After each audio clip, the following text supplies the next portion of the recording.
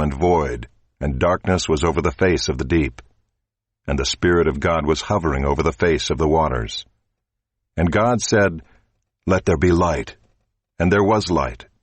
And God saw that the light was good, and God separated the light from the darkness. God called the light day, and the darkness he called night. And there was evening and there was morning, the first day.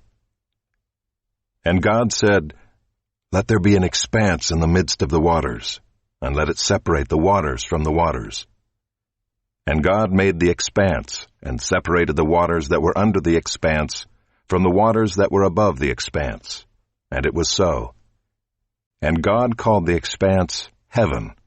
And there was evening and there was morning, the second day. And God said, "Let the waters under the heavens be gathered together into one place, and let the dry land appear." And it was so. God called the dry land earth, and the waters that were gathered together he called seas. And God saw that it was good. And God said, "Let the earth sprout vegetation, plants yielding seed, and fruit trees bearing fruit in which is their seed, each according to its kind on the earth." And it was so. The earth brought forth vegetation, plants yielding seed according to their own kinds, and trees bearing fruit in which is their seed, each according to its kind. And God saw that it was good. And there was evening and there was morning, the third day. And God said, "Let there be lights in the expanse of the heavens to separate the day from the night, and let them be for signs and for seasons and for days and years, and let them be lights in the expanse of the heavens to give light upon the earth." And it was so. And God made the two great lights, the greater light to rule the day, and the lesser light to rule the night, and the stars. And God set them in the expanse of the heavens to give light on the earth, to rule over the day and over the night, and to separate the light from the darkness. And God saw that it was good. And there was evening and there was morning, the fourth day. And God said, "Let the waters swarm with swarms of living creatures, and let birds fly above the earth across the expanse of the heavens."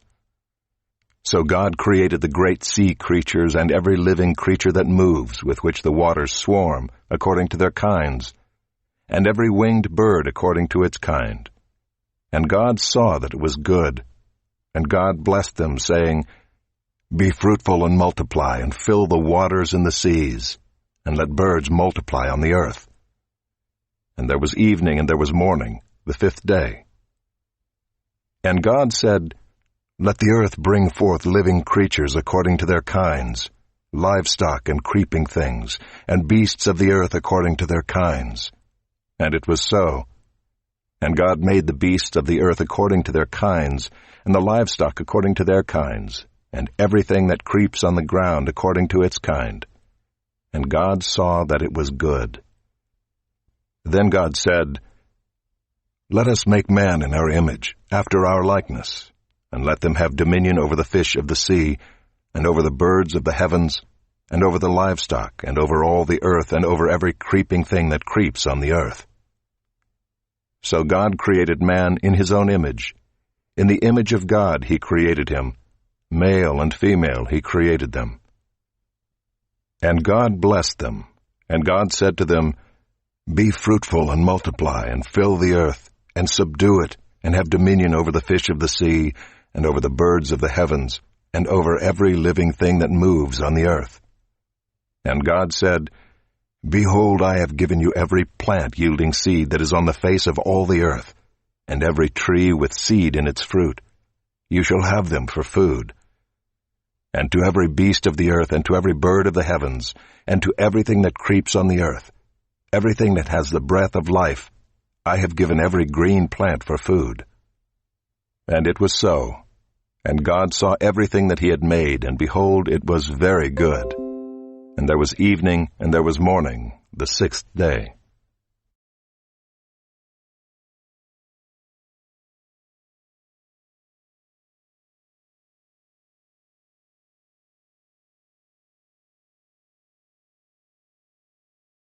Chapter 2. Thus the heavens and the earth were finished, and all the host of them. And on the seventh day God finished his work that he had done, and he rested on the seventh day from all his work that he had done. So God blessed the seventh day, and made it holy, because on it God rested from all his work that he had done in creation. These are the generations of the heavens and the earth when they were created, in the day that the Lord God made the earth and the heavens.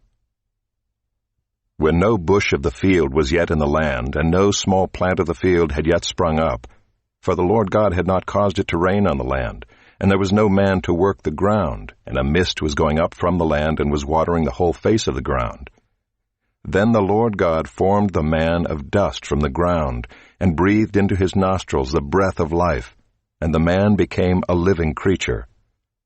And the Lord God planted a garden in Eden in the east, and there he put the man whom he had formed. And out of the ground the Lord God made to spring up every tree that is pleasant to the sight, and good for food. The tree of life was in the midst of the garden, and the tree of the knowledge of good and evil. A river flowed out of Eden to water the garden, and there it divided and became 4 rivers. The name of the first is the Pishon.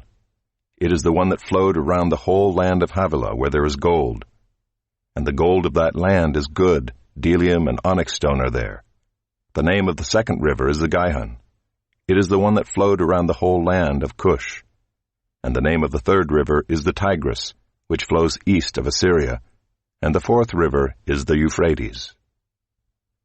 The Lord God took the man and put him in the Garden of Eden to work it and keep it. And the Lord God commanded the man, saying, You may surely eat of every tree of the garden, but of the tree of the knowledge of good and evil you shall not eat, for in the day that you eat of it you shall surely die. Then the Lord God said, It is not good that the man should be alone. I will make for him a helper fit for him. Now out of the ground the Lord God had formed every beast of the field and every bird of the heavens, and brought them to the man to see what he would call them. And whatever the man called every living creature, that was its name. The man gave names to all livestock and to the birds of the heavens and to every beast of the field. But for Adam there was not found a helper fit for him. So the Lord God caused a deep sleep to fall upon the man, and while he slept, took one of his ribs, and closed up its place with flesh.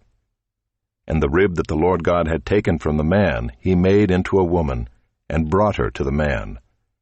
Then the man said, This at last is bone of my bones, and flesh of my flesh. She shall be called woman, because she was taken out of man. Therefore a man shall leave his father and his mother, and hold fast to his wife, and they shall become one flesh. And the man and his wife were both naked, and were not ashamed.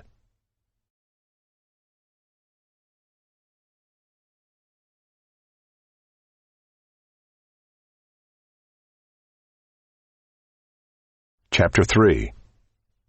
Now the serpent was more crafty than any other beast of the field that the Lord God had made.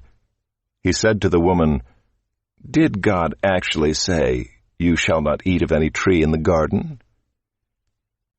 And the woman said to the serpent, We may eat of the fruit of the trees in the garden, but God said, You shall not eat of the fruit of the tree that is in the midst of the garden, neither shall you touch it, lest you die.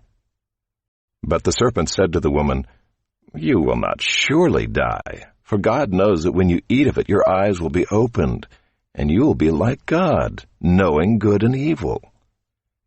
So when the woman saw that the tree was good for food, and that it was a delight to the eyes, and that the tree was to be desired to make one wise, she took of its fruit and ate, and she also gave some to her husband who was with her, and he ate. Then the eyes of both were opened, and they knew that they were naked. And they sewed fig leaves together and made themselves loincloths. And they heard the sound of the Lord God walking in the garden in the cool of the day. And the man and his wife hid themselves from the presence of the Lord God among the trees of the garden. But the Lord God called to the man and said to him, Where are you? And he said, I heard the sound of you in the garden, and I was afraid because I was naked, and I hid myself. He said, Who told you that you were naked? Have you eaten of the tree of which I commanded you not to eat?" The man said, "Well, the woman whom you gave to be with me, she gave me fruit of the tree, and I ate." Then the Lord God said to the woman, "What is this that you have done?" The woman said, "Well, the serpent deceived me, and I ate." The Lord God said to the serpent, "Because you have done this, cursed are you above all livestock, and above all beasts of the field.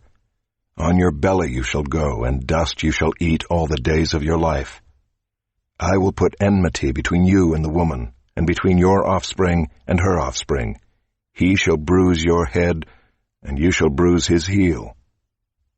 To the woman he said, "I will surely multiply your pain in childbearing. In pain you shall bring forth children. Your desire shall be contrary to your husband, but he shall rule over you." And to Adam he said, "Because you have listened to the voice of your wife, and have eaten of the tree of which I commanded you, you shall not eat of it. Cursed is the ground because of you. In pain you shall eat of it all the days of your life. Thorns and thistles it shall bring forth for you, and you shall eat the plants of the field. By the sweat of your face you shall eat bread, till you return to the ground, for out of it you were taken. For you are dust, and to dust you shall return." The man called his wife's name Eve, because she was the mother of all living. And the Lord God made for Adam and for his wife garments of skins, and clothed them. Then the Lord God said, "Behold, the man has become like one of us in knowing good and evil. Now lest he reach out his hand and take also of the tree of life, and eat, and live forever." Therefore the Lord God sent him out from the Garden of Eden to work the ground from which he was taken. He drove out the man, and at the east of the Garden of Eden he placed the cherubim and a flaming sword that turned every way to guard the way to the tree of life.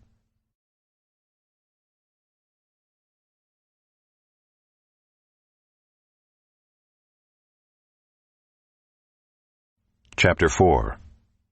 Now Adam knew Eve his wife, and she conceived and bore Cain, saying, "I have gotten a man with the help of the Lord."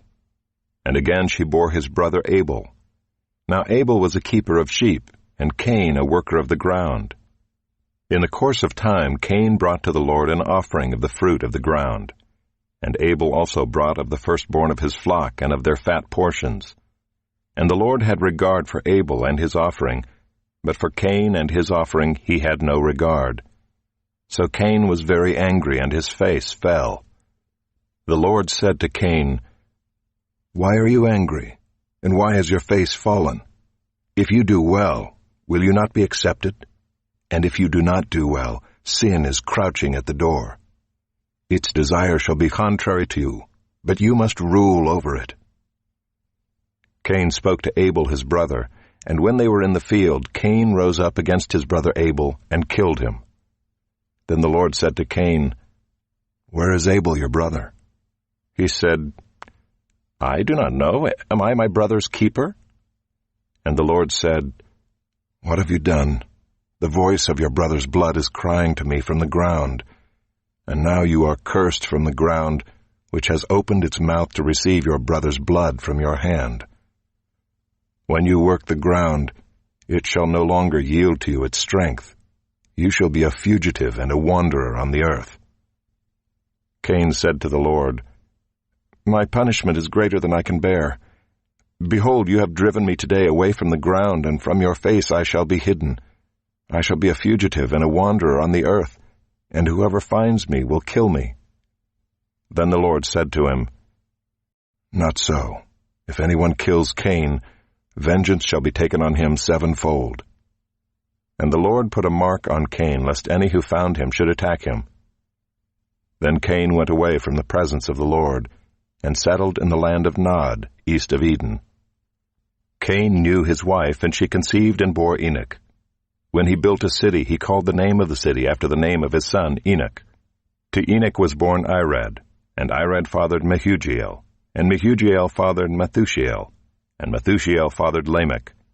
And Lamech took 2 wives. The name of the one was Ida, and the name of the other Zillah. Ida bore Jabal. He was the father of those who dwell in tents and have livestock. His brother's name was Jubal. He was the father of all those who play the lyre and pipe. Zillah also bore Tubal-Cain. He was the forger of all instruments of bronze and iron. The sister of Tubal-Cain was Naamah. Lamech said to his wives, Ida and Zillah, hear my voice. You wives of Lamech, listen to what I say.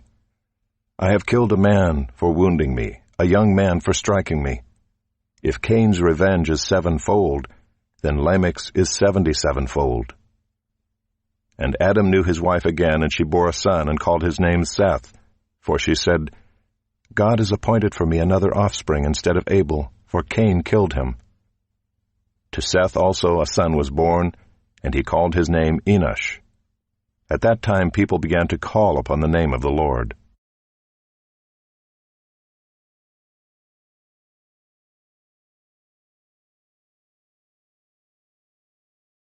Chapter 5. This is the book of the generations of Adam. When God created man, he made him in the likeness of God. Male and female he created them, and he blessed them and named them man when they were created. When Adam had lived 130 years, he fathered a son in his own likeness, after his image, and named him Seth. The days of Adam after he fathered Seth were 800 years, and he had other sons and daughters. Thus all the days that Adam lived were 930 years, and he died. When Seth had lived 105 years, he fathered Enosh. Seth lived after he fathered Enosh 807 years, and had other sons and daughters. Thus all the days of Seth were 912 years, and he died. When Enosh had lived 90 years, he fathered Kenan. Enosh lived after he fathered Kenan 815 years, and had other sons and daughters. Thus all the days of Enosh were 905 years, and he died. When Kenan had lived 70 years, he fathered Mahalalel. Kenan lived after he fathered Mahalalel 840 years, and had other sons and daughters. Thus all the days of Kenan were 910 years, and he died. When Mahalalel had lived 65 years, he fathered Jared. Mahalalel lived after he fathered Jared 830 years, and had other sons and daughters. Thus all the days of Mahalalel were 895 years, and he died. When Jared had lived 162 years, he fathered Enoch. Jared lived after he fathered Enoch 800 years, and had other sons and daughters. Thus all the days of Jared were 962 years, and he died. When Enoch had lived 65 years, he fathered Methuselah. Enoch walked with God after he fathered Methuselah 300 years, and had other sons and daughters. Thus all the days of Enoch were 365 years. Enoch walked with God, and he was not, for God took him. When Methuselah had lived 187 years, he fathered Lamech. Methuselah lived after he fathered Lamech 782 years, and had other sons and daughters. Thus all the days of Methuselah were 969 years, and he died. When Lamech had lived 182 years, he fathered a son, and called his name Noah, saying, Out of the ground that the Lord has cursed, this one shall bring us relief from our work, and from the painful toil of our hands. Lamech lived after he fathered Noah 595 years, and had other sons and daughters. Thus all the days of Lamech were 777 years, and he died. After Noah was 500 years old, Noah fathered Shem, Ham, and Japheth.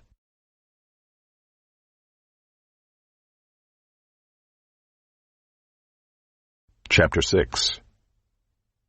When man began to multiply on the face of the land, and daughters were born to them, the sons of God saw that the daughters of man were attractive, and they took as their wives any they chose. Then the Lord said, My spirit shall not abide in man forever, for he is flesh. His days shall be 120 years. The Nephilim were on the earth in those days, and also afterward, when the sons of God came into the daughters of man, and they bore children to them. These were the mighty men who were of old, the men of renown. The Lord saw that the wickedness of man was great in the earth, and that every intention of the thoughts of his heart was only evil continually. And the Lord regretted that he had made man on the earth, and it grieved him to his heart. So the Lord said, I will blot out man whom I have created from the face of the land, man and animals and creeping things and birds of the heavens, for I am sorry that I have made them. But Noah found favor in the eyes of the Lord. These are the generations of Noah. Noah was a righteous man, blameless in his generation. Noah walked with God, and Noah had 3 sons, Shem, Ham, and Japheth. Now the earth was corrupt in God's sight, and the earth was filled with violence. And God saw the earth, and behold, it was corrupt, for all flesh had corrupted their way on the earth.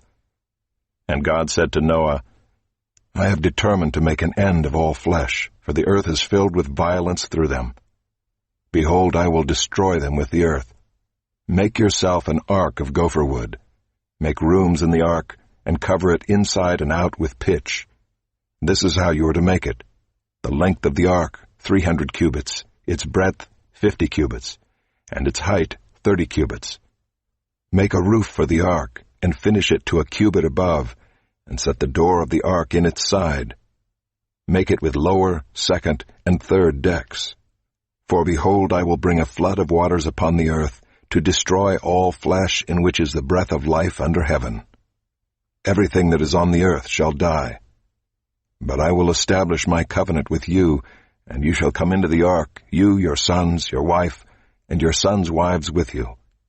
And of every living thing of all flesh, you shall bring 2 of every sort into the ark to keep them alive with you.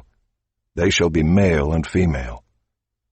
Of the birds according to their kinds, and of the animals according to their kinds, of every creeping thing of the ground according to its kind, 2 of every sort shall come into you to keep them alive. Also take with you every sort of food that is eaten, and store it up. It shall serve as food for you and for them. Noah did this. He did all that God commanded him.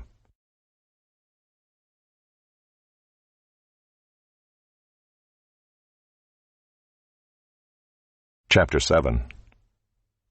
Then the Lord said to Noah, Go into the ark, you and all your household, for I have seen that you are righteous before me in this generation.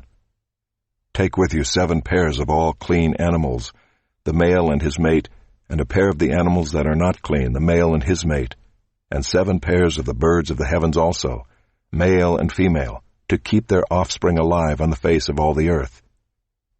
For in 7 days I will send rain on the earth 40 days and 40 nights, and every living thing that I have made I will blot out from the face of the ground. And Noah did all that the Lord had commanded him. Noah was 600 years old when the flood of waters came upon the earth. And Noah and his sons and his wife and his sons' wives with him went into the ark to escape the waters of the flood. Of clean animals and of animals that are not clean, and of birds and of everything that creeps on the ground, 2 and 2, male and female, went into the ark with Noah as God had commanded Noah. And after 7 days, the waters of the flood came upon the earth. In the 600th year of Noah's life, in the 2nd month, on the 17th day of the month, on that day all the fountains of the great deep burst forth, and the windows of the heavens were opened. And rain fell upon the earth 40 days and 40 nights. On the very same day Noah and his sons, Shem and Ham and Japheth, and Noah's wife and the 3 wives of his sons with them, entered the ark, they and every beast according to its kind, and all the livestock according to their kinds, and every creeping thing that creeps on the earth according to its kind, and every bird according to its kind, every winged creature. They went into the ark with Noah, 2 and 2 of all flesh in which there was the breath of life. And those that entered, male and female of all flesh, went in as God had commanded him, and the Lord shut him in. The flood continued 40 days on the earth.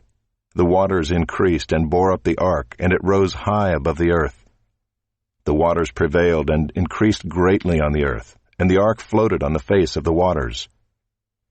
And the waters prevailed so mightily on the earth that all the high mountains under the whole heaven were covered. The waters prevailed above the mountains, covering them 15 cubits deep.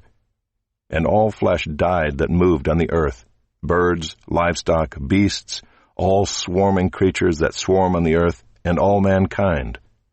Everything on the dry land in whose nostrils was the breath of life died. He blotted out every living thing that was on the face of the ground, man and animals and creeping things and birds of the heavens. They were blotted out from the earth. Only Noah was left, and those who were with him in the ark. And the waters prevailed on the earth 150 days.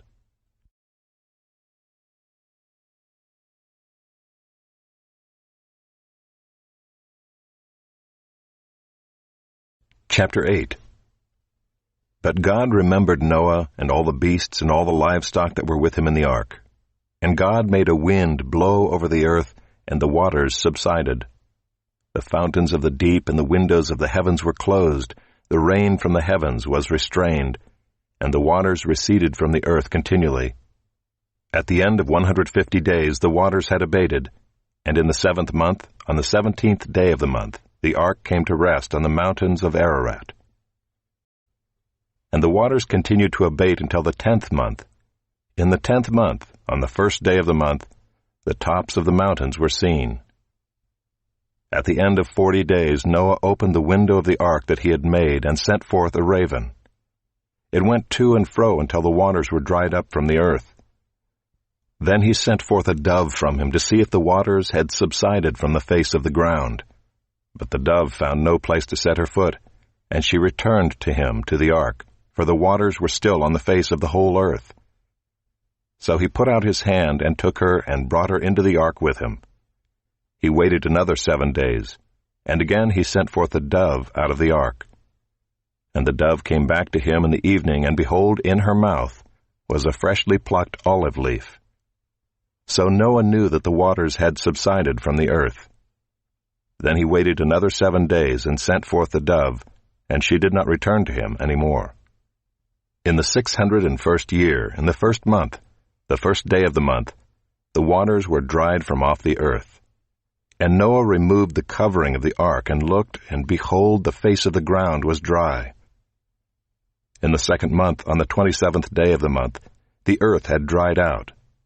Then God said to Noah, "Go out from the ark, you and your wife and your sons wives with you. Bring out with you every living thing that is with you of all flesh, birds and animals and every creeping thing that creeps on the earth, that they may swarm on the earth and be fruitful and multiply on the earth." So Noah went out, and his sons and his wife and his sons' wives with him. Every beast, every creeping thing, and every bird, everything that moves on the earth, went out by families from the ark. Then Noah built an altar to the Lord, and took some of every clean animal and some of every clean bird, and offered burnt offerings on the altar. And when the Lord smelled the pleasing aroma, the Lord said in his heart, "I will never again curse the ground because of man, for the intention of man's heart is evil from his youth. Neither will I ever again strike down every living creature as I have done. While the earth remains, seed time and harvest, cold and heat, summer and winter, day and night shall not cease."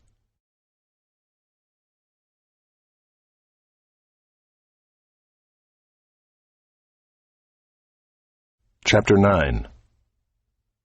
And God blessed Noah and his sons, and said to them, "Be fruitful and multiply, and fill the earth.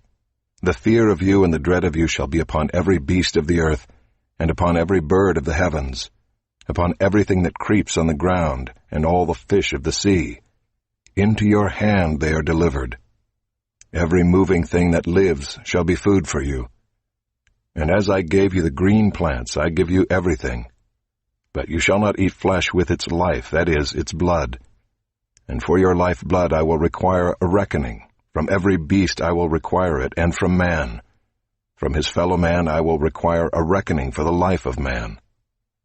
Whoever sheds the blood of man, by man shall his blood be shed.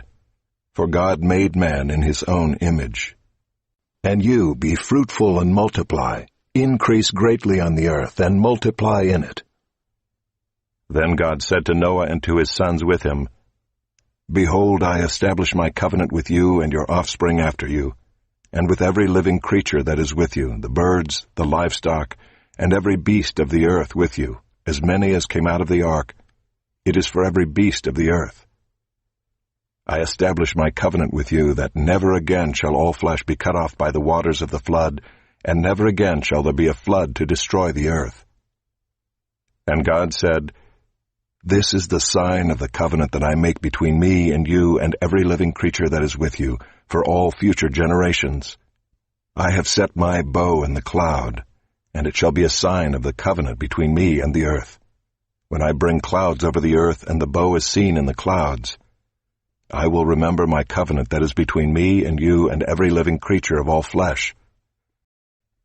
And the waters shall never again become a flood to destroy all flesh. When the bow is in the clouds, I will see it and remember the everlasting covenant between God and every living creature of all flesh that is on the earth. God said to Noah, This is the sign of the covenant that I have established between me and all flesh that is on the earth. The sons of Noah who went forth from the ark were Shem, Ham, and Japheth. Ham was the father of Canaan. These three were the sons of Noah, and from these the people of the whole earth were dispersed. Noah began to be a man of the soil, and he planted a vineyard. He drank of the wine and became drunk and lay uncovered in his tent. And Ham, the father of Canaan, saw the nakedness of his father and told his two brothers outside. Then Shem and Japheth took a garment, laid it on both their shoulders, and walked backward and covered the nakedness of their father. Their faces were turned backward, and they did not see their father's nakedness. When Noah awoke from his wine and knew what his youngest son had done to him, he said, Cursed be Canaan, a servant of servants shall he be to his brothers.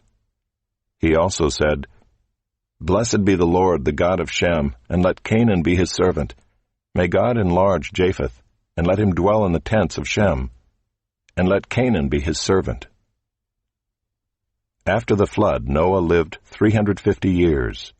All the days of Noah were 950 years, and he died.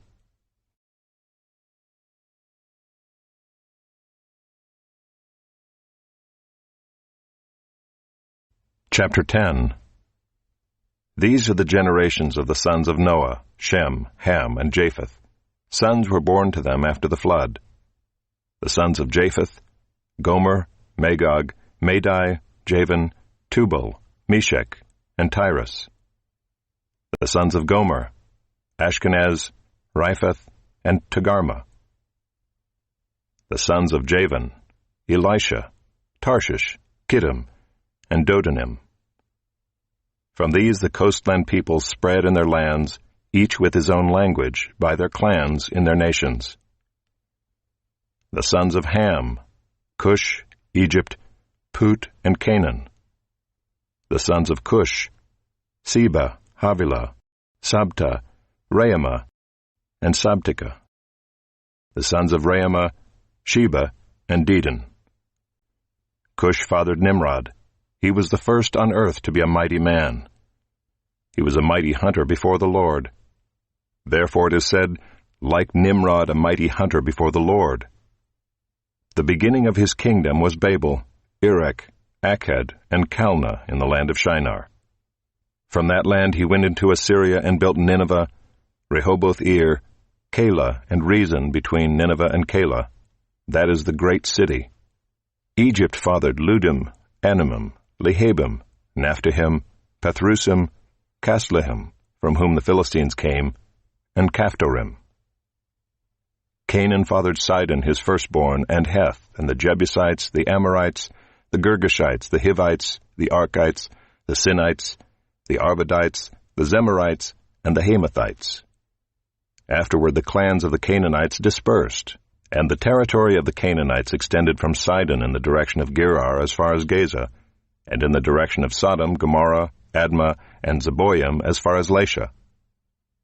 These are the sons of Ham by their clans, their languages, their lands, and their nations.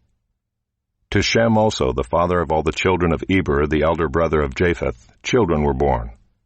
The sons of Shem, Elam, Asher, Arpachshad, Lud, and Aram. The sons of Aram, Uz, Hul, Gether, and Mash. Arpachshad fathered Shelah, and Shelah fathered Eber. To Eber were born two sons. The name of the one was Peleg, for in his days the earth was divided, and his brother's name was Joktan. Joktan fathered Almodad, Sheleph, Hazarmaveth, Jerah, Adoram, Uzal, Dikla, Obal, Abimael, Sheba, Ophir, Havilah, and Jobab. All these were the sons of Joktan. The territory in which they lived extended from Mesha in the direction of Sephar to the hill country of the east. These are the sons of Shem by their clans, their languages, their lands, and their nations.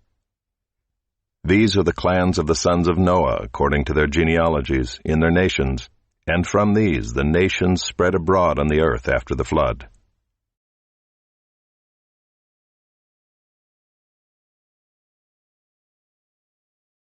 Chapter 11. Now the whole earth had one language and the same words. And as people migrated from the east, they found a plain in the land of Shinar and settled there. And they said to one another, "Come, let us make bricks and burn them thoroughly." And they had brick for stone and bitumen for mortar. Then they said, "Come, let us build ourselves a city and a tower with its top in the heavens, and let us make a name for ourselves, lest we be dispersed over the face of the whole earth." And the Lord came down to see the city and the tower which the children of man had built. And the Lord said, "Behold, they are one people, and they have all one language, and this is only the beginning of what they will do. And nothing that they propose to do will now be impossible for them. Come, let us go down and there confuse their language, so that they may not understand one another's speech." So the Lord dispersed them from there over the face of all the earth, and they left off building the city. Therefore its name was called Babel, because there the Lord confused the language of all the earth. And from there the Lord dispersed them over the face of all the earth. These are the generations of Shem. When Shem was 100 years old, he fathered Arpachshad 2 years after the flood. And Shem lived after he fathered Arpachshad 500 years, and had other sons and daughters. When Arpachshad had lived 35 years, he fathered Shelah. And Arpachshad lived after he fathered Shelah 403 years, and had other sons and daughters. When Shelah had lived 30 years, he fathered Eber. And Shelah lived after he fathered Eber 403 years, and had other sons and daughters. When Eber had lived 34 years, he fathered Peleg. And Eber lived after he fathered Peleg 430 years, and had other sons and daughters. When Peleg had lived 30 years, he fathered Reu. And Peleg lived after he fathered Reu 209 years, and had other sons and daughters. When Reu had lived 32 years, he fathered Serug. And Reu lived after he fathered Serug 207 years, and had other sons and daughters. When Serug had lived 30 years, he fathered Nahor. And Serug lived after he fathered Nahor 200 years, and had other sons and daughters. When Nahor had lived 29 years, he fathered Terah. And Nahor lived after he fathered Terah 119 years, and had other sons and daughters. When Terah had lived 70 years, he fathered Abram, Nahor, and Haran. Now these are the generations of Terah. Terah fathered Abram, Nahor, and Haran fathered Lot. Haran died in the presence of his father Terah in the land of his kindred, in Ur of the Chaldeans. And Abram and Nahor took wives. The name of Abram's wife was Sarai, and the name of Nahor's wife Milcah, the daughter of Haran, the father of Milcah and Iscah. Now Sarai was barren, she had no child. Terah took Abram his son, and Lot the son of Haran his grandson, and Sarai his daughter-in-law, his son Abram's wife, and they went forth together from Ur of the Chaldeans to go into the land of Canaan. But when they came to Haran, they settled there. The days of Terah were 205 years, and Terah died in Haran.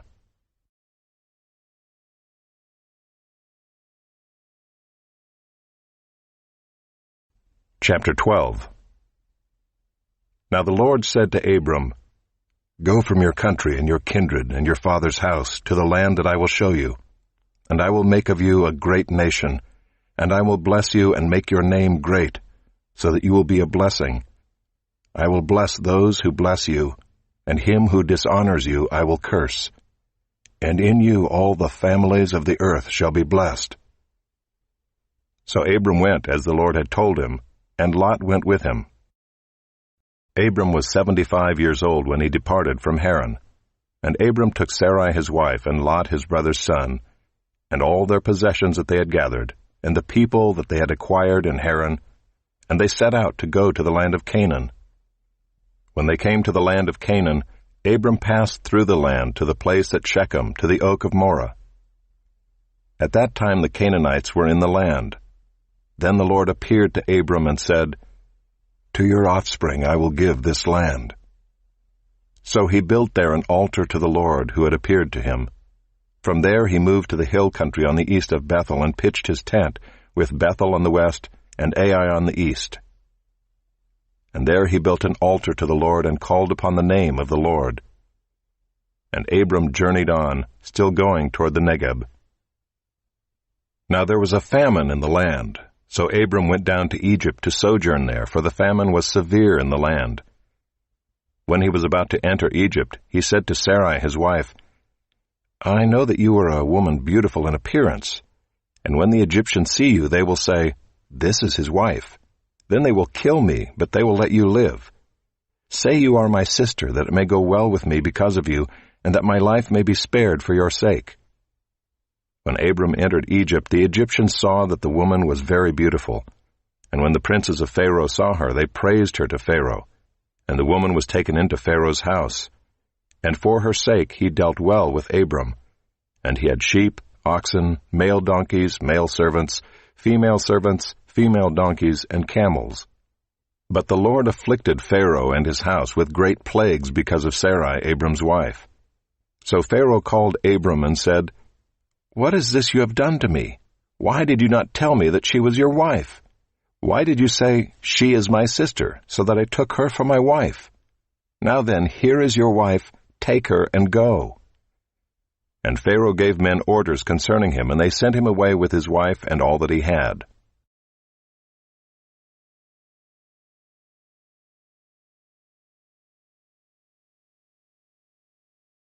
Chapter 13.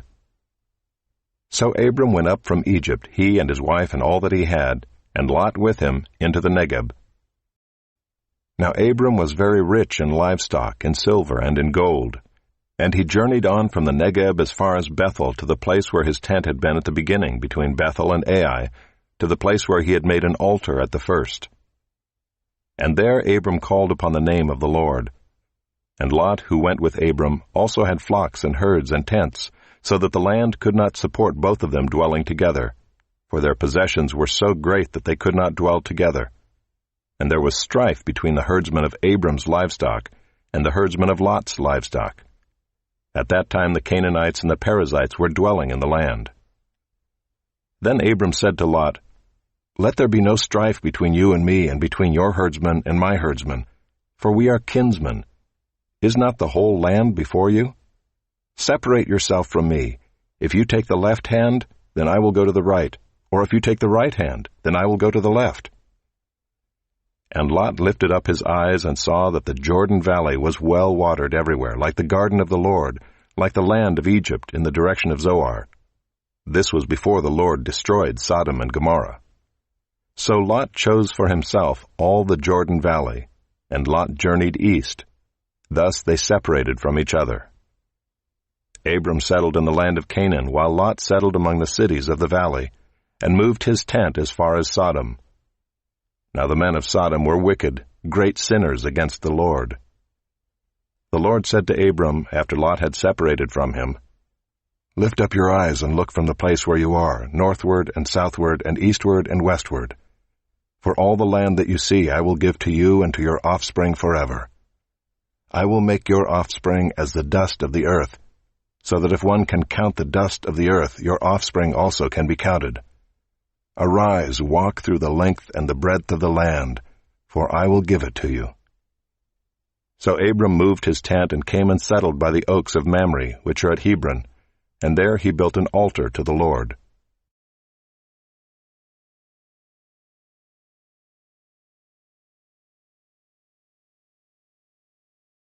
Chapter 14.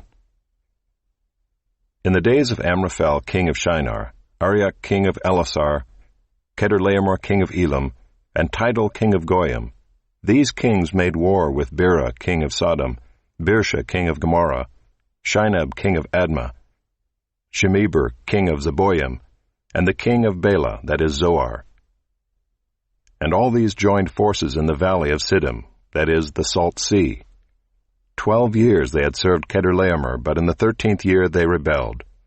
In the 14th year, Chedorlaomer and the kings who were with him came and defeated the Rephaim in Ashtaroth-Karnaim, the Zuzim in Ham, the Emim in Sheva-Kiriathaim, and the Horites in their hill country of Seir as far as El-Paran on the border of the wilderness.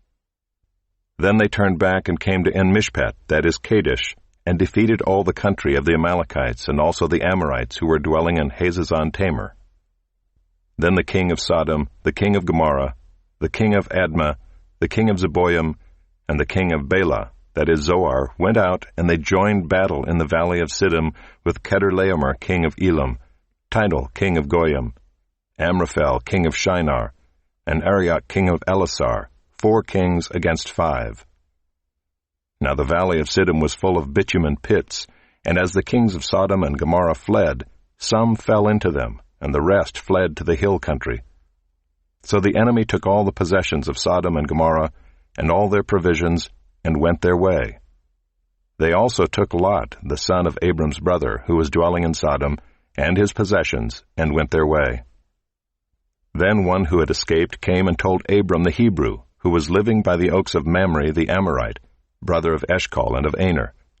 These were allies of Abram. When Abram heard that his kinsman had been taken captive, he led forth his trained men, born in his house, 318 of them, and went in pursuit as far as Dan. And he divided his forces against them by night, he and his servants, and defeated them and pursued them to Hobah, north of Damascus. Then he brought back all the possessions, and also brought back his kinsman Lot with his possessions, and the women and the people. After his return from the defeat of Chedorlaomer and the kings who were with him, the king of Sodom went out to meet him at the valley of Sheva, that is, the king's valley. And Melchizedek king of Salem brought out bread and wine. He was priest of God Most High. And he blessed him and said, Blessed be Abram by God Most High, possessor of heaven and earth. And blessed be God Most High, who has delivered your enemies into your hand. And Abram gave him 1/10 of everything. And the king of Sodom said to Abram, Give me the persons, but take the goods for yourself.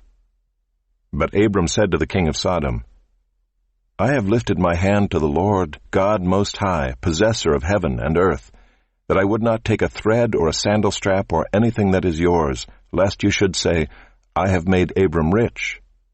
I will take nothing but what the young men have eaten, and the share of the men who went with me. Let Aner, Eshcol, and Mamre take their share.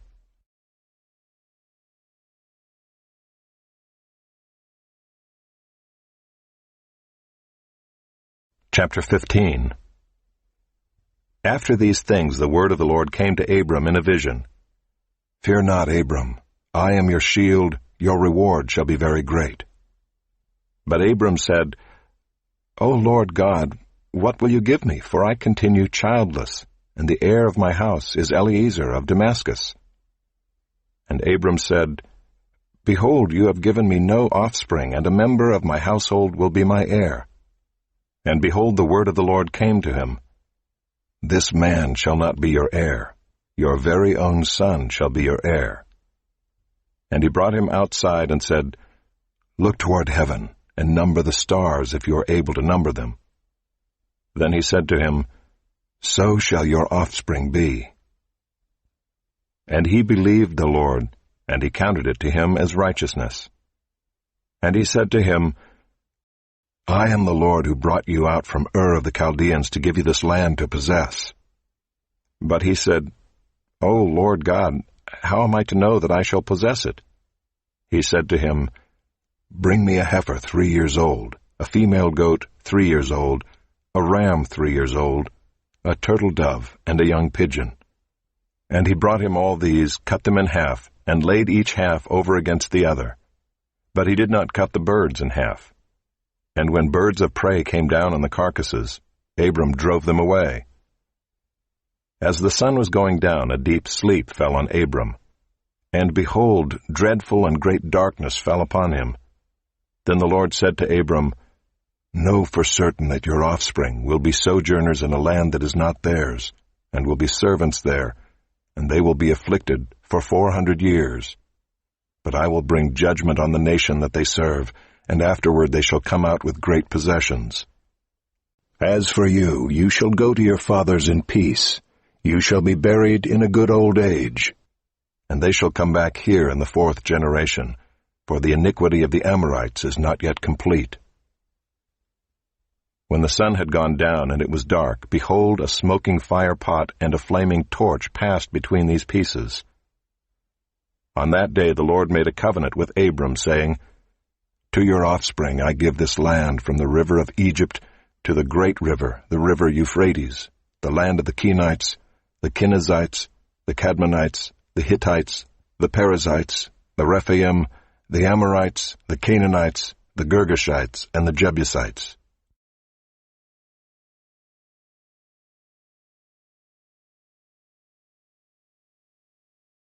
Chapter 16. Now Sarai, Abram's wife, had borne him no children. She had a female Egyptian servant whose name was Hagar. And Sarai said to Abram, Behold now, the Lord has prevented me from bearing children. Go in to my servant. It may be that I shall obtain children by her. And Abram listened to the voice of Sarai. So after Abram had lived 10 years in the land of Canaan, Sarai, Abram's wife, took Hagar the Egyptian, her servant, and gave her to Abram her husband as a wife. And he went in to Hagar, and she conceived. And when she saw that she had conceived, she looked with contempt on her mistress. And Sarai said to Abram, May the wrong done to me be on you. I gave my servant to your embrace, and when she saw that she had conceived, she looked on me with contempt. May the Lord judge between you and me. But Abram said to Sarai, Behold, your servant is in your power. Do to her as you please. Then Sarai dealt harshly with her, and she fled from her. The angel of the Lord found her by a spring of water in the wilderness, the spring on the way to Shur. And he said, Hagar, servant of Sarai, where have you come from, and where are you going? She said, I am fleeing from my mistress Sarai. The angel of the Lord said to her, Return to your mistress and submit to her.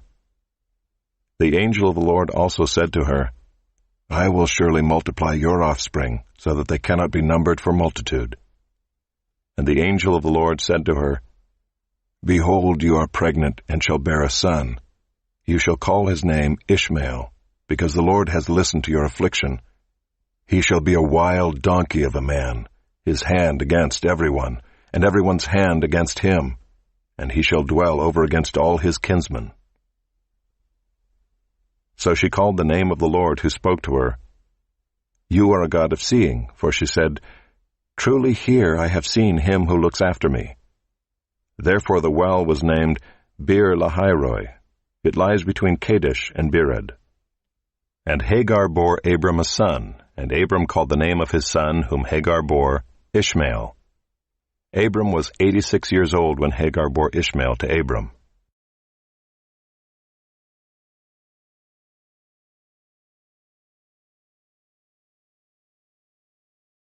Chapter 17. When Abram was 99 years old, the Lord appeared to Abram and said to him, I am God Almighty. Walk before me and be blameless, that I may make my covenant between me and you, and may multiply you greatly. Then Abram fell on his face. And God said to him, Behold, my covenant is with you, and you shall be the father of a multitude of nations. No longer shall your name be called Abram, but your name shall be Abraham, for I have made you the father of a multitude of nations. I will make you exceedingly fruitful, and I will make you into nations, and kings shall come from you. And I will establish my covenant between me and you and your offspring after you throughout their generations, for an everlasting covenant, to be God to you and to your offspring after you. And I will give to you and to your offspring after you the land of your sojournings, all the land of Canaan, for an everlasting possession, and I will be their God. And God said to Abraham, As for you, you shall keep my covenant, you and your offspring after you throughout their generations. This is my covenant, which you shall keep between me and you and your offspring after you. Every male among you shall be circumcised. You shall be circumcised in the flesh of your foreskins, and it shall be a sign of the covenant between me and you. He who is 8 days old among you shall be circumcised. Every male throughout your generations, whether born in your house or bought with your money from any foreigner who is not of your offspring, both he who is born in your house and he who is bought with your money shall surely be circumcised. So shall my covenant be in your flesh, an everlasting covenant. Any uncircumcised male who is not circumcised in the flesh of his foreskin shall be cut off from his people. He has broken my covenant. And God said to Abraham, As for Sarai your wife, you shall not call her name Sarai, but Sarah shall be her name. I will bless her, and moreover I will give you a son by her. I will bless her, and she shall become nations. Kings of peoples shall come from her. Then Abraham fell on his face and laughed, and said to himself, Shall a child be born to a man who is 100 years old? Shall Sarah, who is 90 years old, bear a child? And Abraham said to God, Oh, that Ishmael might live before you. God said, No, but Sarah your wife shall bear you a son, and you shall call his name Isaac. I will establish my covenant with him as an everlasting covenant for his offspring after him. As for Ishmael, I have heard you. Behold, I have blessed him, and will make him fruitful, and multiply him greatly. He shall father 12 princes, and I will make him into a great nation. But I will establish my covenant with Isaac, whom Sarah shall bear to you at this time next year. When he had finished talking with him, God went up from Abraham. Then Abraham took Ishmael his son, and all those born in his house or bought with his money, every male among the men of Abraham's house, and he circumcised the flesh of their foreskins that very day, as God had said to him. Abraham was 99 years old when he was circumcised in the flesh of his foreskin, and Ishmael his son was 13 years old when he was circumcised in the flesh of his foreskin. That very day Abraham and his son Ishmael were circumcised. And all the men of his house, those born in the house and those bought with money from a foreigner, were circumcised with him.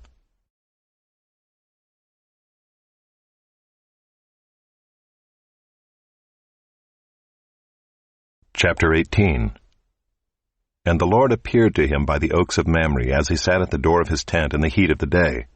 He lifted up his eyes and looked, and behold, 3 men were standing in front of him.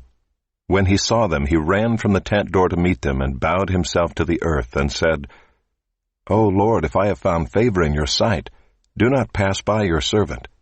Let a little water be brought, and wash your feet, and rest yourselves under the tree, while I bring a morsel of bread, that you may refresh yourselves, and after that you may pass on, since you have come to your servant. So they said, Do as you have said. And Abraham went quickly into the tent to Sarah, and said, Quick, 3 seahs of fine flour, knead it, and make cakes. And Abraham ran to the herd, and took a calf, tender and good, and gave it to a young man, who prepared it quickly. Then he took curds and milk and the calf that he had prepared, and set it before them. And he stood by them under the tree while they ate. They said to him, Where is Sarah your wife? And he said, She is in the tent. The Lord said, I will surely return to you about this time next year, and Sarah your wife shall have a son. And Sarah was listening at the tent door behind him. Now Abraham and Sarah were old, advanced in years. The way of women had ceased to be with Sarah. So Sarah laughed to herself, saying, After I am worn out, and my Lord is old, shall I have pleasure? The Lord said to Abraham, Why did Sarah laugh and say, Shall I indeed bear a child now that I am old? Is anything too hard for the Lord? At the appointed time I will return to you about this time next year, and Sarah shall have a son. But Sarah denied it, saying, I did not laugh, for she was afraid. He said, No, but you did laugh. Then the men set out from there, and they looked down toward Sodom, and Abraham went with them to set them on their way. The Lord said, Shall I hide from Abraham what I am about to do, seeing that Abraham shall surely become a great and mighty nation, and all the nations of the earth shall be blessed in him? For I have chosen him, that he may command his children and his household after him, to keep the way of the Lord by doing righteousness and justice, so that the Lord may bring to Abraham what he has promised him.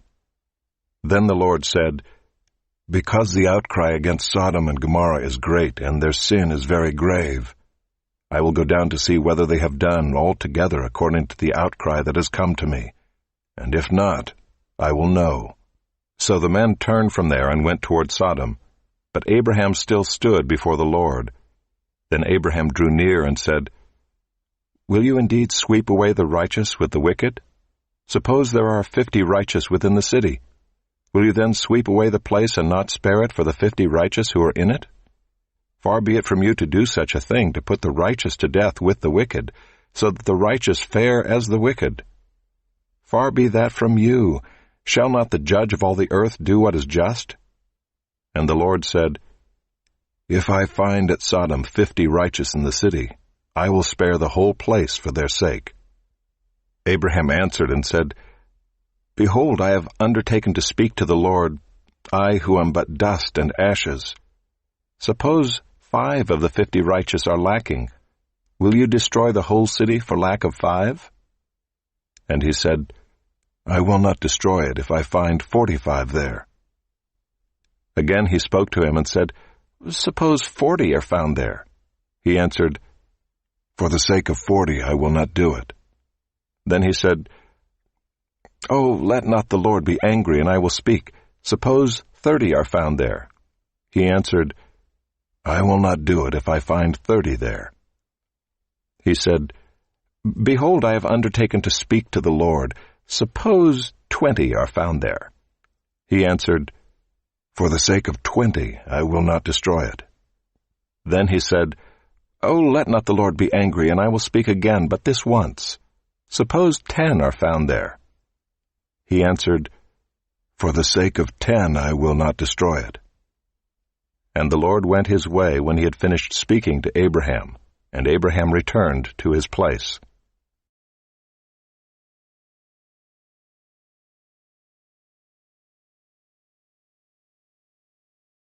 Chapter 19. The 2 angels came to Sodom in the evening, and Lot was sitting in the gate of Sodom. When Lot saw them, he rose to meet them and bowed himself with his face to the earth, and said, My lords, please turn aside to your servant's house, and spend the night and wash your feet. Then you may rise up early and go on your way. They said, No, we will spend the night in the town square. But he pressed them strongly, so they turned aside to him and entered his house. And he made them a feast and baked unleavened bread, and they ate. But before they lay down, the men of the city, the men of Sodom, both young and old, all the people to the last man, surrounded the house. And they called to Lot, Where are the men who came to you tonight? Bring them out to us, that we may know them. Lot went out to the men at the entrance, shut the door after him, and said, I beg you, my brothers, do not act so wickedly. Behold, I have 2 daughters who have not known any man. Let me bring them out to you, and do to them as you please. Only do nothing to these men, for they have come under the shelter of my roof. But they said, Stand back. And they said, This fellow came to sojourn, and he has become the judge. Now we will deal worse with you than with them. Then they pressed hard against the man Lot, and drew near to break the door down. But the men reached out their hands and brought Lot into the house with them, and shut the door. And they struck with blindness the men who were at the entrance of the house, both small and great, so that they wore themselves out groping for the door. Then the men said to Lot, Have you anyone else here? Sons-in-law, sons, daughters, or anyone you have in the city, bring them out of the place, for we are about to destroy this place, because the outcry against its people has become great before the Lord, and the Lord has sent us to destroy it. So Lot went out and said to his sons-in-law who were to marry his daughters, Up, get out of this place, for the Lord is about to destroy the city. But he seemed to his sons-in-law to be jesting.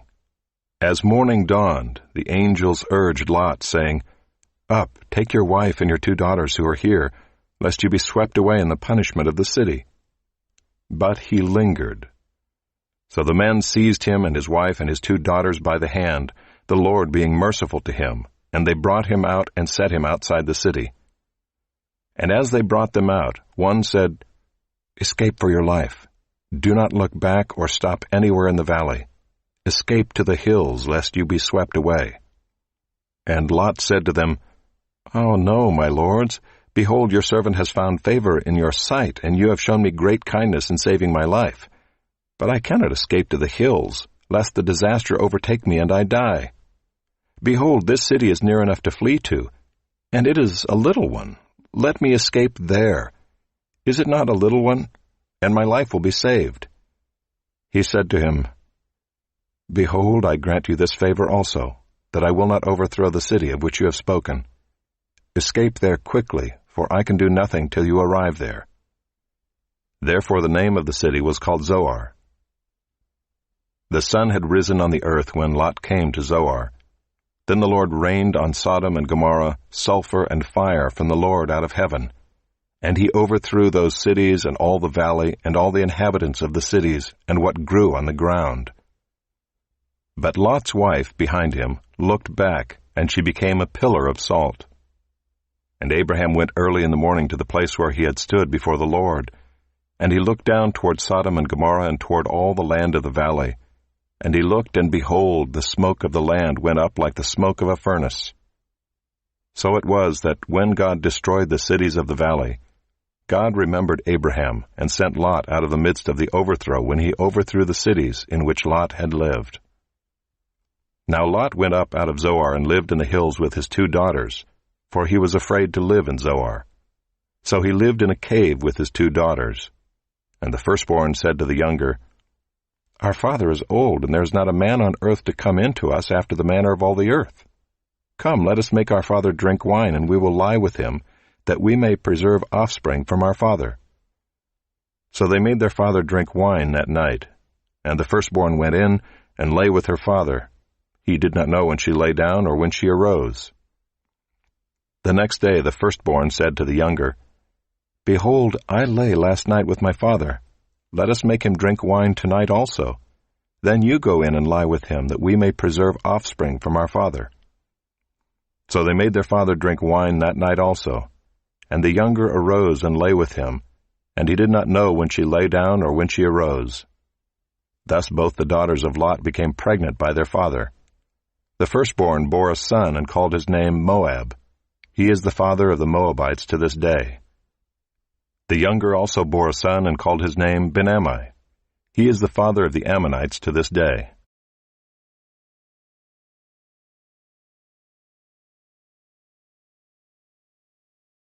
Chapter 20. From there Abraham journeyed toward the territory of the Negeb, and lived between Kadesh and Shur. And he sojourned in Gerar. And Abraham said of Sarah his wife, "She is my sister." And Abimelech king of Gerar sent and took Sarah. But God came to Abimelech in a dream by night, and said to him, "Behold, you are a dead man because of the woman whom you have taken, for she is a man's wife." Now Abimelech had not approached her, so he said, "Lord, will you kill an innocent people? Did he not himself say to me, 'She is my sister'? And she herself said, 'He is my brother.' In the integrity of my heart and the innocence of my hands I have done this." Then God said to him in the dream, "Yes, I know that you have done this in the integrity of your heart, and it was I who kept you from sinning against me. Therefore I did not let you touch her. Now then, return the man's wife, for he is a prophet, so that he will pray for you, and you shall live. But if you do not return her, know that you shall surely die, you and all who are yours." So Abimelech rose early in the morning and called all his servants and told them all these things. And the men were very much afraid. Then Abimelech called Abraham and said to him, "What have you done to us? And how have I sinned against you, that you have brought on me and my kingdom a great sin? You have done to me things that ought not to be done." And Abimelech said to Abraham, "What did you see that you did this thing?" Abraham said, "I did it because I thought, there is no fear of God at all in this place, and they will kill me because of my wife. Besides, She is indeed my sister, the daughter of my father, though not the daughter of my mother, and she became my wife. And when God caused me to wander from my father's house, I said to her, This is the kindness you must do me. At every place to which we come, say of me, He is my brother. Then Abimelech took sheep and oxen and male servants and female servants, and gave them to Abraham, and returned Sarah his wife to him. And Abimelech said, Behold, my land is before you, dwell where it pleases you. To Sarah he said, Behold, I have given your brother 1,000 pieces of silver. It is a sign of your innocence in the eyes of all who are with you, and before everyone you are vindicated. Then Abraham prayed to God, and God healed Abimelech, and also healed his wife and female slaves, so that they bore children. For the Lord had closed all the wombs of the house of Abimelech because of Sarah, Abraham's wife.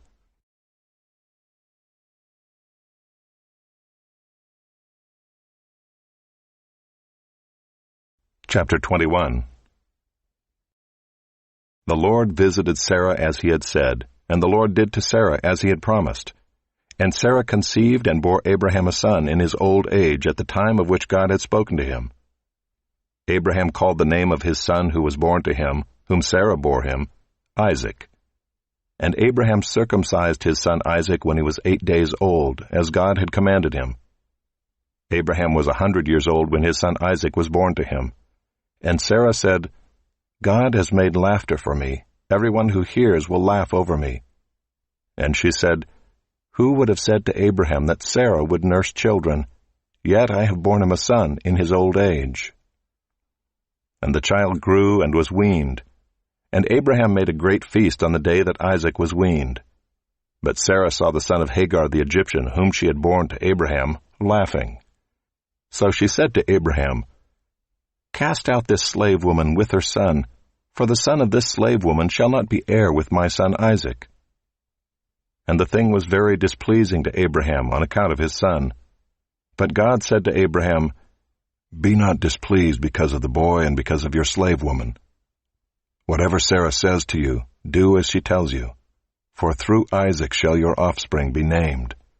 And I will make a nation of the son of the slave woman also, because he is your offspring. So Abraham rose early in the morning and took bread and a skin of water, and gave it to Hagar, putting it on her shoulder along with the child, and sent her away. And she departed and wandered in the wilderness of Beersheba. When the water in the skin was gone, she put the child under one of the bushes. Then she went and sat down opposite him a good way off, about the distance of a bow shot, for she said, Let me not look on the death of the child.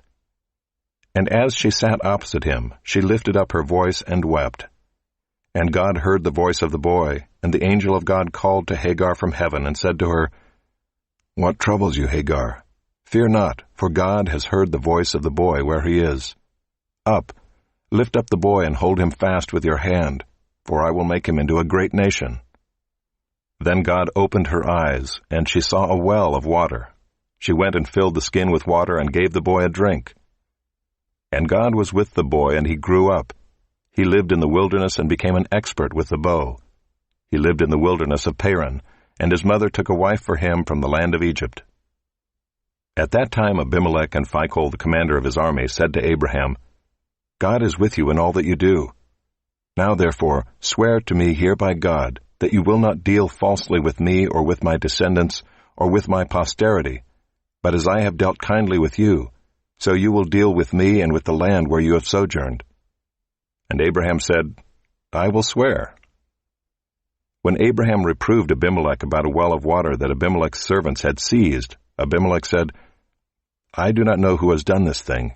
You did not tell me, and I have not heard of it until today. So Abraham took sheep and oxen and gave them to Abimelech, and the two men made a covenant. Abraham set 7 ewe lambs of the flock apart, and Abimelech said to Abraham, What is the meaning of these 7 ewe lambs that you have set apart? He said, These 7 ewe lambs you will take from my hand, that this may be a witness for me that I dug this well. Therefore that place was called Beersheba, because there both of them swore an oath. So they made a covenant at Beersheba. Then Abimelech and Phicol, the commander of his army, rose up and returned to the land of the Philistines. Abraham planted a tamarisk tree in Beersheba and called there on the name of the Lord, the everlasting God. And Abraham sojourned many days in the land of the Philistines.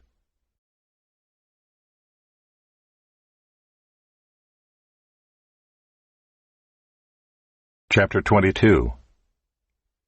After these things God tested Abraham and said to him, "Abraham." And he said, "Here I am."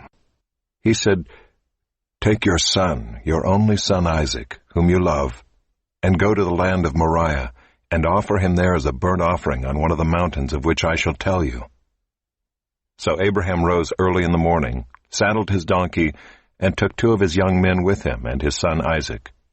And he cut the wood for the burnt offering, and arose and went to the place of which God had told him. On the 3rd day Abraham lifted up his eyes and saw the place from afar.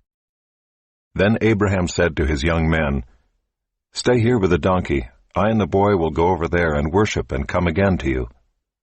And Abraham took the wood of the burnt offering and laid it on Isaac his son.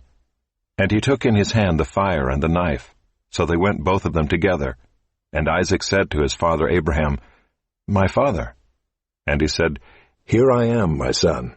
He said, "Behold the fire and the wood, but where is the lamb for a burnt offering?" Abraham said, "God will provide for himself the lamb for a burnt offering, my son." So they went both of them together. When they came to the place of which God had told him, Abraham built the altar there, and laid the wood in order, and bound Isaac his son, and laid him on the altar on top of the wood. Then Abraham reached out his hand, and took the knife to slaughter his son. But the angel of the Lord called to him from heaven, and said, "Abraham, Abraham." And he said, "Here I am." He said, "Do not lay your hand on the boy or do anything to him, for now I know that you fear God, seeing you have not withheld your son, your only son, from me." And Abraham lifted up his eyes and looked, and behold, behind him was a ram, caught in a thicket by his horns. And Abraham went and took the ram, and offered it up as a burnt offering instead of his son. So Abraham called the name of that place, "The Lord will provide." As it is said to this day, "On the mount of the Lord it shall be provided." And the angel of the Lord called to Abraham a second time from heaven, and said, "By myself I have sworn, declares the Lord, because you have done this and have not withheld your son, your only son, I will surely bless you, and I will surely multiply your offspring as the stars of heaven and as the sand that is on the seashore. And your offspring shall possess the gate of his enemies, and in your offspring shall all the nations of the earth be blessed, because you have obeyed my voice." So Abraham returned to his young men, and they arose and went together to Beersheba. And Abraham lived at Beersheba. Now after these things it was told to Abraham, "Behold, Milcah also has borne children to your brother Nahor, Uz his firstborn, Buz his brother, Kemuel the father of Aram, Kesed, Hazo, Pildash, Jidlaph, and Bethuel. Bethuel fathered Rebekah. These 8 Milcah bore to Nahor, Abraham's brother. Moreover his concubine, whose name was Reumah, bore Tebah, Gaham, Tahash, and Maacah.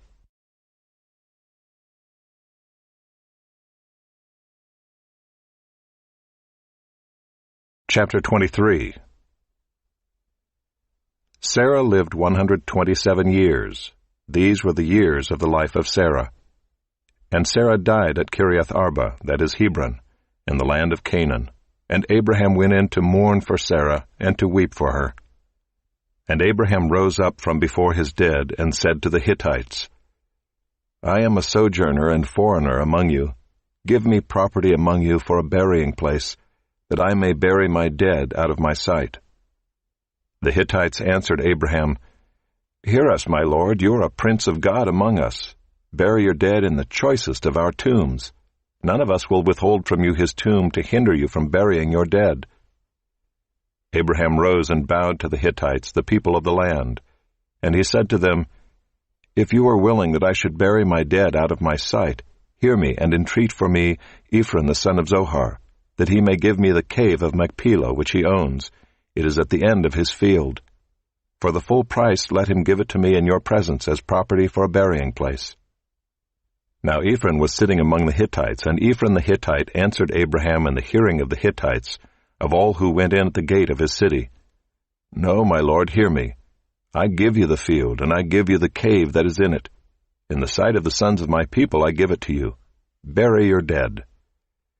Then Abraham bowed down before the people of the land, and he said to Ephron in the hearing of the people of the land, "But if you will, hear me. I give the price of the field. Accept it from me, that I may bury my dead there." Ephron answered Abraham, "My lord, listen to me. A piece of land worth 400 shekels of silver. What is that between you and me? Bury your dead." Abraham listened to Ephron, and Abraham weighed out for Ephron the silver that he had named in the hearing of the Hittites, 400 shekels of silver, according to the weights current among the merchants. So the field of Ephron in Machpelah, which was to the east of Mamre, the field with the cave that was in it and all the trees that were in the field throughout its whole area, was made over to Abraham as a possession in the presence of the Hittites, before all who went in at the gate of his city. After this, Abraham buried Sarah his wife in the cave of the field of Machpelah east of Mamre, that is Hebron, in the land of Canaan. The field and the cave that is in it were made over to Abraham as property for a burying place by the Hittites.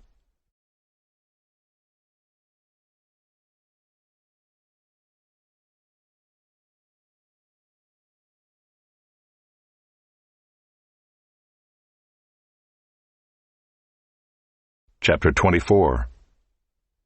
Now Abraham was old, well advanced in years, and the Lord had blessed Abraham in all things.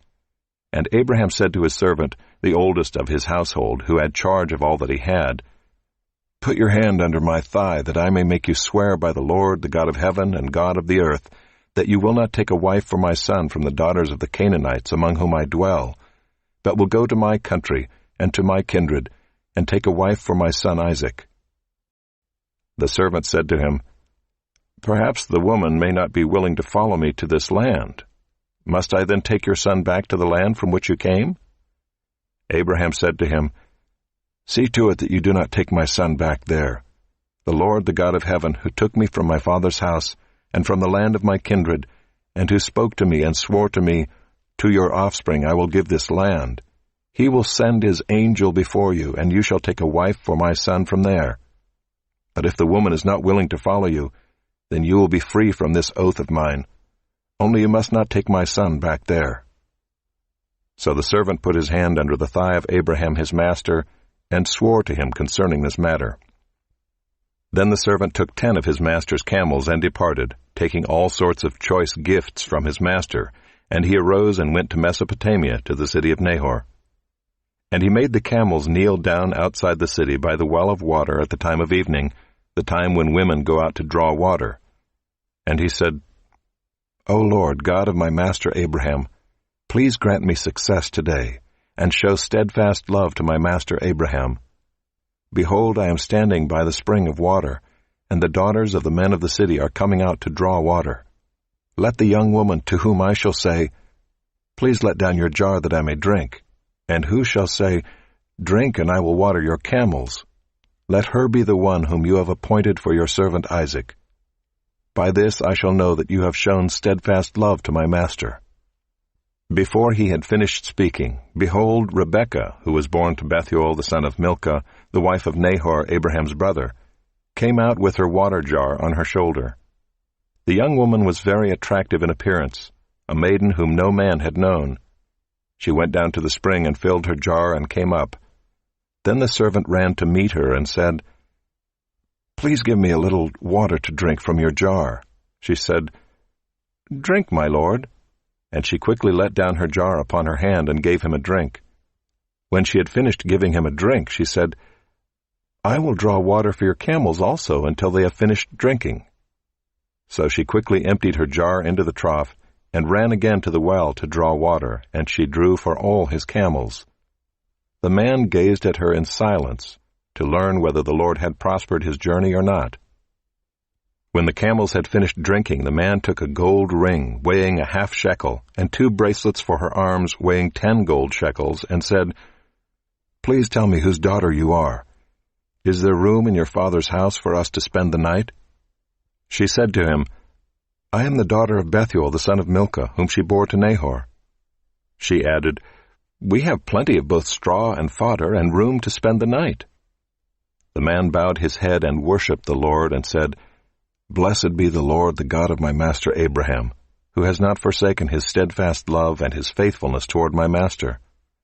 As for me, the Lord has led me in the way to the house of my master's kinsman." Then the young woman ran and told her mother's household about these things. Rebekah had a brother whose name was Laban. Laban ran out toward the man to the spring. As soon as he saw the ring and the bracelets on his sister's arms, and heard the words of Rebekah his sister, "Thus the man spoke to me," he went to the man, and behold, he was standing by the camels at the spring. He said, "Come in, O blessed of the Lord. Why do you stand outside? For I have prepared the house and a place for the camels." So the man came to the house and unharnessed the camels, and gave straw and fodder to the camels, and there was water to wash his feet and the feet of the men who were with him. Then food was set before him to eat, but he said, "I will not eat until I have said what I have to say." He said, "Speak on." So he said, "I am Abraham's servant. The Lord has greatly blessed my master, and he has become great.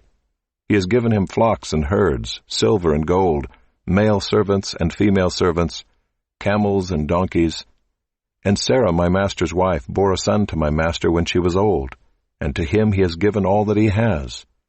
My master made me swear, saying, 'You shall not take a wife for my son from the daughters of the Canaanites in whose land I dwell, but you shall go to my father's house and to my clan, and take a wife for my son.'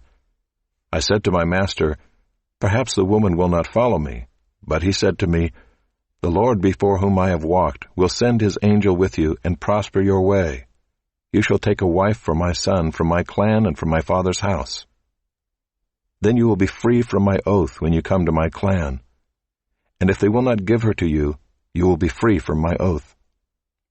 I came today to the spring and said, 'O Lord, the God of my master Abraham, if now you are prospering the way that I go, behold, I am standing by the spring of water.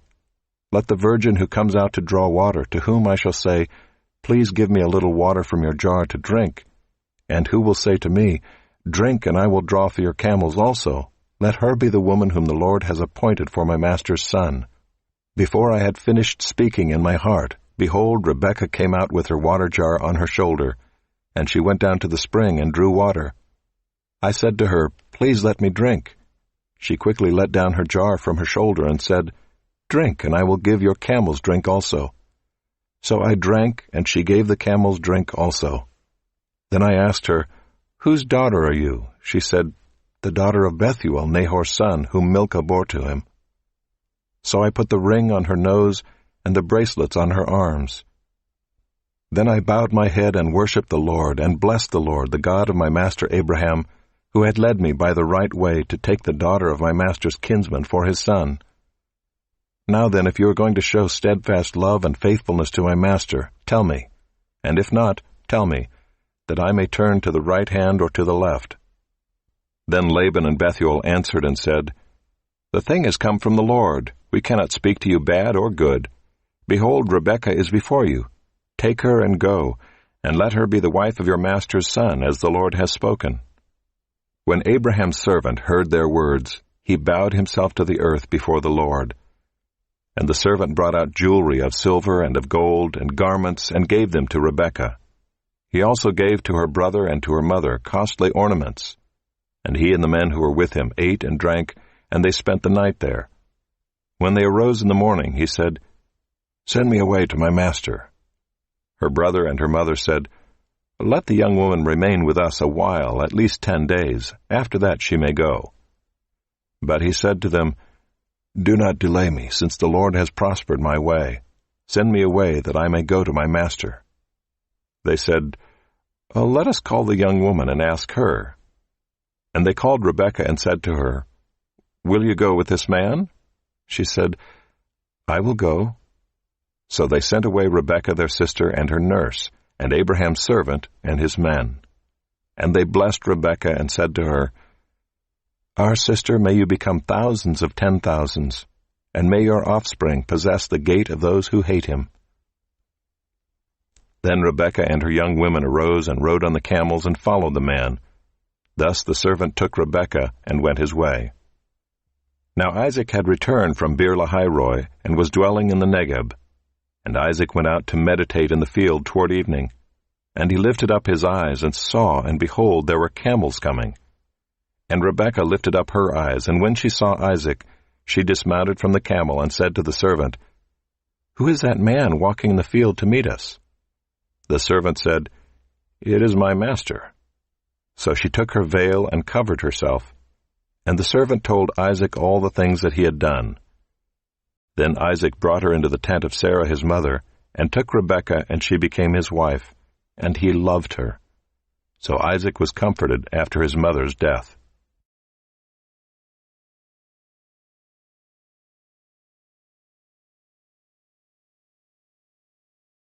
Chapter 25.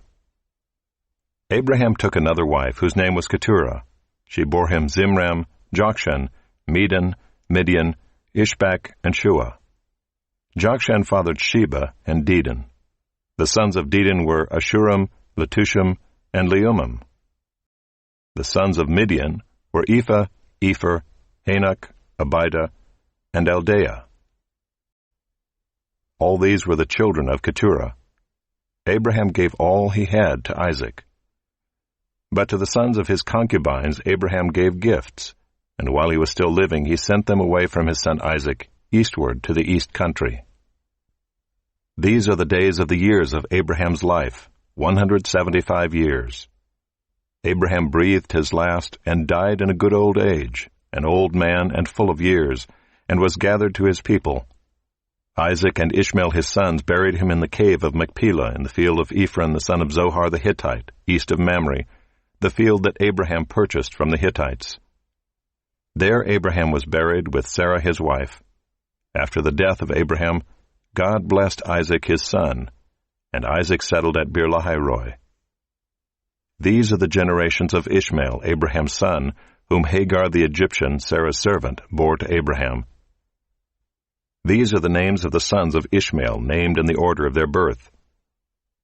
Nebaioth, the firstborn of Ishmael, and Kedar, Adbeel, Mibsam, Mishma, Duma, Massa, Hadad, Tema, Jeter, Naphish, and Kedema.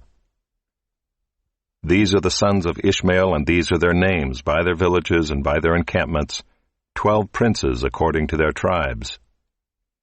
These are the years of the life of Ishmael, 137 years.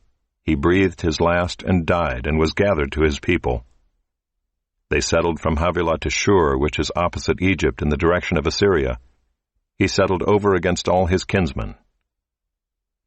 These are the generations of Isaac, Abraham's son. Abraham fathered Isaac, and Isaac was 40 years old when he took Rebekah, the daughter of Bethuel the Aramean of Paddan Aram, the sister of Laban the Aramean, to be his wife. And Isaac prayed to the Lord for his wife because she was barren. And the Lord granted his prayer, and Rebekah his wife conceived. The children struggled together within her, and she said, "If it is thus, why is this happening to me?" So she went to inquire of the Lord, and the Lord said to her, "2 nations are in your womb, and 2 peoples from within you shall be divided. The one shall be stronger than the other. The older shall serve the younger." When her days to give birth were completed, behold, there were twins in her womb. The first came out red, all his body like a hairy cloak, so they called his name Esau. Afterward his brother came out with his hand holding Esau's heel, so his name was called Jacob. Isaac was 60 years old when she bore them. When the boys grew up, Esau was a skillful hunter, a man of the field, while Jacob was a quiet man, dwelling in tents. Isaac loved Esau because he ate of his game, but Rebekah loved Jacob. Once when Jacob was cooking stew, Esau came in from the field, and he was exhausted. And Esau said to Jacob, "Let me eat some of that red stew, for I am exhausted." Therefore his name was called Edom.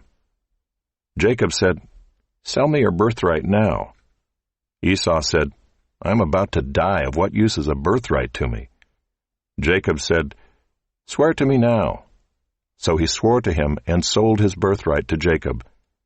Then Jacob gave Esau bread and lentil stew, and he ate and drank and rose and went his way. Thus Esau despised his birthright.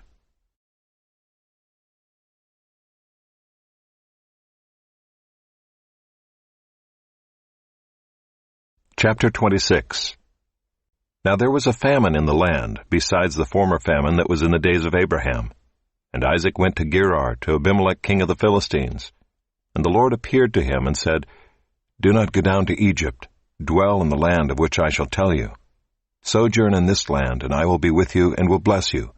For to you and to your offspring I will give all these lands, and I will establish the oath that I swore to Abraham your father. I will multiply your offspring as the stars of heaven, and will give to your offspring all these lands.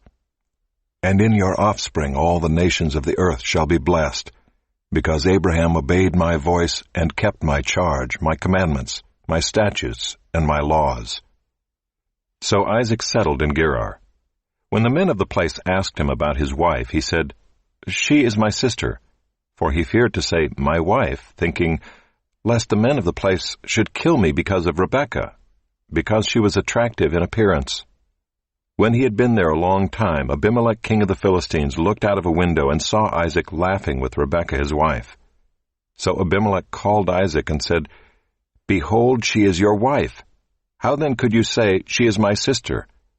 Isaac said to him, "Because I thought, lest I die because of her." Abimelech said, "What is this you have done to us? One of the people might easily have lain with your wife, and you would have brought guilt upon us." So Abimelech warned all the people, saying, "Whoever touches this man or his wife shall surely be put to death." And Isaac sowed in that land, and reaped in the same year 100-fold. The Lord blessed him, and the man became rich, and gained more and more until he became very wealthy. He had possessions of flocks and herds and many servants, so that the Philistines envied him. Now the Philistines had stopped and filled with earth all the wells that his father's servants had dug in the days of Abraham his father. And Abimelech said to Isaac, "Go away from us, for you are much mightier than we." So Isaac departed from there and encamped in the valley of Gerar and settled there. And Isaac dug again the wells of water that had been dug in the days of Abraham his father, which the Philistines had stopped after the death of Abraham. And he gave them the names that his father had given them. But when Isaac's servants dug in the valley and found there a well of spring water, the herdsmen of Gerar quarreled with Isaac's herdsmen, saying, "The water is ours." So he called the name of the well Esek, because they contended with him. Then they dug another well, and they quarreled over that also. So he called its name Sitnah. And he moved from there and dug another well, and they did not quarrel over it. So he called its name Rehoboth, saying, "For now the Lord has made room for us, and we shall be fruitful in the land." From there he went up to Beersheba, and the Lord appeared to him the same night and said, "I am the God of Abraham your father. Fear not, for I am with you and will bless you, and multiply your offspring for my servant Abraham's sake." So he built an altar there and called upon the name of the Lord, and pitched his tent there. And there Isaac's servants dug a well. When Abimelech went to him from Gerar with Ahuzzath his adviser, and Phicol the commander of his army, Isaac said to them, "Why have you come to me, seeing that you hate me and have sent me away from you?"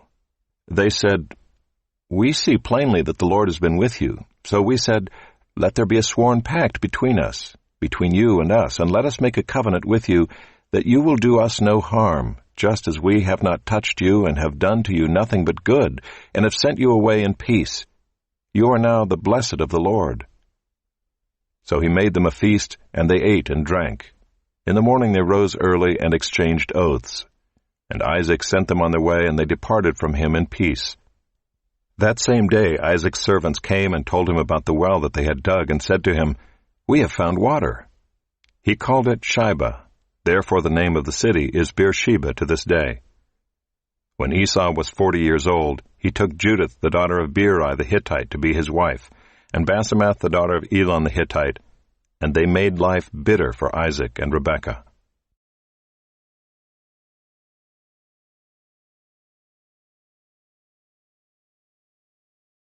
Chapter 27. When Isaac was old and his eyes were dim so that he could not see, he called Esau his older son and said to him, "My son." And he answered, "Here I am." He said, "Behold, I am old. I do not know the day of my death. Now then, take your weapons, your quiver, and your bow, and go out to the field and hunt game for me, and prepare for me delicious food such as I love, and bring it to me so that I may eat, that my soul may bless you before I die." Now Rebekah was listening when Isaac spoke to his son Esau. So when Esau went to the field to hunt for game and bring it, Rebekah said to her son Jacob, "I heard your father speak to your brother Esau, 'Bring me game and prepare for me delicious food, that I may eat it and bless you before the Lord before I die.' Now therefore, my son, obey my voice as I command you. Go to the flock and bring me 2 good young goats, so that I may prepare from them delicious food for your father, such as he loves, and you shall bring it to your father to eat, so that he may bless you before he dies." But Jacob said to Rebekah his mother, "Behold, my brother Esau is a hairy man, and I am a smooth man. Perhaps my father will feel me, and I shall seem to be mocking him and bring a curse upon myself and not a blessing." His mother said to him, "Let your curse be on me, my son. Only obey my voice, and go, bring them to me." So he went and took them and brought them to his mother, and his mother prepared delicious food, such as his father loved. Then Rebekah took the best garments of Esau her older son, which were with her in the house, and put them on Jacob her younger son. And the skins of the young goats she put on his hands and on the smooth part of his neck. And she put the delicious food and the bread which she had prepared into the hand of her son Jacob. So he went in to his father and said, "My father." And he said, "Here I am. Who are you, my son?" Jacob said to his father, "I am Esau, your firstborn. I have done as you told me. Now sit up and eat of my game, that your soul may bless me." But Isaac said to his son, "How is it that you have found it so quickly, my son?" He answered, "Because the Lord your God granted me success." Then Isaac said to Jacob, "Please come near, that I may feel you, my son, to know whether you are really my son Esau or not." So Jacob went near to Isaac his father, who felt him, and said, "The voice is Jacob's voice, but the hands are the hands of Esau." And he did not recognize him, because his hands were hairy like his brother Esau's hands. So he blessed him. He said, "Are you really my son Esau?" He answered, "I am." Then he said, "Bring it near to me, that I may eat of my son's game and bless you." So he brought it near to him, and he ate, and he brought him wine, and he drank. Then his father Isaac said to him, "Come near and kiss me, my son." So he came near and kissed him, and Isaac smelled the smell of his garments, and blessed him, and said, "See, the smell of my son is as the smell of a field that the Lord has blessed. May God give you of the dew of heaven, and of the fatness of the earth, and plenty of grain and wine. Let peoples serve you, and nations bow down to you. Be lord over your brothers, and may your mother's sons bow down to you. Cursed be everyone who curses you, and blessed be everyone who blesses you." As soon as Isaac had finished blessing Jacob, when Jacob had scarcely gone out from the presence of Isaac his father, Esau his brother came in from his hunting. He also prepared delicious food and brought it to his father. And he said to his father, "Let my father arise and eat of his son's game, that you may bless me." His father Isaac said to him, "Who are you?"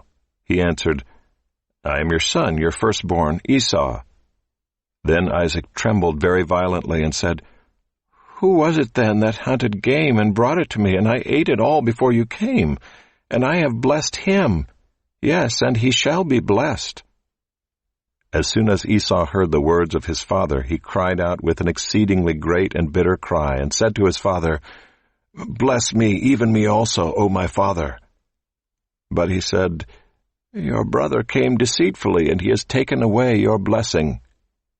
Esau said, "Is he not rightly named Jacob? For he has cheated me these 2 times. He took away my birthright, and behold, now he has taken away my blessing." Then he said, "Have you not reserved a blessing for me?" Isaac answered and said to Esau, "Behold, I have made him lord over you, and all his brothers I have given to him for servants, and with grain and wine I have sustained him.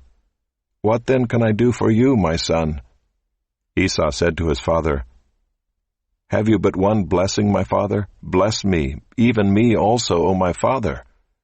And Esau lifted up his voice and wept. Then Isaac his father answered and said to him, "Behold, away from the fatness of the earth shall your dwelling be, and away from the dew of heaven on high. By your sword you shall live, and you shall serve your brother. But when you grow restless, you shall break his yoke from your neck." Now Esau hated Jacob because of the blessing with which his father had blessed him, and Esau said to himself, "The days of mourning for my father are approaching, then I will kill my brother Jacob." But the words of Esau her older son were told to Rebekah. So she sent and called Jacob her younger son, and said to him, "Behold, your brother Esau comforts himself about you by planning to kill you. Now therefore, my son, obey my voice. Arise, flee to Laban my brother in Haran, and stay with him a while until your brother's fury turns away, until your brother's anger turns away from you, and he forgets what you have done to him. Then I will send and bring you from there. Why should I be bereft of you both in one day?" Then Rebekah said to Isaac, "I loathe my life because of the Hittite women. If Jacob marries one of the Hittite women like these, one of the women of the land, what good will my life be to me?"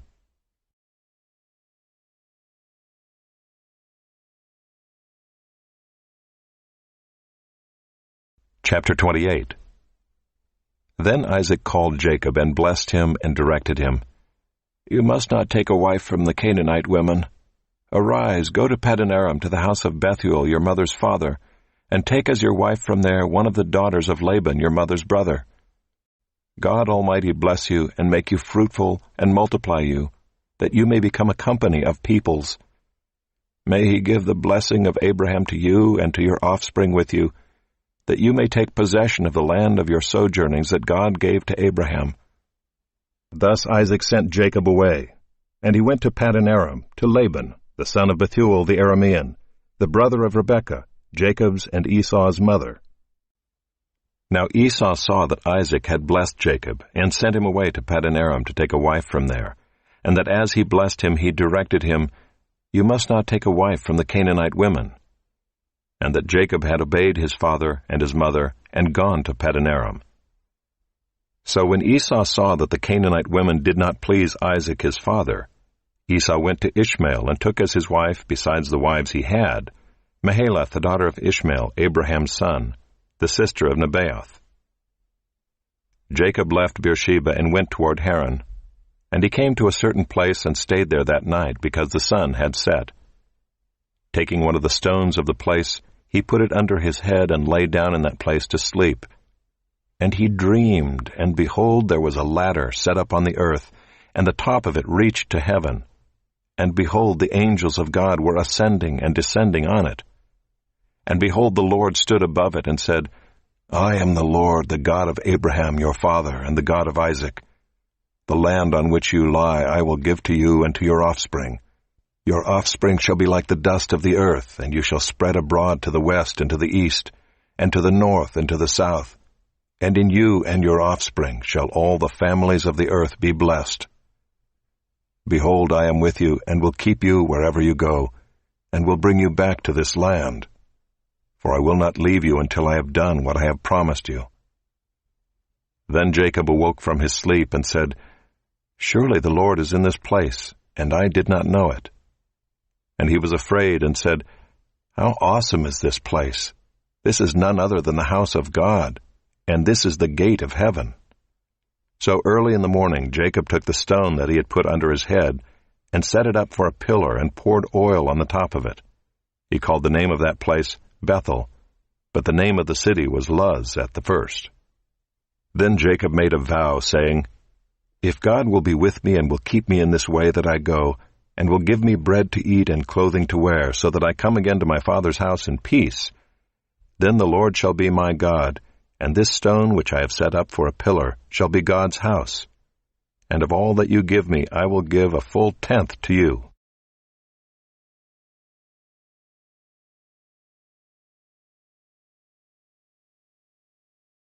Chapter 29. Then Jacob went on his journey, and came to the land of the people of the east. As he looked, he saw a well in the field, and behold, 3 flocks of sheep lying beside it, for out of that well the flocks were watered. The stone on the well's mouth was large, and when all the flocks were gathered there, the shepherds would roll the stone from the mouth of the well, and water the sheep, and put the stone back in its place over the mouth of the well. Jacob said to them, "My brothers, where do you come from?" They said, "We are from Haran." He said to them, "Do you know Laban the son of Nahor?" They said, "We know him." He said to them, "Is it well with him?" They said, "It is well, and see, Rachel his daughter is coming with the sheep." He said, "Behold, it is still high day. It is not time for the livestock to be gathered together. Water the sheep and go, pasture them." But they said, "We cannot until all the flocks are gathered together and the stone is rolled from the mouth of the well. Then we water the sheep." While he was still speaking with them, Rachel came with her father's sheep, for she was a shepherdess. Now as soon as Jacob saw Rachel, the daughter of Laban his mother's brother, and the sheep of Laban his mother's brother, Jacob came near and rolled the stone from the well's mouth, and watered the flock of Laban his mother's brother. Then Jacob kissed Rachel and wept aloud. And Jacob told Rachel that he was her father's kinsman, and that he was Rebekah's son, and she ran and told her father.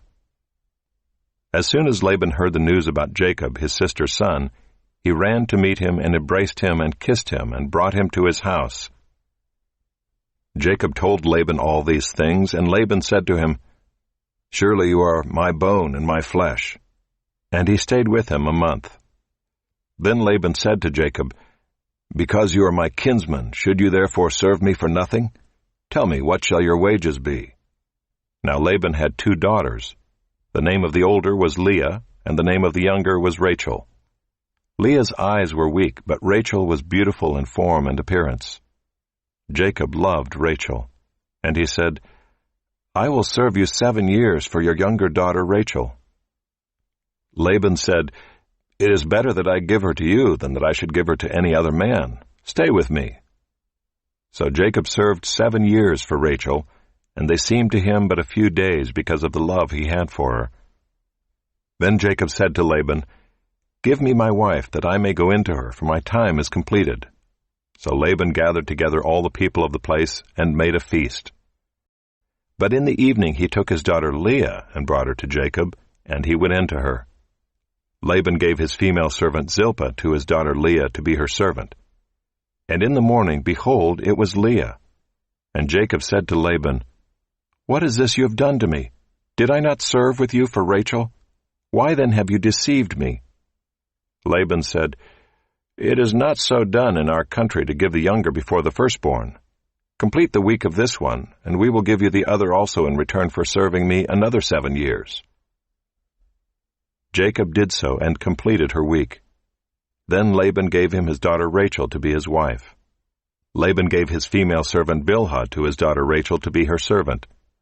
So Jacob went in to Rachel also, and he loved Rachel more than Leah, and served Laban for another 7 years. When the Lord saw that Leah was hated, he opened her womb, but Rachel was barren. And Leah conceived and bore a son, and she called his name Reuben, for she said, "Because the Lord has looked upon my affliction, for now my husband will love me." She conceived again and bore a son, and said, "Because the Lord has heard that I am hated, he has given me this son also." And she called his name Simeon. Again she conceived and bore a son, and said, "Now this time my husband will be attached to me, because I have borne him 3 sons. Therefore his name was called Levi. And she conceived again and bore a son, and said, "This time I will praise the Lord." Therefore she called his name Judah. Then she ceased bearing.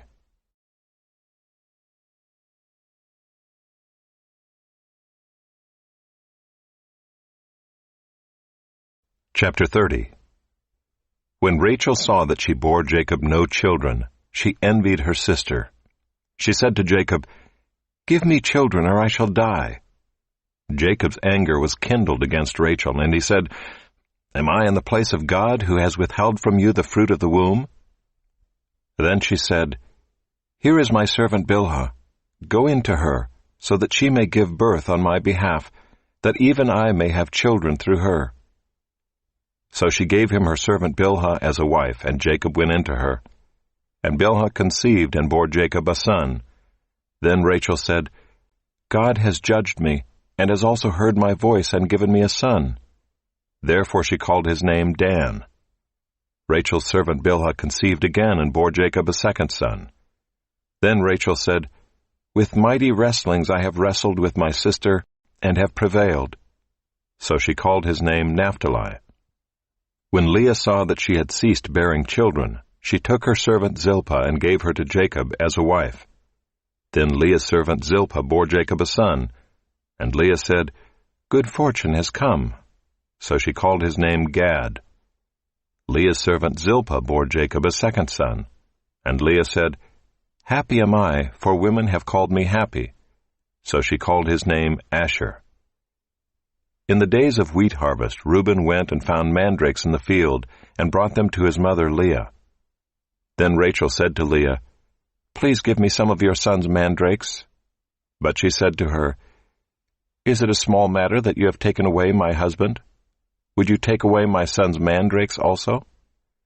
Rachel said, "Then he may lie with you tonight in exchange for your son's mandrakes."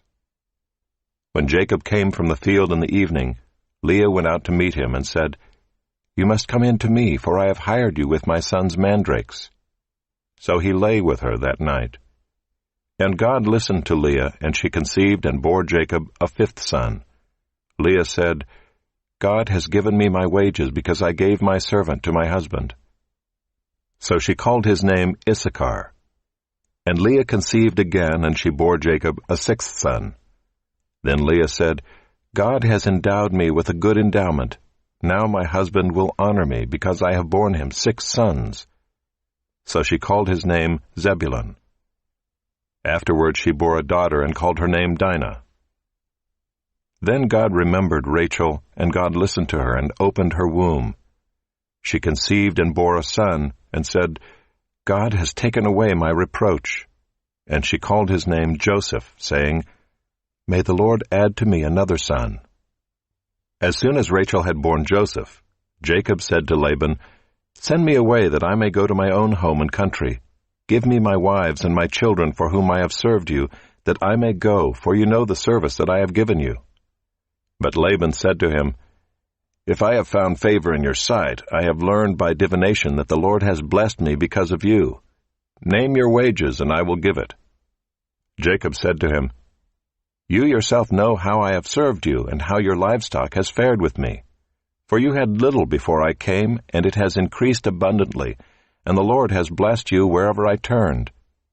But now when shall I provide for my own household also?" He said, "What shall I give you?" Jacob said, "You shall not give me anything. If you will do this for me, I will again pasture your flock and keep it. Let me pass through all your flock today, removing from it every speckled and spotted sheep, and every black lamb, and the spotted and speckled among the goats, and they shall be my wages. So my honesty will answer for me later, when you come to look into my wages with you. Every one that is not speckled and spotted among the goats, and black among the lambs, if found with me, shall be counted stolen." Laban said, "Good, let it be as you have said." But that day Laban removed the male goats that were striped and spotted, and all the female goats that were speckled and spotted, every one that had white on it, and every lamb that was black, and put them in the charge of his sons. And he set a distance of 3 days' journey between himself and Jacob pastured the rest of Laban's flock. Then Jacob took fresh sticks of poplar and almond and plane trees, and peeled white streaks in them, exposing the white of the sticks. He set the sticks that he had peeled in front of the flocks in the troughs, that is, the watering places, where the flocks came to drink. And since they bred when they came to drink, The flocks bred in front of the sticks, and so the flocks brought forth striped, speckled, and spotted. And Jacob separated the lambs and set the faces of the flocks toward the striped and all the black in the flock of Laban. He put his own droves apart and did not put them with Laban's flock. Whenever the stronger of the flock were breeding, Jacob would lay the sticks in the troughs before the eyes of the flock, that they might breed among the sticks. But for the feebler of the flock, he would not lay them there. So the feebler would be Laban's, and the stronger Jacob's. Thus the man increased greatly and had large flocks, female servants and male servants, and camels and donkeys.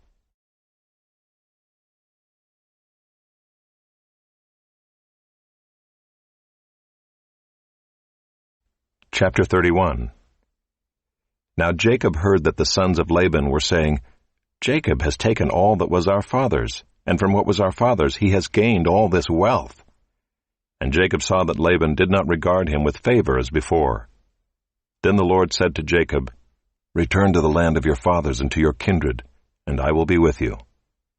So Jacob sent and called Rachel and Leah into the field where his flock was, and said to them, I see that your father does not regard me with favor as he did before, but the God of my father has been with me. You know that I have served your father with all my strength, yet your father has cheated me and changed my wages 10 times.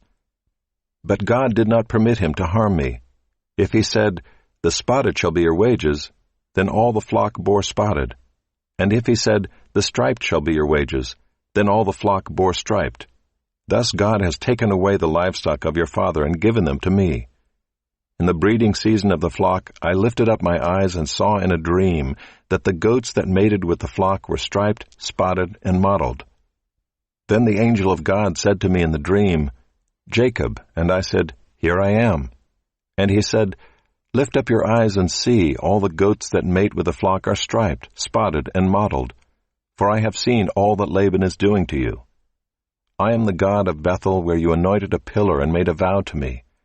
Now arise, go out from this land, and return to the land of your kindred.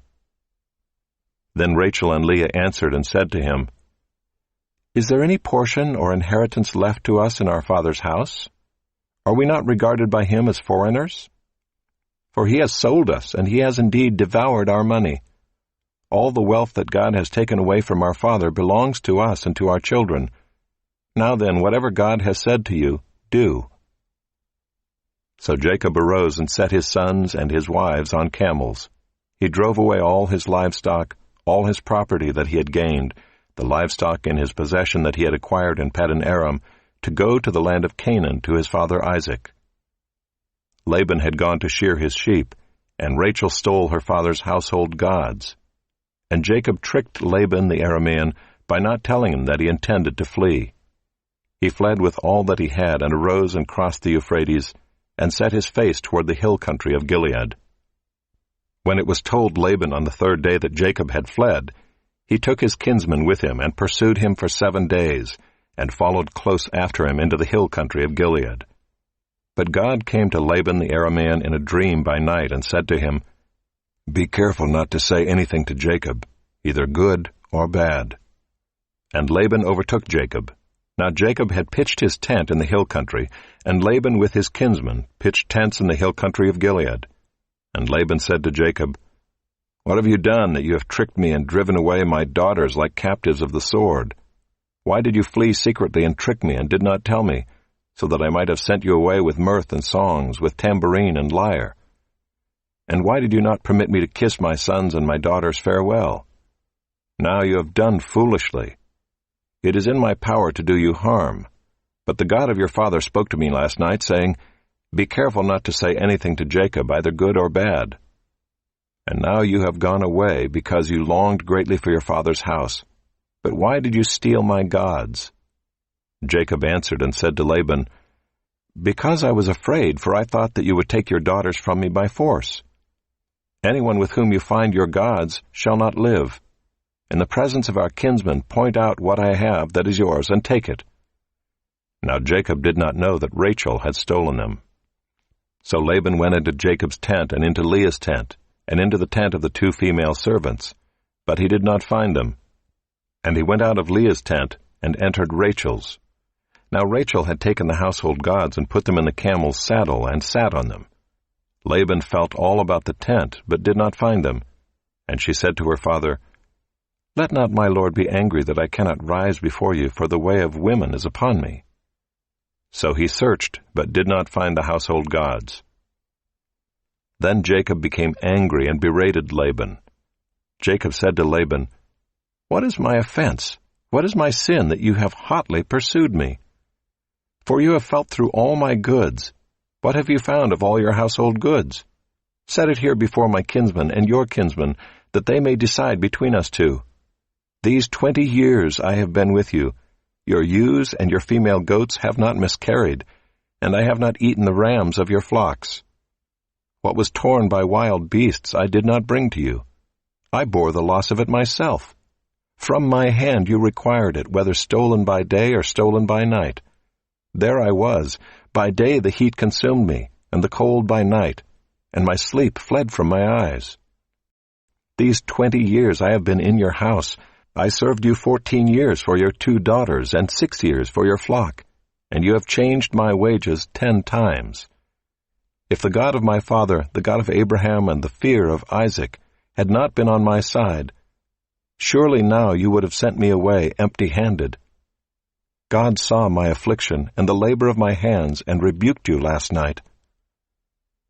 Then Laban answered and said to Jacob, "The daughters are my daughters, the children are my children, the flocks are my flocks, and all that you see is mine.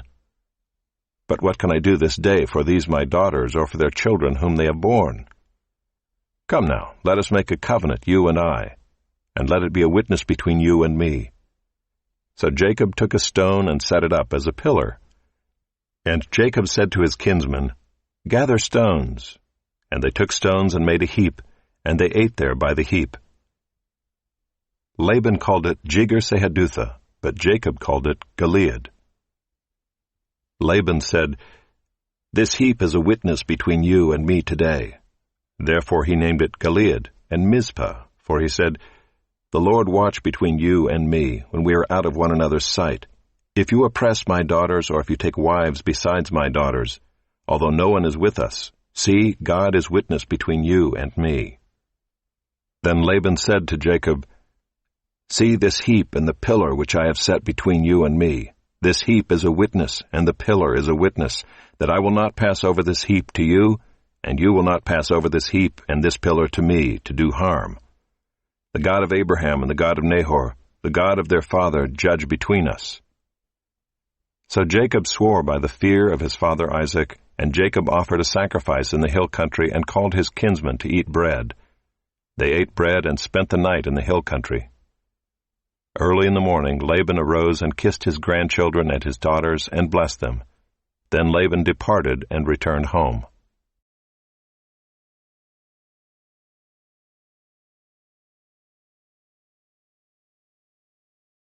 Chapter 32. Jacob went on his way, and the angels of God met him. And when Jacob saw them, he said, "This is God's camp." So he called the name of that place Mahanaim. And Jacob sent messengers before him to Esau his brother in the land of Seir, the country of Edom, instructing them, "Thus you shall say to my lord Esau, Thus says your servant Jacob, I have sojourned with Laban, and stayed until now. I have oxen, donkeys, flocks, male servants, and female servants. I have sent to tell my lord in order that I may find favor in your sight." And the messengers returned to Jacob, saying, "We came to your brother Esau, and he is coming to meet you, and there are 400 men with him." Then Jacob was greatly afraid and distressed. He divided the people who were with him and the flocks and herds and camels into 2 camps, thinking, "If Esau comes to the one camp and attacks it, then the camp that is left will escape." And Jacob said, "O God of my father Abraham, and God of my father Isaac, O Lord, who said to me, Return to your country and to your kindred, that I may do you good. I am not worthy of the least of all the deeds of steadfast love and all the faithfulness that you have shown to your servant. For with only my staff I crossed this Jordan, and now I have become 2 camps. Please deliver me from the hand of my brother, from the hand of Esau, for I fear him, that he may come and attack me, the mothers with the children. But you said, I will surely do you good, and make your offspring as the sand of the sea, which cannot be numbered for multitude. So he stayed there that night, and from what he had with him he took a present for his brother Esau, 200 female goats and 20 male goats, 200 ewes and 20 rams, 30 milking camels and their calves, 40 cows and 10 bulls, 20 female donkeys and 10 male donkeys. These he handed over to his servants, every drove by itself, and said to his servants, Pass on ahead of me and put a space between drove and drove. He instructed the first, When Esau my brother meets you and asks you, To whom do you belong? Where are you going? And whose are these ahead of you? Then you shall say, They belong to your servant Jacob. They are a present sent to my lord Esau. And moreover, he is behind us. He likewise instructed the second and the third and all who followed the droves. You shall say the same thing to Esau when you find him. And you shall say, Moreover, your servant Jacob is behind us. For he thought, I may appease him with the present that goes ahead of me, and afterward I shall see his face. Perhaps he will accept me. So the present passed on ahead of him, and he himself stayed that night in the camp. The same night he arose and took his 2 wives, his 2 female servants, and his 11 children, and crossed the ford of the Jabbok. He took them and sent them across the stream, and everything else that he had. And Jacob was left alone. And a man wrestled with him until the breaking of the day. When the man saw that he did not prevail against Jacob, he touched his hip socket, and Jacob's hip was put out of joint as he wrestled with him. Then he said, Let me go, for the day has broken. But Jacob said, I will not let you go unless you bless me. And he said to him, What is your name? And he said, Jacob. Then he said, Your name shall no longer be called Jacob, but Israel, for you have striven with God and with men, and have prevailed. Then Jacob asked him, Please tell me your name. But he said, Why is it that you ask my name? And there he blessed him. So Jacob called the name of the place Peniel, saying, For I have seen God face to face, and yet my life has been delivered. The sun rose upon him as he passed Penuel, limping because of his hip. Therefore to this day the people of Israel do not eat the sinew of the thigh that is on the hip socket, because he touched the socket of Jacob's hip on the sinew of the thigh.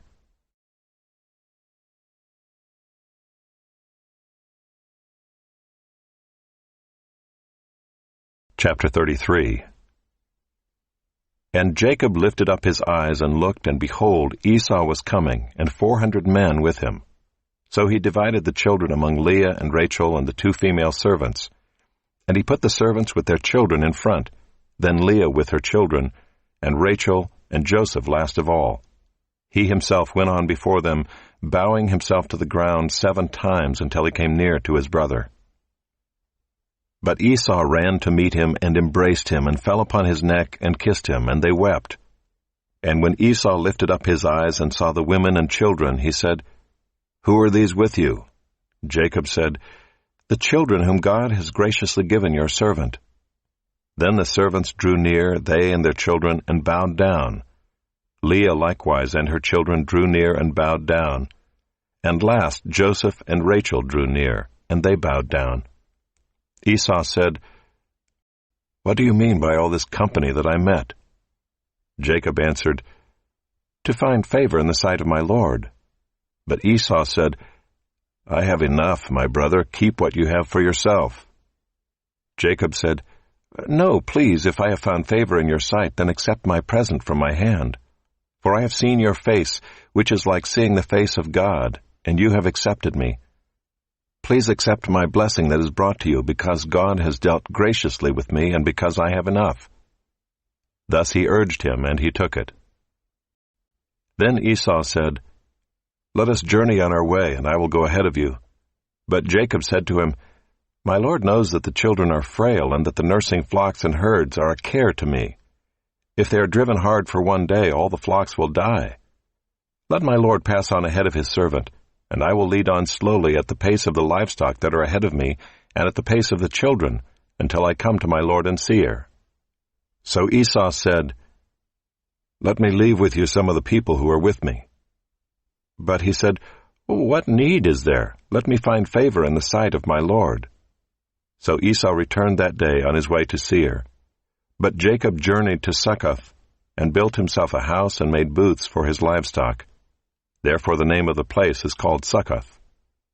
And Jacob came safely to the land of Shechem, which is in the land of Canaan, on his way to Paddan Aram, and he camped before the city.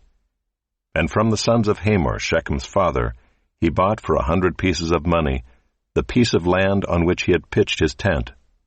There he erected an altar and called it El Elohe Israel.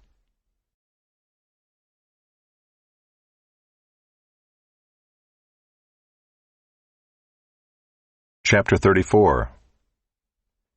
Now Dinah the daughter of Leah, whom she had borne to Jacob, went out to see the women of the land. And when Shechem the son of Hamor the Hivite, the prince of the land, saw her, he seized her and lay with her and humiliated her. And his soul was drawn to Dinah the daughter of Jacob. He loved the young woman and spoke tenderly to her. So Shechem spoke to his father Hamor, saying, "Get me this girl for my wife." Now Jacob heard that he had defiled his daughter Dinah, but his sons were with his livestock in the field, so Jacob held his peace until they came. And Hamor the father of Shechem went out to Jacob to speak with him. The sons of Jacob had come in from the field as soon as they heard of it, and the men were indignant and very angry, because he had done an outrageous thing in Israel by lying with Jacob's daughter, for such a thing must not be done. But Hamor spoke with them, saying, "The soul of my son Shechem longs for your daughter. Please give her to him to be his wife. Make marriages with us. Give your daughters to us, and take our daughters for yourselves. You shall dwell with us, and the land shall be open to you.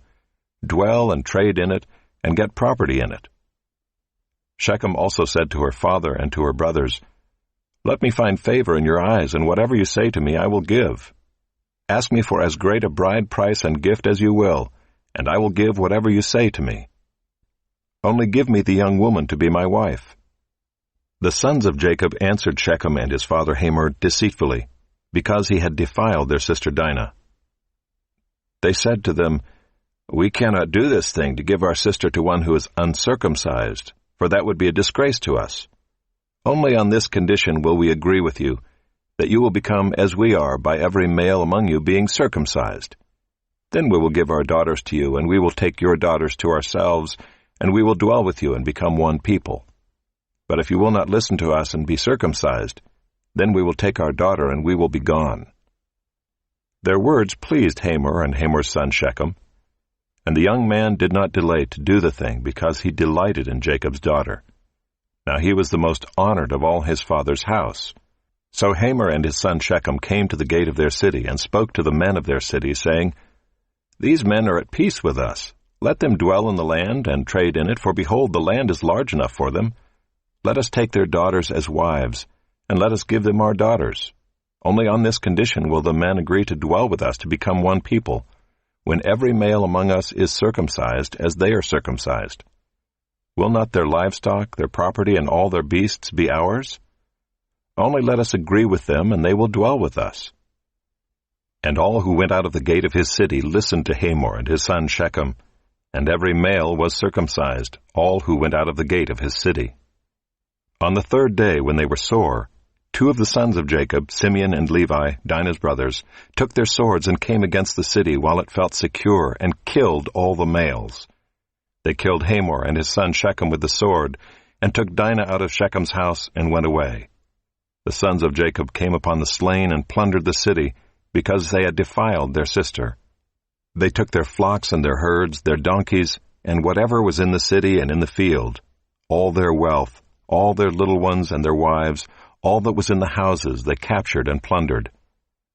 Then Jacob said to Simeon and Levi, "You have brought trouble on me by making me stink to the inhabitants of the land, the Canaanites and the Perizzites. My numbers are few, and if they gather themselves against me and attack me, I shall be destroyed, both I and my household." But they said, "Should he treat our sister like a prostitute?"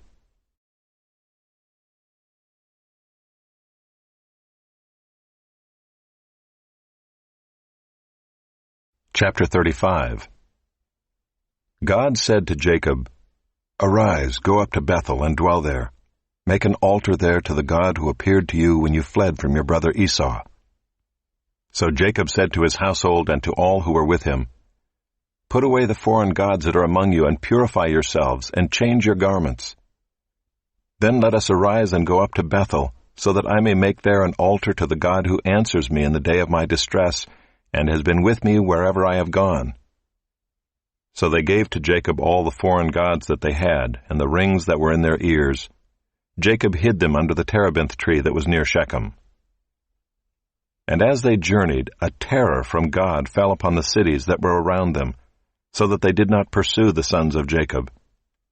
And Jacob came to Luz, that is Bethel, which is in the land of Canaan, he and all the people who were with him, and there he built an altar and called the place El-Bethel, because there God had revealed himself to him when he fled from his brother.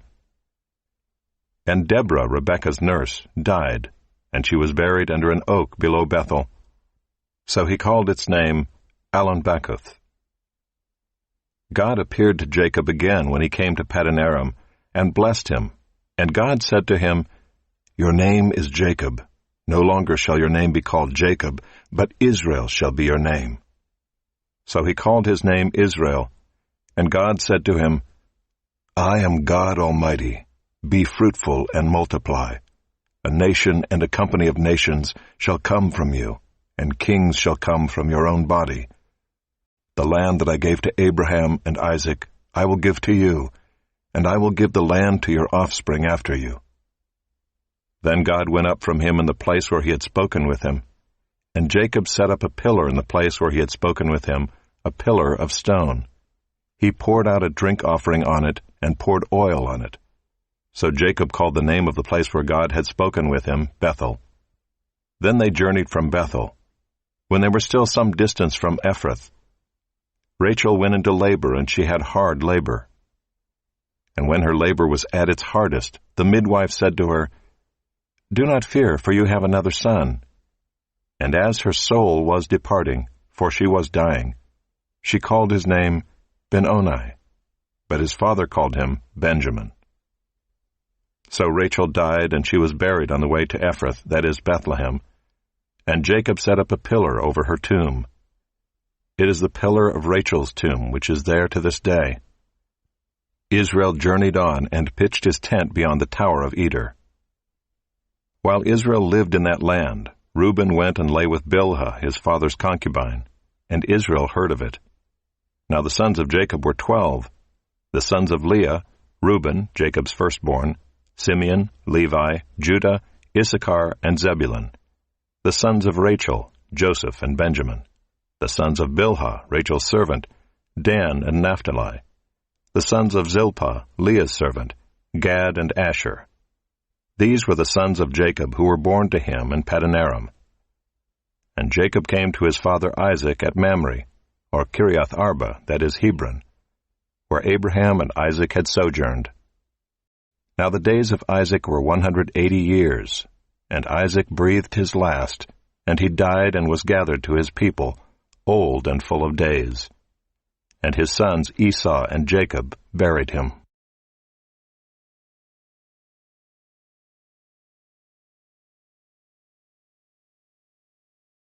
Chapter 36.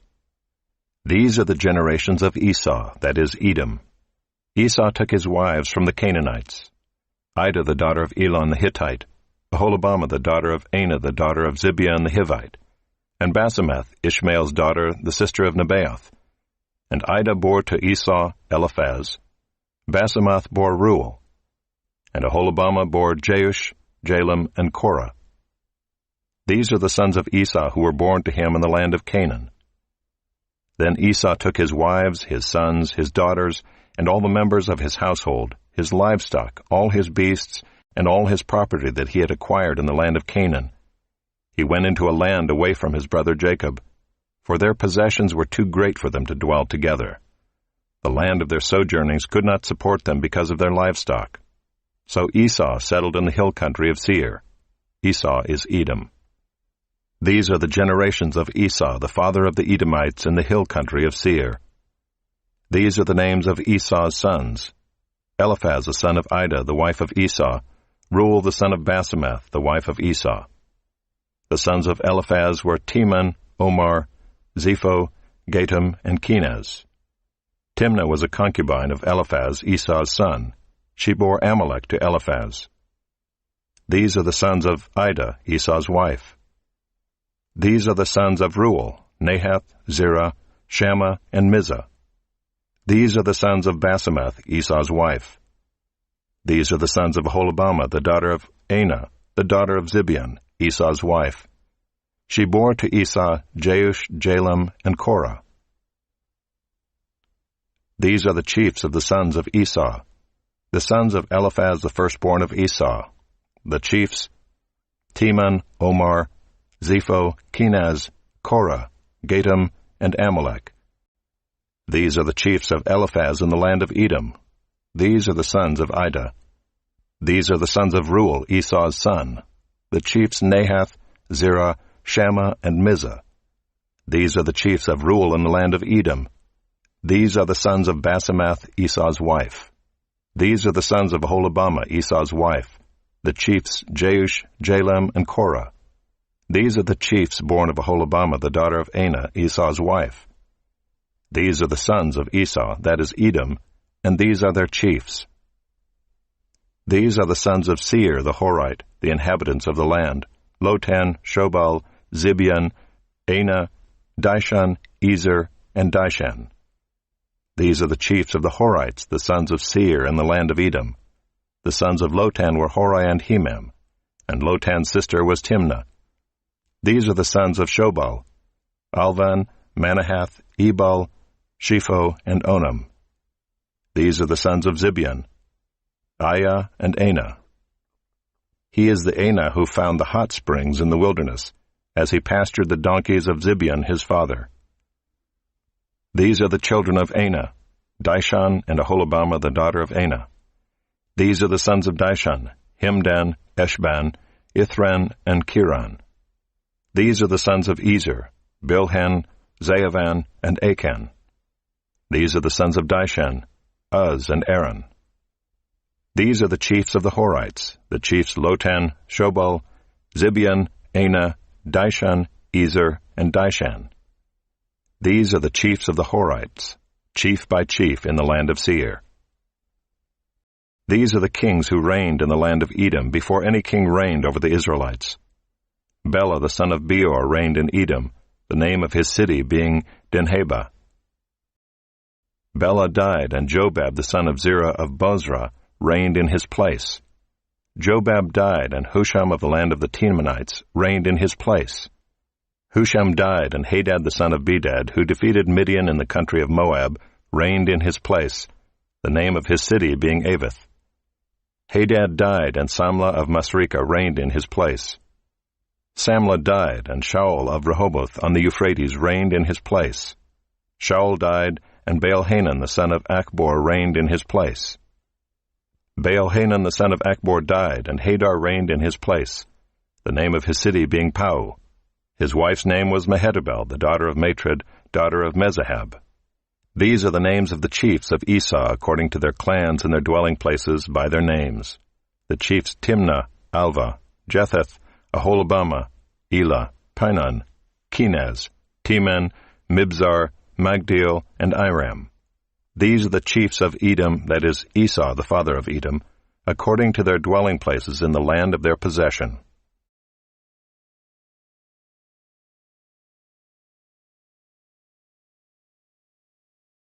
Chapter 37. Jacob lived in the land of his father's sojournings in the land of Canaan.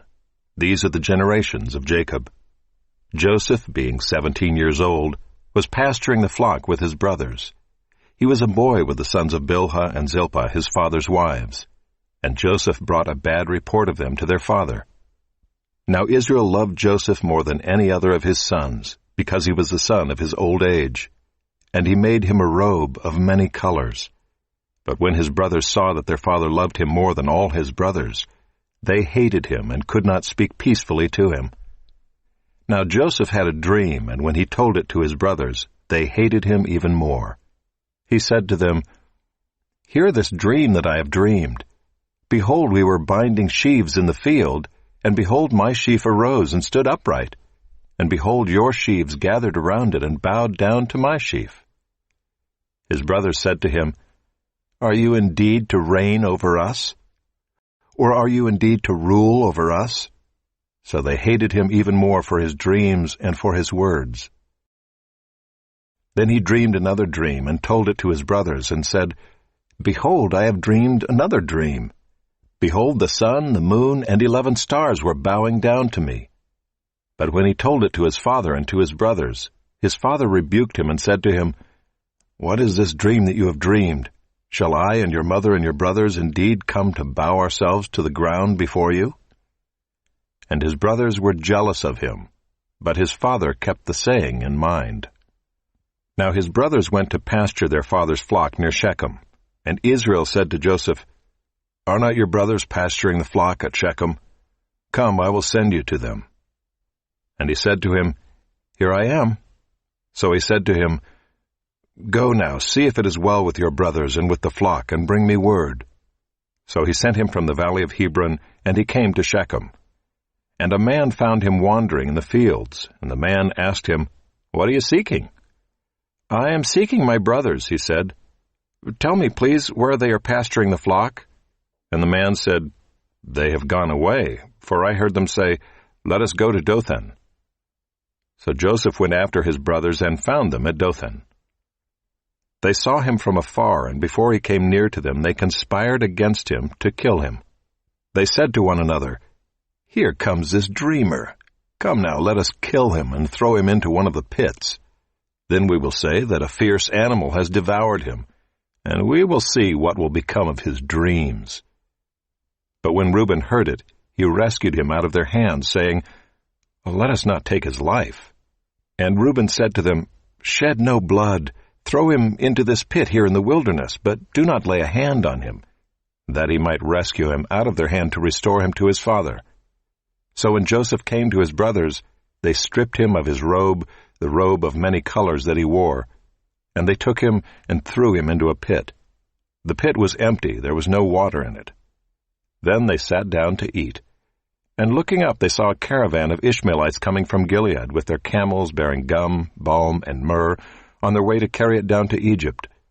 Then Judah said to his brothers, What profit is it if we kill our brother and conceal his blood? Come, let us sell him to the Ishmaelites, and let not our hand be upon him, for he is our brother, our own flesh. And his brothers listened to him. Then Midianite traders passed by, and they drew Joseph up and lifted him out of the pit, and sold him to the Ishmaelites for 20 shekels of silver. They took Joseph to Egypt.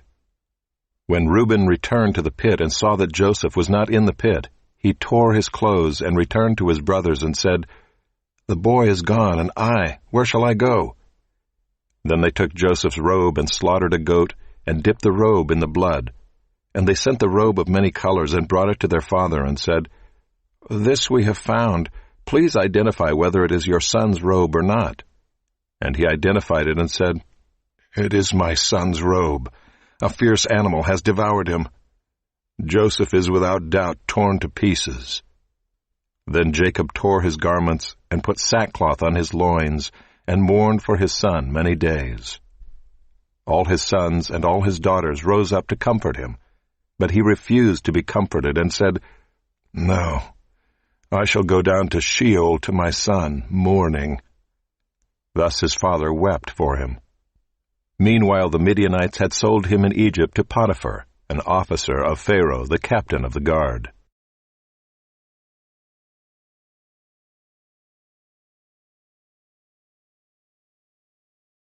Chapter 38. It happened at that time that Judah went down from his brothers and turned aside to a certain Adullamite, whose name was Hira. There Judah saw the daughter of a certain Canaanite whose name was Shua. He took her and went into her, and she conceived and bore a son, and he called his name She conceived again and bore a son, and she called his name Onan.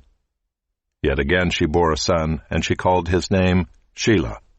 Judah was in Chezib when she bore him. And Judah took a wife for his firstborn, and her name was Tamar. But Judah's firstborn, was wicked in the sight of the Lord, and the Lord put him to death. Then Judah said to Onan, "Go into your brother's wife and perform the duty of a brother-in-law to her, and raise up offspring for your brother." But Onan knew that the offspring would not be his, so whenever he went into his brother's wife, he would waste the semen on the ground, so as not to give offspring to his brother. And what he did was wicked in the sight of the Lord, and he put him to death also. Then Judah said to Tamar his daughter-in-law, "Remain a widow in your father's house, till Shelah my son grows up," for he feared that he would die like his brothers. So Tamar went and remained in her father's house. In the course of time the wife of Judah, Shua's daughter, died. When Judah was comforted, he went up to Timnah to his sheep shearers, he and his friend Hira the Adullamite. And when Tamar was told, "Your father-in-law is going up to Timnah to shear his sheep," she took off her widow's garments and covered herself with a veil, wrapping herself up, and sat at the entrance to Enaim, which is on the road to Timnah. For she saw that Shelah was grown up, and she had not been given to him in marriage. When Judah saw her, he thought she was a prostitute, for she had covered her face. He turned to her at the roadside and said, "Come, let me come in to you," for he did not know that she was his daughter-in-law. She said, "What will you give me, that you may come in to me?" He answered, "I will send you a young goat from the flock." And she said, "If you give me a pledge until you send it." He said, "What pledge shall I give you?" She replied, "Your signet and your cord and your staff that is in your hand." So he gave them to her and went into her, and she conceived by him. Then she arose and went away, and taking off her veil she put on the garments of her widowhood. When Judah sent the young goat by his friend the Adullamite to take back the pledge from the woman's hand, he did not find her. And he asked the men of the place, "Where is the cult prostitute who was at Enaim at the roadside?" And they said, "No cult prostitute has been here." So he returned to Judah and said, "I have not found her." Also the men of the place said, "No cult prostitute has been here." And Judah replied, "Well, let her keep the things as her own, or we shall be laughed at. You see, I sent this young goat, and you did not find her." About 3 months later, Judah was told, "Tamar, your daughter-in-law, has been immoral. Moreover, she is pregnant by immorality." And Judah said, "Bring her out and let her be burned." As she was being brought out, she sent word to her father-in-law, "By the man to whom these belong, I am pregnant." And she said, "Please identify whose these are, the signet and the cord and the staff." Then Judah identified them and said, "She is more righteous than I, since I did not give her to my son Shelah." And he did not know her again. When the time of her labor came, there were twins in her womb. And when she was in labor, one put out a hand, and the midwife took and tied a scarlet thread on his hand, saying, "This one came out first." But as he drew back his hand, behold, his brother came out. And she said, "What a breach you have made for yourself." Therefore his name was called Perez. Afterward his brother came out with the scarlet thread on his hand, and his name was called Zerah.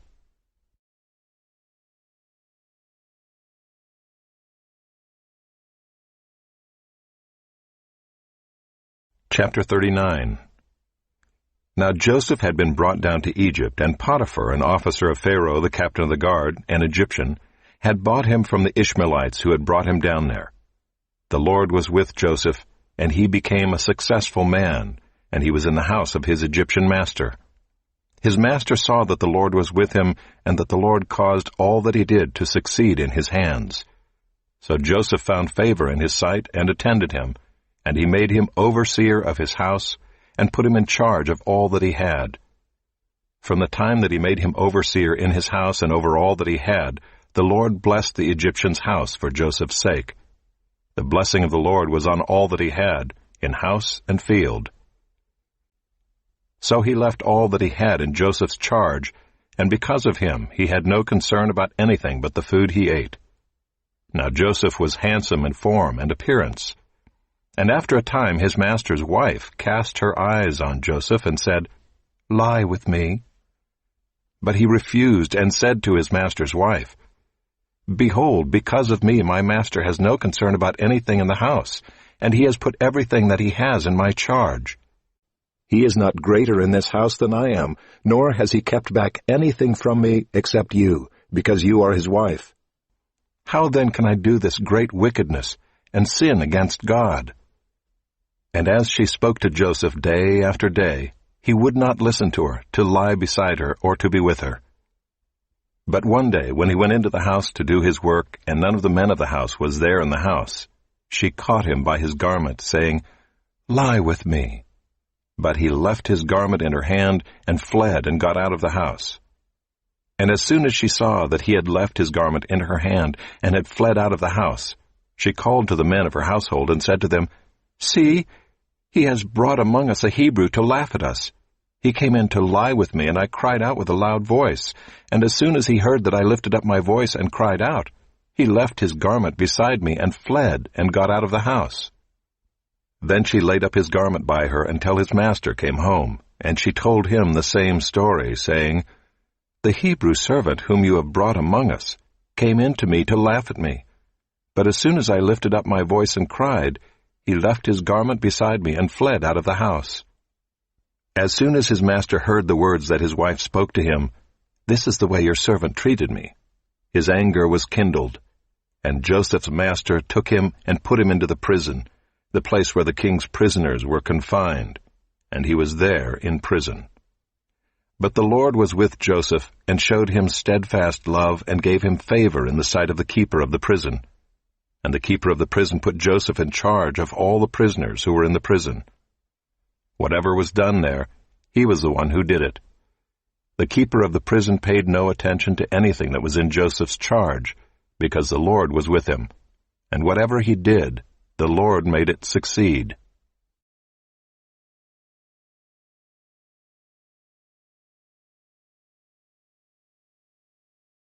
Chapter 40. Sometime after this, the cupbearer of the king of Egypt and his baker committed an offense against their lord the king of Egypt. And Pharaoh was angry with his two officers, the chief cupbearer and the chief baker, and he put them in custody in the house of the captain of the guard, in the prison where Joseph was confined. The captain of the guard appointed Joseph to be with him, and he attended them. They continued for some time in custody. And one night they both dreamed, the cupbearer and the baker of the king of Egypt, who were confined in the prison, each his own dream, and each dream with its own interpretation. When Joseph came to them in the morning, he saw that they were troubled. So he asked Pharaoh's officers who were with him in custody in his master's house, "Why are your faces downcast today?" They said to him, "We have had dreams, and there is no one to interpret them." And Joseph said to them, "Do not interpretations belong to God?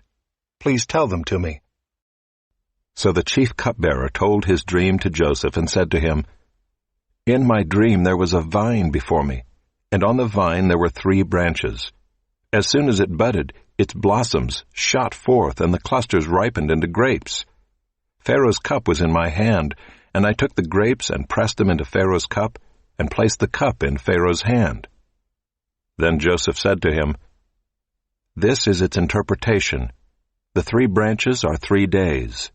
In 3 days Pharaoh will lift up your head and restore you to your office, and you shall place Pharaoh's cup in his hand as formerly, when you were his cupbearer.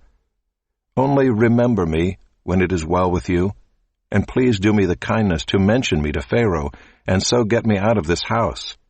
For I was indeed stolen out of the land of the Hebrews, and here also I have done nothing that they should put me into the pit." When the chief baker saw that the interpretation was favorable, he said to Joseph, "I also had a dream.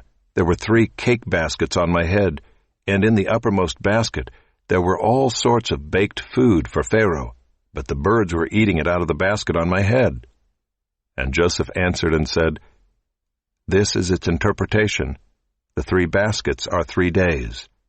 In 3 days Pharaoh will lift up your head from you and hang you on a tree, and the birds will eat the flesh from you." On the 3rd day, which was Pharaoh's birthday, he made a feast for all his servants, and lifted up the head of the chief cupbearer and the head of the chief baker among his servants. He restored the chief cupbearer to his position, and he placed the cup in Pharaoh's hand. But he hanged the chief baker as Joseph had interpreted to them. Yet the chief cupbearer did not remember Joseph, but forgot him.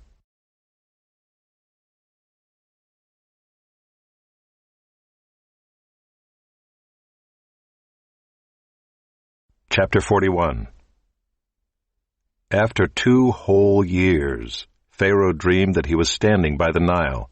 And behold, there came up out of the Nile 7 cows attractive and plump, and they fed in the reed grass. And behold, 7 other cows, ugly and thin, came up out of the Nile after them, and stood by the other cows on the bank of the Nile.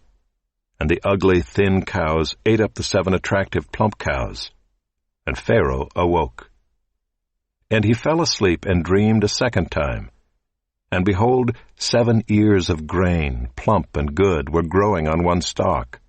And behold, after them sprouted 7 ears, thin and blighted by the east wind. And the thin ears swallowed up the 7 plump, full ears. And Pharaoh awoke, and behold, it was a dream. So in the morning his spirit was troubled, and he sent and called for all the magicians of Egypt and all its wise men. Pharaoh told them his dreams, but there was none who could interpret them to Pharaoh. Then the chief cupbearer said to Pharaoh, I remember my offenses today, when Pharaoh was angry with his servants, and put me and the chief baker in custody in the house of the captain of the guard. We dreamed on the same night, he and I, each having a dream with its own interpretation.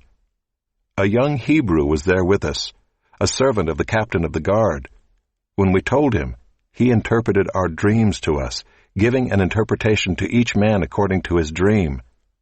And as he interpreted to us, so it came about. I was restored to my office, and the baker was hanged. Then Pharaoh sent and called Joseph, and they quickly brought him out of the pit. And when he had shaved himself and changed his clothes, he came in before Pharaoh. And Pharaoh said to Joseph, I have had a dream, and there is no one who can interpret it. I have heard it said of you that when you hear a dream, you can interpret it. Joseph answered Pharaoh, It is not in me. God will give Pharaoh a favorable answer. Then Pharaoh said to Joseph, Behold, in my dream I was standing on the banks of the Nile. 7 cows, plump and attractive, came up out of the Nile and fed in the reed grass. 7 other cows came up after them, poor and very ugly and thin, such as I had never seen in all the land of Egypt. And the thin, ugly cows ate up the first 7 plump cows. But when they had eaten them, no one would have known that they had eaten them, for they were still as ugly as at the beginning. Then I awoke. I also saw in my dream 7 ears growing on one stalk, full and good. 7 ears, withered, thin, and blighted by the east wind, sprouted after them, and the thin ears swallowed up the 7 good ears. And I told it to the magicians, but there was no one who could explain it to me. Then Joseph said to Pharaoh, The dreams of Pharaoh are one. God has revealed to Pharaoh what he is about to do. The 7 good cows are 7 years, and the 7 good ears are 7 years. The dreams are one. The 7 lean and ugly cows that came up after them are 7 years, and the 7 empty ears blighted by the east wind are also 7 years of famine. It is as I told Pharaoh. God has shown to Pharaoh what he is about to do. There will come 7 years of great plenty throughout all the land of Egypt. But after them there will arise 7 years of famine, and all the plenty will be forgotten in the land of Egypt. The famine will consume the land, and the plenty will be unknown in the land by reason of the famine that will follow, for it will be very severe. And the doubling of Pharaoh's dream means that the thing is fixed by God, and God will shortly bring it about. Now therefore let Pharaoh select a discerning and wise man, and set him over the land of Egypt. Let Pharaoh proceed to appoint overseers over the land, and take 1/5 of the produce of the land of Egypt during the 7 plentiful years. And let them gather all the food of these good years that are coming, and store up grain under the authority of Pharaoh for food in the cities, and let them keep it. That food shall be a reserve for the land against the 7 years of famine that are to occur in the land of Egypt, so that the land may not perish through the famine. This proposal pleased Pharaoh and all his servants. And Pharaoh said to his servants, "Can we find a man like this, in whom is the Spirit of God?" Then Pharaoh said to Joseph, "Since God has shown you all this, there is none so discerning and wise as you are. You shall be over my house, and all my people shall order themselves as you command. Only as regards the throne will I be greater than you." And Pharaoh said to Joseph, "See, I have set you over all the land of Egypt." Then Pharaoh took his signet ring from his hand and put it on Joseph's hand, and clothed him in garments of fine linen, and put a gold chain about his neck. And he made him ride in his second chariot. And they called out before him, "Bow the knee." Thus he set him over all the land of Egypt. Moreover, Pharaoh said to Joseph, "I am Pharaoh, and without your consent no one shall lift up hand or foot in all the land of Egypt." And Pharaoh called Joseph's name Zaphanath-Paneah, and he gave him in marriage Asenath, the daughter of Potiphera, priest of On. So Joseph went out over the land of Egypt. Joseph was 30 years old when he entered the service of Pharaoh, king of Egypt. And Joseph went out from the presence of Pharaoh, and went through all the land of Egypt. During the 7 plentiful years the earth produced abundantly, and he gathered up all the food of these 7 years which occurred in the land of Egypt, and put the food in the cities.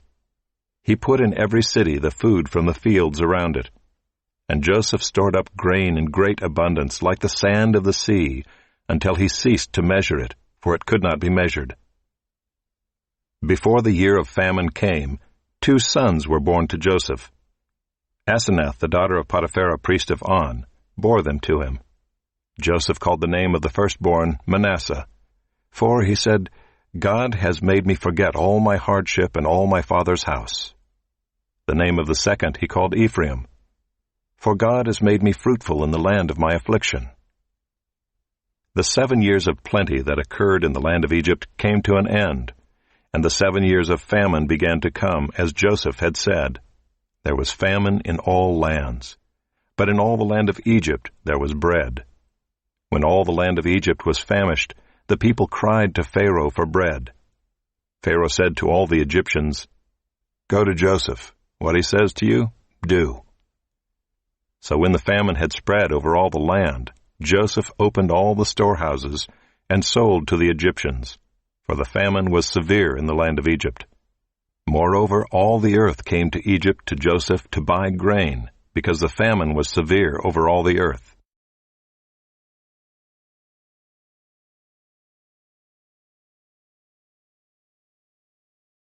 Chapter 42. When Jacob learned that there was grain for sale in Egypt, he said to his sons, "Why do you look at one another?" And he said, "Behold, I have heard that there is grain for sale in Egypt. Go down and buy grain for us there, that we may live and not die." So 10 of Joseph's brothers went down to buy grain in Egypt. But Jacob did not send Benjamin, Joseph's brother, with his brothers, for he feared that harm might happen to him. Thus the sons of Israel came to buy among the others who came, for the famine was in the land of Canaan. Now Joseph was governor over the land. He was the one who sold to all the people of the land. And Joseph's brothers came and bowed themselves before him with their faces to the ground. Joseph saw his brothers and recognized them, but he treated them like strangers and spoke roughly to them. "Where do you come from?" he said. They said, "From the land of Canaan to buy food." And Joseph recognized his brothers, but they did not recognize him. And Joseph remembered the dreams that he had dreamed of them. And he said to them, "You are spies. You have come to see the nakedness of the land." They said to him, "No, my lord, your servants have come to buy food. We are all sons of one man. We are honest men. Your servants have never been spies." He said to them, "No, it is the nakedness of the land that you have come to see." And they said, "We, your servants, are 12 brothers, the sons of one man in the land of Canaan, and behold, the youngest is this day with our father, and one is no more." But Joseph said to them, "It is as I said to you, you are spies. By this you shall be tested. By the life of Pharaoh you shall not go from this place unless your youngest brother comes here. Send one of you, and let him bring your brother while you remain confined, that your words may be tested, whether there is truth in you. Or else, by the life of Pharaoh, surely you are spies." And he put them all together in custody for 3 days. On the 3rd day Joseph said to them, "Do this, and you will live, for I fear God. If you are honest men, let one of your brothers remain confined where you are in custody, and let the rest go and carry grain for the famine of your households, and bring your youngest brother to me. So your words will be verified, and you shall not die." And they did so. Then they said to one another, "In truth, we are guilty concerning our brother, in that we saw the distress of his soul when he begged us and we did not listen. That is why this distress has come upon us." And Reuben answered them, "Did I not tell you not to sin against the boy? But you did not listen. So now there comes a reckoning for his blood." They did not know that Joseph understood them, for there was an interpreter between them. Then he turned away from them and wept. And he returned to them and spoke to them. And he took Simeon from them and bound him before their eyes.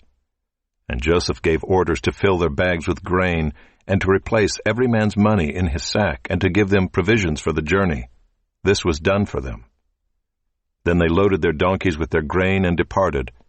And as one of them opened his sack to give his donkey fodder at the lodging place, he saw his money in the mouth of his sack. He said to his brothers, "My money has been put back. Here it is in the mouth of my sack." At this their hearts failed them, and they turned trembling to one another, saying, "What is this that God has done to us?" When they came to Jacob their father in the land of Canaan, they told him all that had happened to them, saying, "The man, the lord of the land, spoke roughly to us and took us to be spies of the land. But we said to him, 'We are honest men. We have never been spies. We are 12 brothers, sons of our father. One is no more, and the youngest is this day with our father in the land of Canaan.'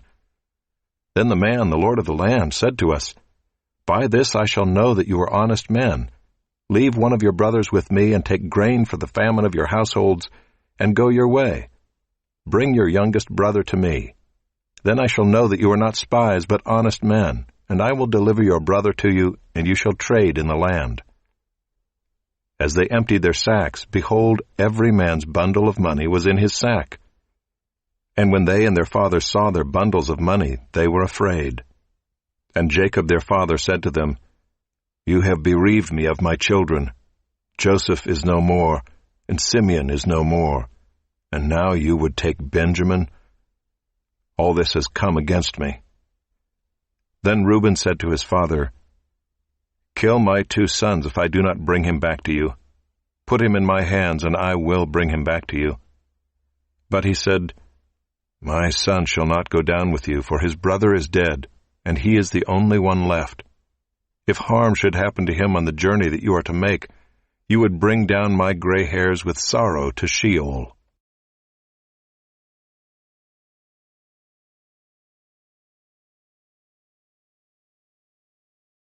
Chapter 43. Now the famine was severe in the land. And when they had eaten the grain that they had brought from Egypt, their father said to them, "Go again, buy us a little food." But Judah said to him, "The man solemnly warned us, saying, 'You shall not see my face unless your brother is with you.' If you will send our brother with us, we will go down and buy you food.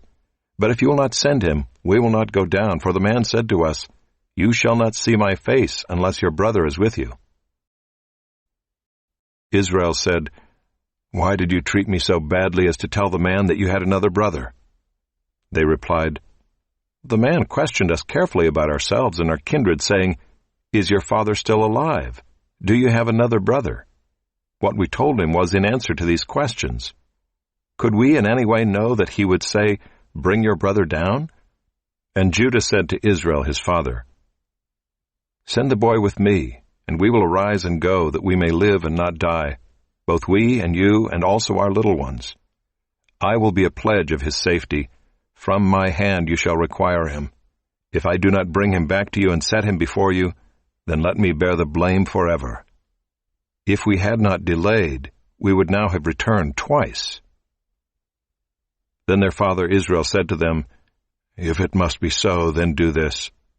Take some of the choice fruits of the land in your bags, and carry a present down to the man, a little balm, and a little honey, gum, myrrh, pistachio nuts, and almonds.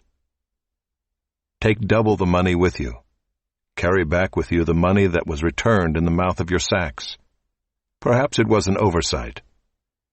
Take also your brother, and arise, go again to the man.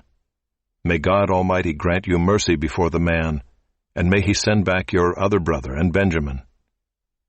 And as for me, if I am bereaved of my children, I am bereaved. So the men took this present, and they took double the money with them, and Benjamin. They arose and went down to Egypt, and stood before Joseph. When Joseph saw Benjamin with them, he said to the steward of his house, "Bring the men into the house, and slaughter an animal and make ready, for the men are to dine with me at noon." The man did as Joseph told him, and brought the men to Joseph's house. And the men were afraid because they were brought to Joseph's house. And they said, "It is because of the money which was replaced in our sacks the first time that we are brought in, so that he may assault us and fall upon us to make us servants and seize our donkeys."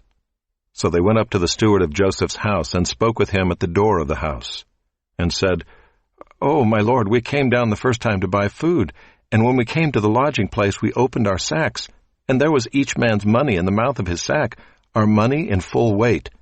So we have brought it again with us, and we have brought other money down with us to buy food.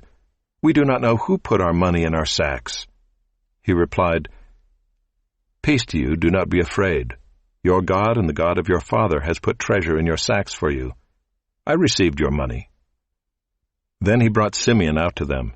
And when the man had brought the men into Joseph's house and given them water, and they had washed their feet, and when he had given their donkeys fodder, they prepared the present for Joseph's coming at noon, for they heard that they should eat bread there. When Joseph came home, they brought into the house to him the present that they had with them, and bowed down to him to the ground. And he inquired about their welfare, and said, "Is your father well, the old man of whom you spoke? Is he still alive?" They said, "Your servant our father is well, he is still alive." And they bowed their heads and prostrated themselves. And he lifted up his eyes and saw his brother Benjamin, his mother's son, and said, "Is this your youngest brother of whom you spoke to me? God be gracious to you, my son." Then Joseph hurried out, for his compassion grew warm for his brother, and he sought a place to weep. And he entered his chamber and wept there. Then he washed his face and came out, and controlling himself, he said, "Serve the food."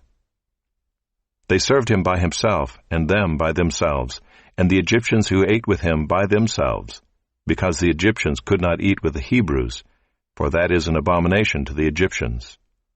And they sat before him, the firstborn according to his birthright, and the youngest according to his youth. And the men looked at one another in amazement.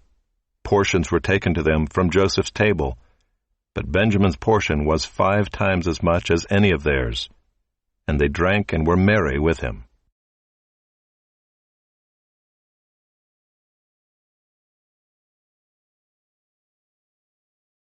Chapter 44. Then he commanded the steward of his house, "Fill the men's sacks with food, as much as they can carry, and put each man's money in the mouth of his sack, and put my cup, the silver cup, in the mouth of the sack of the youngest, with his money for the grain." And he did as Joseph told him. As soon as the morning was light, the men were sent away with their donkeys. They had gone only a short distance from the city. Now Joseph said to his steward, "Up, follow after the men, and when you overtake them, say to them, 'Why have you repaid evil for good? Is it not from this that my Lord drinks, and by this that he practices divination? You have done evil in doing this.'" When he overtook them, he spoke to them these words. They said to him, "Why does my Lord speak such words as these? Far be it from your servants to do such a thing. Behold, the money that we found in the mouths of our sacks we brought back to you from the land of Canaan. How then could we steal silver or gold from your Lord's house? Whichever of your servants is found with it shall die, and we also will be my Lord's servants." He said, "Let it be as you say. He who is found with it shall be my servant, and the rest of you shall be innocent." Then each man quickly lowered his sack to the ground, and each man opened his sack. And he searched, beginning with the eldest and ending with the youngest. And the cup was found in Benjamin's sack. Then they tore their clothes, and every man loaded his donkey, and they returned to the city. When Judah and his brothers came to Joseph's house, he was still there. They fell before him to the ground. Joseph said to them, "What deed is this that you have done? Do you not know that a man like me can indeed practice divination?" And Judah said, "What shall we say to my lord? What shall we speak? Or how can we clear ourselves? God has found out the guilt of your servants. Behold, we are my lord's servants, both we and he also in whose hand the cup has been found." But he said, "Far be it from me that I should do so. Only the man in whose hand the cup was found shall be my servant. But as for you, go up in peace to your father." Then Judah went up to him and said, "Oh, my lord, please let your servant speak a word in my lord's ears, and let not your anger burn against your servant. For you are like Pharaoh himself. My lord asked his servant, saying, 'Have you a father or a brother?' And we said to my lord, 'We have a father, an old man, and a young brother, the child of his old age. His brother is dead, and he alone is left of his mother's children, and his father loves him.' Then you said to your servants, 'Bring him down to me, that I may set my eyes on him.' We said to my lord, 'The boy cannot leave his father, for if he should leave his father would die.' Then you said to your servants, 'Unless your youngest brother comes down with you, you shall not see my face again.' When we went back to your servant my father, we told him the words of my lord. And when our father said, 'Go again, buy us a little food,' we said, 'We cannot go down. If our youngest brother goes with us, then we will go down, for we cannot see the man's face unless our youngest brother is with us.' Then your servant my father said to us, 'You know that my wife bore me 2 sons. One left me, and I said, Surely he has been torn to pieces, and I have never seen him since. If you take this one also from me, and harm happens to him, you will bring down my gray hairs in evil to Sheol. Now therefore, as soon as I come to your servant my father, and the boy is not with us, then as his life is bound up in the boy's life, as soon as he sees that the boy is not with us, he will die, and your servants will bring down the gray hairs of your servant our father with sorrow to Sheol. For your servant became a pledge of safety for the boy to my father, saying, If I do not bring him back to you, then I shall bear the blame before my father all my life. Now therefore, please let your servant remain instead of the boy as a servant to my lord, and let the boy go back with his brothers. For how can I go back to my father if the boy is not with me? I fear to see the evil that would find my father."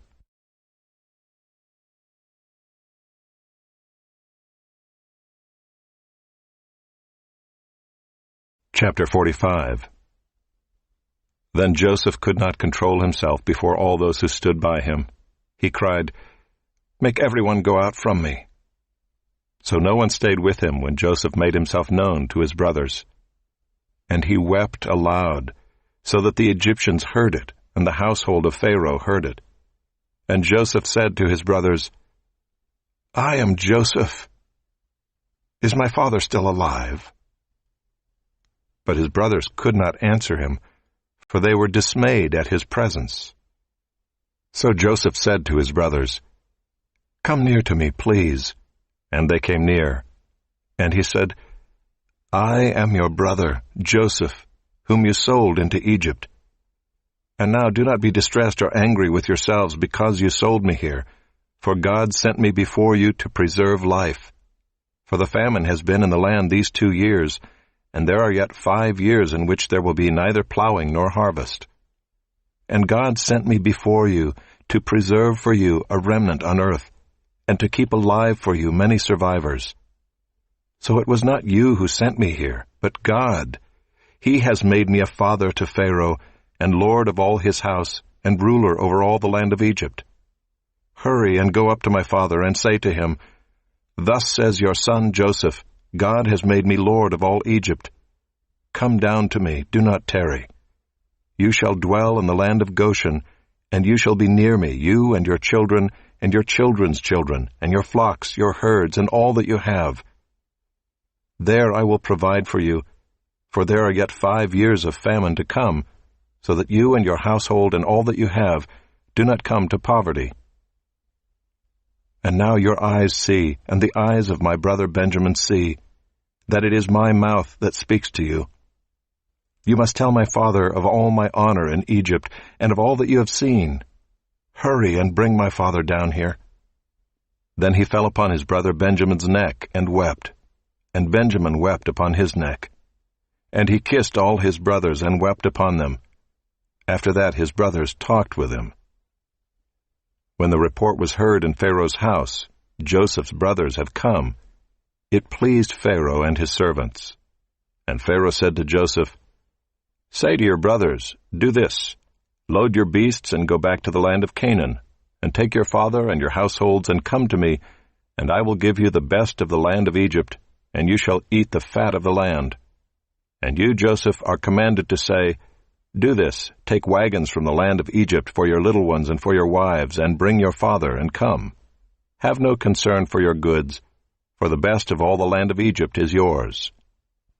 The sons of Israel did so, and Joseph gave them wagons according to the command of Pharaoh, and gave them provisions for the journey. To each and all of them he gave a change of clothes, but to Benjamin he gave 300 shekels of silver and 5 changes of clothes. To his father he sent as follows: 10 donkeys loaded with the good things of Egypt, and 10 female donkeys loaded with grain, bread, and provision for his father on the journey. Then he sent his brothers away, and as they departed he said to them, Do not quarrel on the way. So they went up out of Egypt and came to the land of Canaan to their father Jacob. And they told him, Joseph is still alive, and he is ruler over all the land of Egypt. And his heart became numb, for he did not believe them. But when they told him all the words of Joseph which he had said to them, and when he saw the wagons that Joseph had sent to carry him, the spirit of their father Jacob revived. And Israel said, It is enough. Joseph my son is still alive. I will go and see him before I die.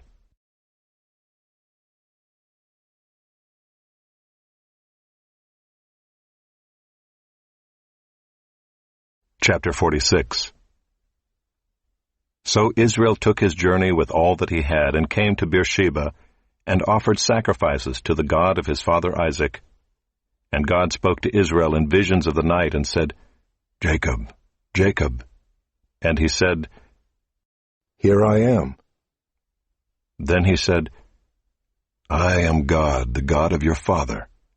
Do not be afraid to go down to Egypt, for there I will make you into a great nation. I myself will go down with you to Egypt, and I will also bring you up again, and Joseph's hand shall close your eyes. Then Jacob set out from Beersheba. The sons of Israel carried Jacob their father, their little ones, and their wives in the wagons that Pharaoh had sent to carry him. They also took their livestock and their goods which they had gained in the land of Canaan, and came into Egypt, Jacob and all his offspring with him, his sons and his sons' sons with him, his daughters and his sons' daughters. All his offspring he brought with him into Egypt. Now these are the names of the descendants of Israel who came into Egypt, Jacob and his sons: Reuben, Jacob's firstborn, and the sons of Reuben, Hanok, Palu, Hezron, and Carmi. The sons of Simeon, Jemuel, Jamin, Ohad, Jachin, Zohar, and Shaul, the son of a Canaanite woman. The sons of Levi, Gershon, Kohath, and Merari. The sons of Judah, Onan, Shelah, Perez, and Zerah. But and Onan died in the land of Canaan. And the sons of Perez were Hezron and Hamul. The sons of Issachar, Tola, Puvah, Yob, and Shimron. The sons of Zebulun, Sirad, Elon, and Jaliel. These are the sons of Leah, whom she bore to Jacob in Paddan-aram, together with his daughter Dinah. Altogether his sons and his daughters numbered 33. The sons of Gad, Ziphion, Haggai, Shunai, Esbon, Eri, Arodai, and Aralai. The sons of Asher, Imnah, Ishva, Ishvai, Beriah, with Serah their sister. And the sons of Beriah, Heber and Malchiel. These are the sons of Zilpah, whom Laban gave to Leah his daughter, and these she bore to Jacob, 16 persons. The sons of Rachel, Jacob's wife, Joseph and Benjamin. And to Joseph in the land of Egypt were born Manasseh and Ephraim, whom Asenath the daughter of Potipharah the priest of On bore to him. And the sons of Benjamin, Bela, Becher, Ashbel, Gera, Naaman, Ehi, Rosh, Mupim, Hupim, and Ard. These are the sons of Rachel, who were born to Jacob, 14 persons in all. The son of Dan, Hushim. The sons of Naphtali, Jaziel, Guni, Jezer, and Shillem. These are the sons of Bilhah, whom Laban gave to Rachel his daughter, and these she bore to Jacob, 7 persons in all. All the persons belonging to Jacob who came into Egypt, who were his own descendants, not including Jacob's sons' wives, were 66 persons in all. And the sons of Joseph, who were born to him in Egypt, were 2. All the persons of the house of Jacob who came into Egypt were 70. He had sent Judah ahead of him to Joseph to show the way before him in Goshen, and they came into the land of Goshen. Then Joseph prepared his chariot and went up to meet Israel his father in Goshen. He presented himself to him and fell on his neck, and wept on his neck a good while. Israel said to Joseph, "Now let me die, since I have seen your face, and know that you are still alive." Joseph said to his brothers and to his father's household, "I will go up and tell Pharaoh, and will say to him, My brothers and my father's household, who are in the land of Canaan, have come to me. And the men are shepherds, for they have been keepers of livestock, and they have brought their flocks and their herds and all that they have. When Pharaoh calls you and says, What is your occupation? You shall say, Your servants have been keepers of livestock from our youth even until now, both we and our fathers, in order that you may dwell in the land of Goshen, for every shepherd is an abomination to the Egyptians."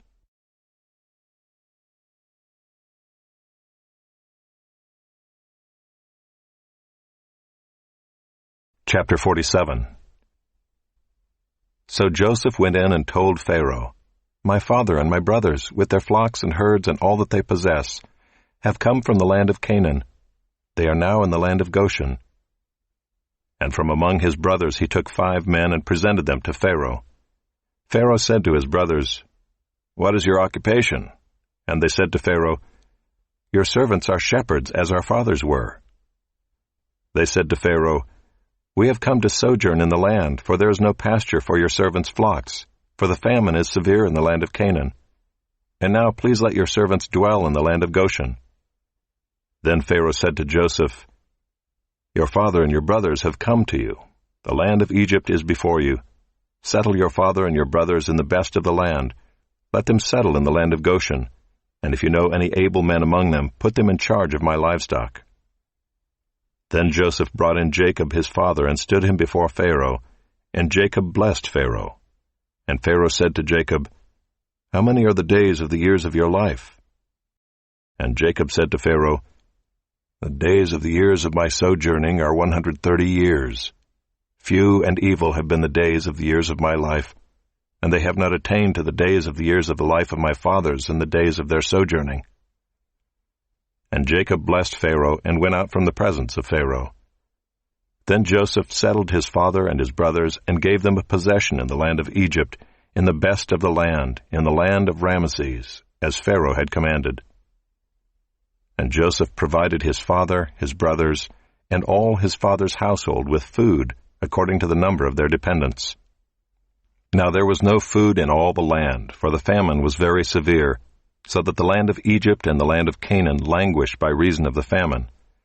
And Joseph gathered up all the money that was found in the land of Egypt and in the land of Canaan in exchange for the grain that they bought. And Joseph brought the money into Pharaoh's house. And when the money was all spent in the land of Egypt and in the land of Canaan, all the Egyptians came to Joseph and said, "Give us food. Why should we die before your eyes? For our money is gone." And Joseph answered, "Give your livestock, and I will give you food in exchange for your livestock, if your money is gone." So they brought their livestock to Joseph, and Joseph gave them food in exchange for the horses, the flocks, the herds, and the donkeys. He supplied them with food in exchange for all their livestock that year. And when that year was ended, they came to him the following year and said to him, "We will not hide from my lord that our money is all spent. The herds of livestock are my lord's. There is nothing left in the sight of my lord but our bodies and our land. Why should we die before your eyes, both we and our land? Buy us and our land for food, and we with our land will be servants to Pharaoh. And give us seed that we may live and not die, and that the land may not be desolate." So Joseph bought all the land of Egypt for Pharaoh, for all the Egyptians sold their fields, because the famine was severe on them. The land became Pharaoh's. As for the people, he made servants of them from one end of Egypt to the other. Only the land of the priests he did not buy, for the priests had a fixed allowance from Pharaoh and lived on the allowance that Pharaoh gave them. Therefore they did not sell their land. Then Joseph said to the people, "Behold, I have this day bought you and your land for Pharaoh. Now here is seed for you, and you shall sow the land. And at the harvest you shall give a fifth to Pharaoh, and 4/5 shall be your own, as seed for the field, and as food for yourselves and your households, and as food for your little ones." And they said, "You have saved our lives. May it please my lord, we will be servants to Pharaoh." So Joseph made it a statute concerning the land of Egypt, and it stands to this day, that Pharaoh should have the fifth. The land of the priests alone did not become Pharaoh's. Thus Israel settled in the land of Egypt, in the land of Goshen, and they gained possessions in it, and were fruitful and multiplied greatly. And Jacob lived in the land of Egypt 17 years. So the days of Jacob, the years of his life, were 147 years. And when the time drew near that Israel must die, he called his son Joseph and said to him, "If now I have found favor in your sight, put your hand under my thigh and promise to deal kindly and truly with me. Do not bury me in Egypt, but let me lie with my fathers. Carry me out of Egypt and bury me in their burying place."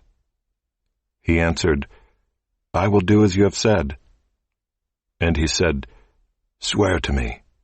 And he swore to him. Then Israel bowed himself upon the head of his bed.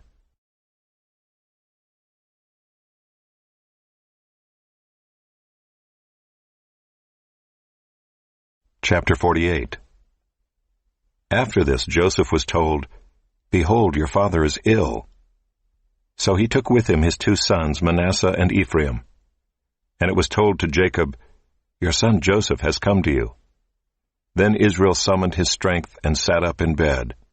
And Jacob said to Joseph, "God Almighty appeared to me at Luz in the land of Canaan, and blessed me, and said to me, Behold, I will make you fruitful and multiply you, and I will make of you a company of peoples, and will give this land to your offspring after you for an everlasting possession.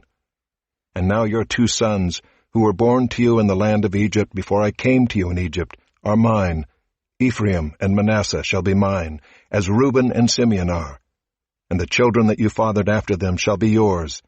They shall be called by the name of their brothers in their inheritance. As for me, when I came from Paddan, to my sorrow Rachel died in the land of Canaan on the way, when there was still some distance to go to Ephrath. And I buried her there on the way to Ephrath, that is, Bethlehem." When Israel saw Joseph's sons, he said, "Who are these?" Joseph said to his father, "They are my sons, whom God has given me here." And he said, "Bring them to me, please, that I may bless them." Now the eyes of Israel were dim with age, so that he could not see. So Joseph brought them near him, and he kissed them and embraced them. And Israel said to Joseph, "I never expected to see your face, and behold, God has let me see your offspring also." Then Joseph removed them from his knees, and he bowed himself with his face to the earth. And Joseph took them both, Ephraim in his right hand toward Israel's left hand, and Manasseh in his left hand toward Israel's right hand, and brought them near him. And Israel stretched out his right hand and laid it on the head of Ephraim, who was the younger, and his left hand on the head of Manasseh, crossing his hands, for Manasseh was the firstborn. And he blessed Joseph and said, "The God before whom my fathers Abraham and Isaac walked, the God who has been my shepherd all my life long to this day, the angel who has redeemed me from all evil, bless the boys, and in them let my name be carried on, and the name of my fathers Abraham and Isaac, and let them grow into a multitude in the midst of the earth." When Joseph saw that his father laid his right hand on the head of Ephraim, it displeased him, and he took his father's hand to move it from Ephraim's head to Manasseh's head. And Joseph said to his father, "Not this way, my father, since this one is the firstborn. Put your right hand on his head." But his father refused and said, "I know, my son, I know. He also shall become a people, and he also shall be great. Nevertheless, his younger brother shall be greater than he, and his offspring shall become a multitude of nations." So he blessed them that day, saying, "By you Israel will pronounce blessing, saying, God make you as Ephraim and as Manasseh." Thus he put Ephraim before Manasseh. Then Israel said to Joseph, "Behold, I am about to die, but God will be with you and will bring you again to the land of your fathers. Moreover, I have given to you, rather than to your brothers, one mountain slope that I took from the hand of the Amorites with my sword and with my bow."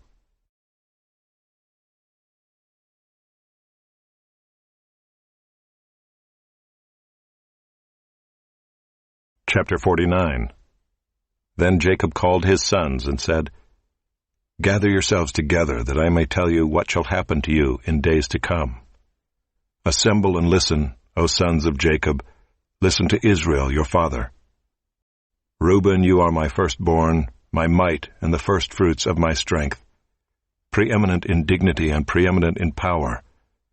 Unstable as water, you shall not have preeminence. Because you went up to your father's bed, then you defiled it. He went up to my couch. Simeon and Levi are brothers. Weapons of violence are their swords.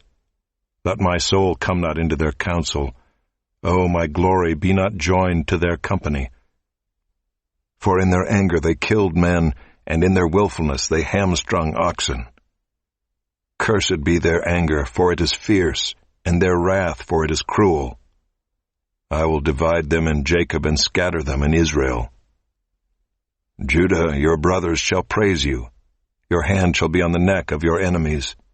Your father's sons shall bow down before you. Judah is a lion's cub. From the prey, my son, you have gone up.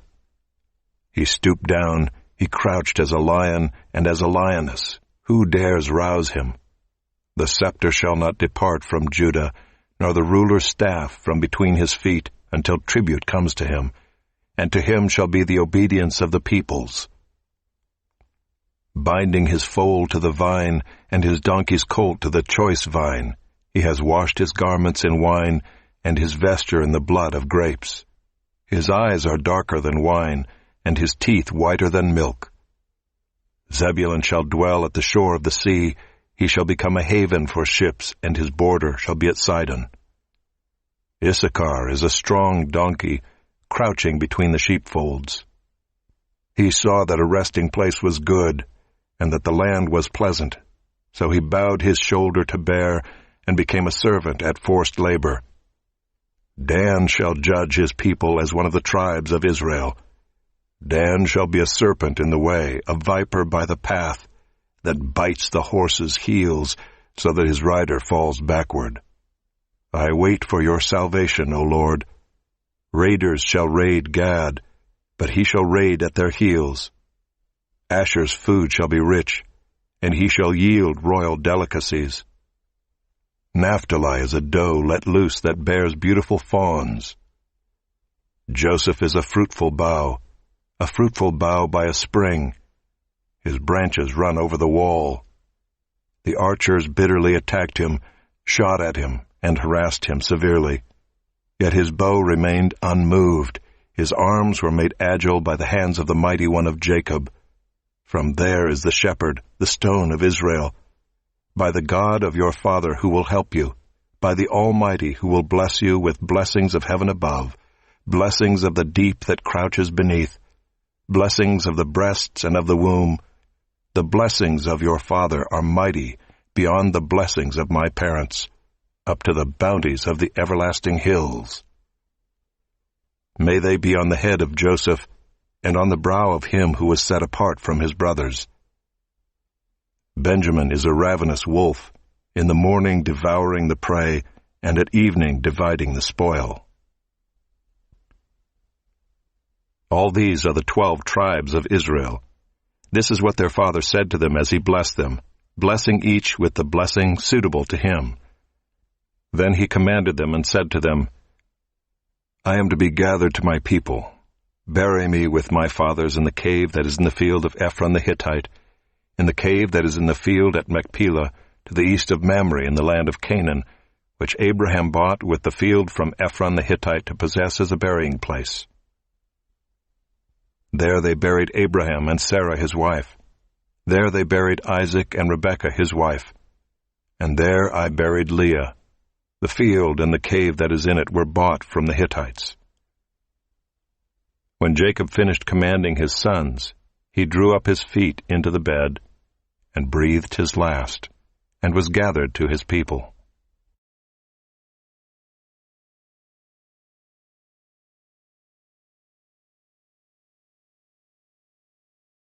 Chapter 50. Then Joseph fell on his father's face, and wept over him and kissed him. And Joseph commanded his servants, the physicians, to embalm his father. So the physicians embalmed Israel. 40 days were required for it, for that is how many are required for embalming. And the Egyptians wept for him 70 days. And when the days of weeping for him were past, Joseph spoke to the household of Pharaoh, saying, If now I have found favor in your eyes, please speak in the ears of Pharaoh, saying, My father made me swear, saying, I am about to die. In my tomb that I hewed out for myself in the land of Canaan, there shall you bury me. Now therefore let me please go up and bury my father, then I will return. And Pharaoh answered, Go up and bury your father as he made you swear. So Joseph went up to bury his father. With him went up all the servants of Pharaoh, the elders of his household, and all the elders of the land of Egypt, as well as all the household of Joseph, his brothers, and his father's household. Only their children, their flocks, and their herds were left in the land of Goshen. And there went up with him both chariots and horsemen. It was a very great company. When they came to the threshing floor of Atad, which is beyond the Jordan, they lamented there with a very great and grievous lamentation. And he made a mourning for his father 7 days. When the inhabitants of the land, the Canaanites, saw the mourning on the threshing floor of Atad, they said, This is a grievous mourning by the Egyptians. Therefore the place was named Abel-Mizraim. It is beyond the Jordan. Thus his sons did for him as he had commanded them. For his sons carried him to the land of Canaan, and buried him in the cave of the field at Machpelah to the east of Mamre, which Abraham bought with the field from Ephron the Hittite to possess as a burying place. After he had buried his father, Joseph returned to Egypt with his brothers and all who had gone up with him to bury his father. When Joseph's brothers saw that their father was dead, they said, It may be that Joseph will hate us and pay us back for all the evil that we did to him. So they sent a message to Joseph, saying, Your father gave this command before he died. Say to Joseph, Please forgive the transgression of your brothers and their sin, because they did evil to you. And now please forgive the transgression of the servants of the God of your father. Joseph wept when they spoke to him. His brothers also came and fell down before him and said, Behold, we are your servants. But Joseph said to them, Do not fear, for am I in the place of God? As for you, you meant evil against me, but God meant it for good, to bring it about that many people should be kept alive as they are today. So do not fear. I will provide for you and your little ones. Thus he comforted them and spoke kindly to them. So Joseph remained in Egypt, he and his father's house. Joseph lived 110 years. And Joseph saw Ephraim's children of the 3rd generation. The children also of Machir the son of Manasseh were counted as Joseph's own. And Joseph said to his brothers, I am about to die, but God will visit you and bring you up out of this land, to the land that he swore to Abraham, to Isaac, and to Jacob. Then Joseph made the sons of Israel swear, saying, God will surely visit you, and you shall carry up my bones from here. So Joseph died, being 110 years old. They embalmed him, and he was put in a coffin in Egypt.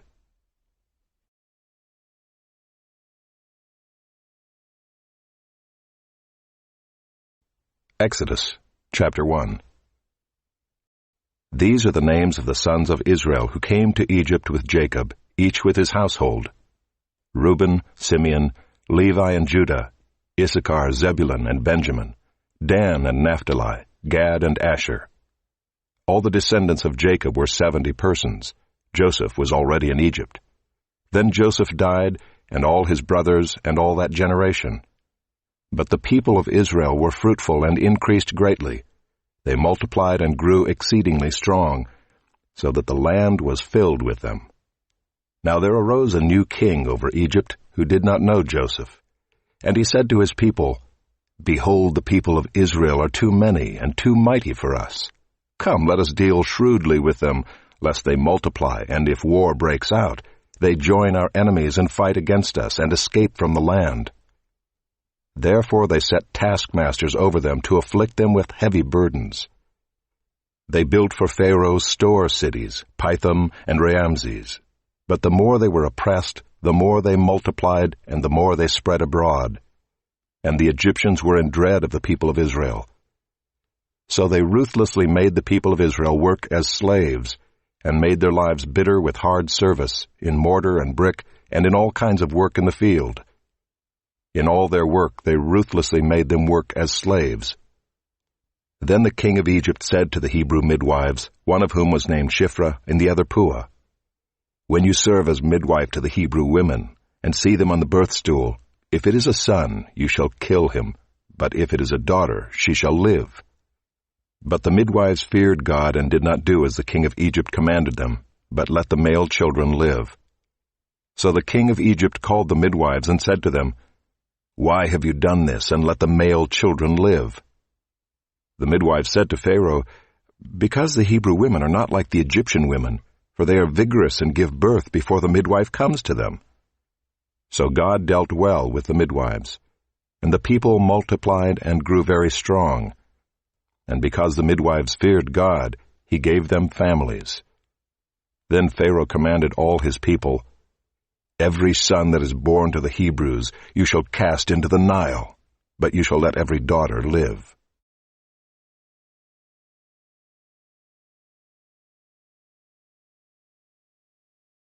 Chapter 2. Now a man from the house of Levi went and took as his wife a Levite woman. The woman conceived and bore a son, and when she saw that he was a fine child, she hid him 3 months. When she could hide him no longer, she took for him a basket made of bulrushes, and daubed it with bitumen and pitch. She put the child in it and placed it among the reeds by the river bank. And his sister stood at a distance to know what would be done to him. Now the daughter of Pharaoh came down to bathe at the river, while her young women walked beside the river. She saw the basket among the reeds, and sent her servant woman, and she took it. When she opened it, she saw the child, and behold, the baby was crying. She took pity on him, and said, This is one of the Hebrews' children. Then his sister said to Pharaoh's daughter, Shall I go and call you a nurse from the Hebrew women to nurse the child for you? And Pharaoh's daughter said to her, Go. So the girl went and called the child's mother. And Pharaoh's daughter said to her, Take this child away and nurse him for me, and I will give you your wages. So the woman took the child and nursed him. When the child grew older, she brought him to Pharaoh's daughter, and he became her son. She named him Moses, because, she said, I drew him out of the water. One day when Moses had grown up, he went out to his people and looked on their burdens, and he saw an Egyptian beating a Hebrew, one of his people. He looked this way and that, and seeing no one, he struck down the Egyptian and hid him in the sand. When he went out the next day, behold, 2 Hebrews were struggling together. And he said to the man in the wrong, Why do you strike your companion? He answered, Who made you a prince and a judge over us? Do you mean to kill me as you killed the Egyptian? Then Moses was afraid and thought, Surely the thing is known. When Pharaoh heard of it, he sought to kill Moses. But Moses fled from Pharaoh and stayed in the land of Midian, and he sat down by a well. Now the priest of Midian had 7 daughters, and they came and drew water and filled the troughs to water their father's flock. The shepherds came and drove them away, but Moses stood up and saved them and watered their flock. When they came home to their father Reuel, he said, How is it that you have come home so soon today? They said, An Egyptian delivered us out of the hand of the shepherds, and even drew water for us, and watered the flock. He said to his daughters, Then where is he? Why have you left the man? Call him that he may eat bread. And Moses was content to dwell with the man, and he gave Moses his daughter Zipporah. She gave birth to a son, and he called his name Gershom, for he said, I have been a sojourner in a foreign land. During those many days the king of Egypt died, and the people of Israel groaned because of their slavery and cried out for help. Their cry for rescue from slavery came up to God. And God heard their groaning, and God remembered his covenant with Abraham, with Isaac, and with Jacob. God saw the people of Israel, and God knew.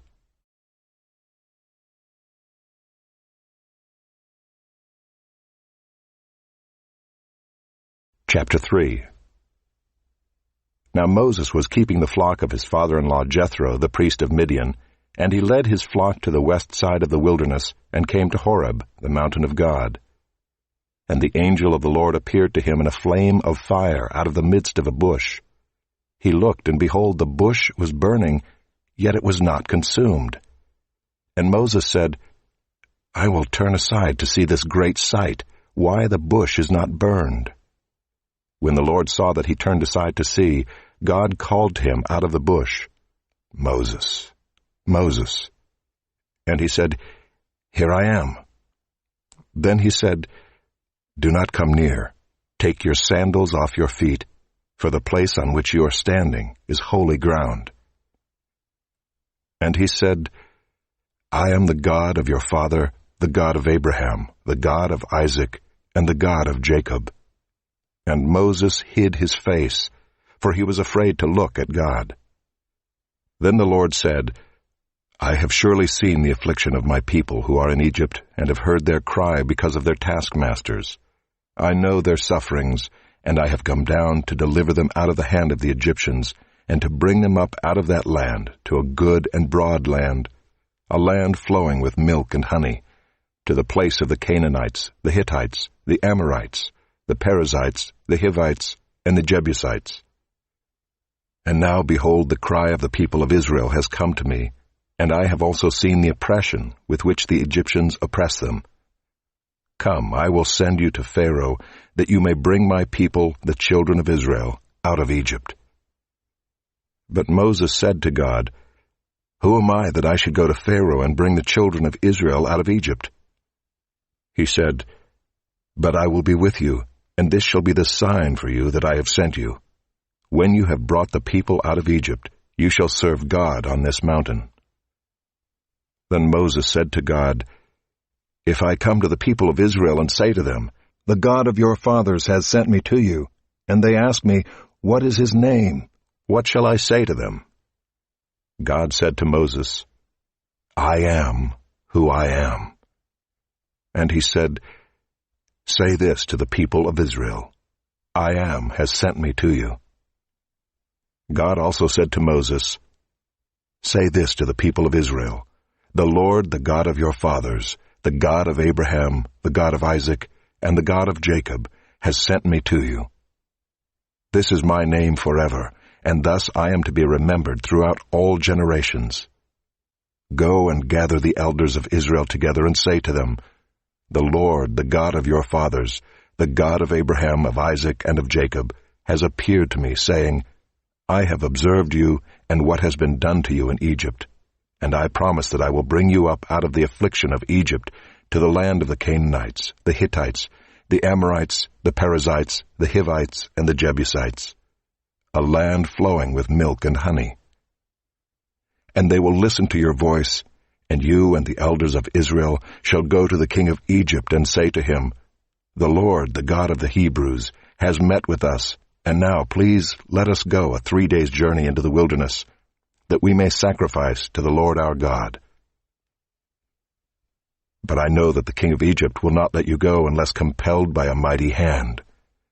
So I will stretch out my hand and strike Egypt with all the wonders that I will do in it. After that, he will let you go. And I will give this people favor in the sight of the Egyptians, and when you go, you shall not go empty, but each woman shall ask of her neighbor, and any woman who lives in her house, for silver and gold jewelry, and for clothing. You shall put them on your sons and on your daughters. So shall you plunder the Egyptians.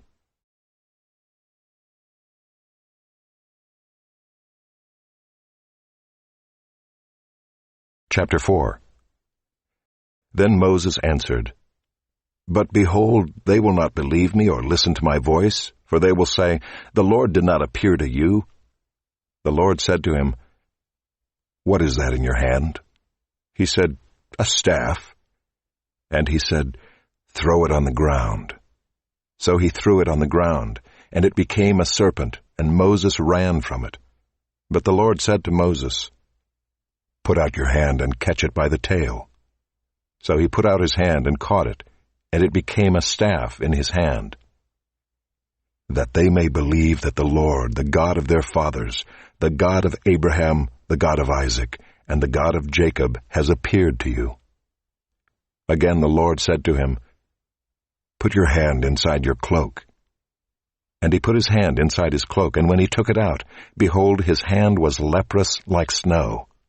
Then God said, Put your hand back inside your cloak. So he put his hand back inside his cloak, and when he took it out, behold, it was restored like the rest of his flesh. If they will not believe you, God said, or listen to the first sign, they may believe the latter sign. If they will not believe even these 2 signs, or listen to your voice, you shall take some water from the Nile, and pour it on the dry ground, and the water that you shall take from the Nile will become blood on the dry ground. But Moses said to the Lord, O my Lord, I am not eloquent, either in the past or since you have spoken to your servant, but I am slow of speech and of tongue. Then the Lord said to him, Who has made man's mouth? Who makes him mute or deaf or seeing or blind? Is it not I, the Lord? Now therefore go, and I will be with your mouth and teach you what you shall speak. But he said, O my Lord, please send someone else. Then the anger of the Lord was kindled against Moses, and he said, Is there not Aaron your brother, the Levite? I know that he can speak well. Behold, he is coming out to meet you, and when he sees you, he will be glad in his heart. You shall speak to him, and put the words in his mouth, and I will be with your mouth and with his mouth, and I will teach you both what to do. He shall speak for you to the people, and he shall be your mouth, and you shall be as God to him, and take in your hand this staff, with which you shall do the signs. Moses went back to Jethro his father-in-law, and said to him, Please let me go back to my brothers in Egypt to see whether they are still alive. And Jethro said to Moses, Go in peace. And the Lord said to Moses in Midian, Go back to Egypt, for all the men who were seeking your life are dead. So Moses took his wife and his sons, and had them ride on a donkey, and went back to the land of Egypt. And Moses took the staff of God in his hand. And the Lord said to Moses, When you go back to Egypt, see that you do before Pharaoh all the miracles that I have put in your power. But I will harden his heart, so that he will not let the people go. Then you shall say to Pharaoh, Thus says the Lord, Israel is my firstborn son, and I say to you, Let my son go that he may serve me. If you refuse to let him go, behold, I will kill your firstborn son. At a lodging place on the way, the Lord met him and sought to put him to death. Then Zipporah took a flint and cut off her son's foreskin and touched Moses' feet with it and said, "Surely you are a bridegroom of blood to me." So he let him alone. It was then that she said, "A bridegroom of blood," because of the circumcision. The Lord said to Aaron, "Go into the wilderness to meet Moses." So he went and met him at the mountain of God and kissed him. And Moses told Aaron all the words of the Lord with which he had sent him to speak, and all the signs that he had commanded him to do. Then Moses and Aaron went and gathered together all the elders of the people of Israel. Aaron spoke all the words that the Lord had spoken to Moses, and did the signs in the sight of the people. And the people believed, and when they heard that the Lord had visited the people of Israel, and that he had seen their affliction, they bowed their heads and worshipped.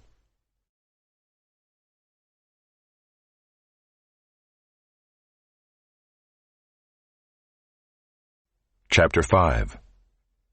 Afterward Moses and Aaron went and said to Pharaoh, "Thus says the Lord, the God of Israel, Let my people go, that they may hold a feast to me in the wilderness." But Pharaoh said, "Who is the Lord, that I should obey his voice and let Israel go? I do not know the Lord, and moreover I will not let Israel go." Then they said, "The God of the Hebrews has met with us. Please let us go a 3 days' journey into the wilderness, that we may sacrifice to the Lord our God, lest he fall upon us with pestilence or with the sword." But the king of Egypt said to them, "Moses and Aaron, why do you take the people away from their work? Get back to your burdens." And Pharaoh said, "Behold, the people of the land are now many, and you make them rest from their burdens." The same day Pharaoh commanded the taskmasters of the people and their foremen, "You shall no longer give the people straw to make bricks, as in the past. Let them go and gather straw for themselves. But the number of bricks that they made in the past you shall impose on them. You shall by no means reduce it, for they are idle. Therefore they cry, 'Let us go and offer sacrifice to our God.' Let heavier work be laid on the men, that they may labor at it and pay no regard to lying words." So the taskmasters and the foremen of the people went out and said to the people, "Thus says Pharaoh, I will not give you straw. Go and get your straw yourselves wherever you can find it. But your work will not be reduced in the least."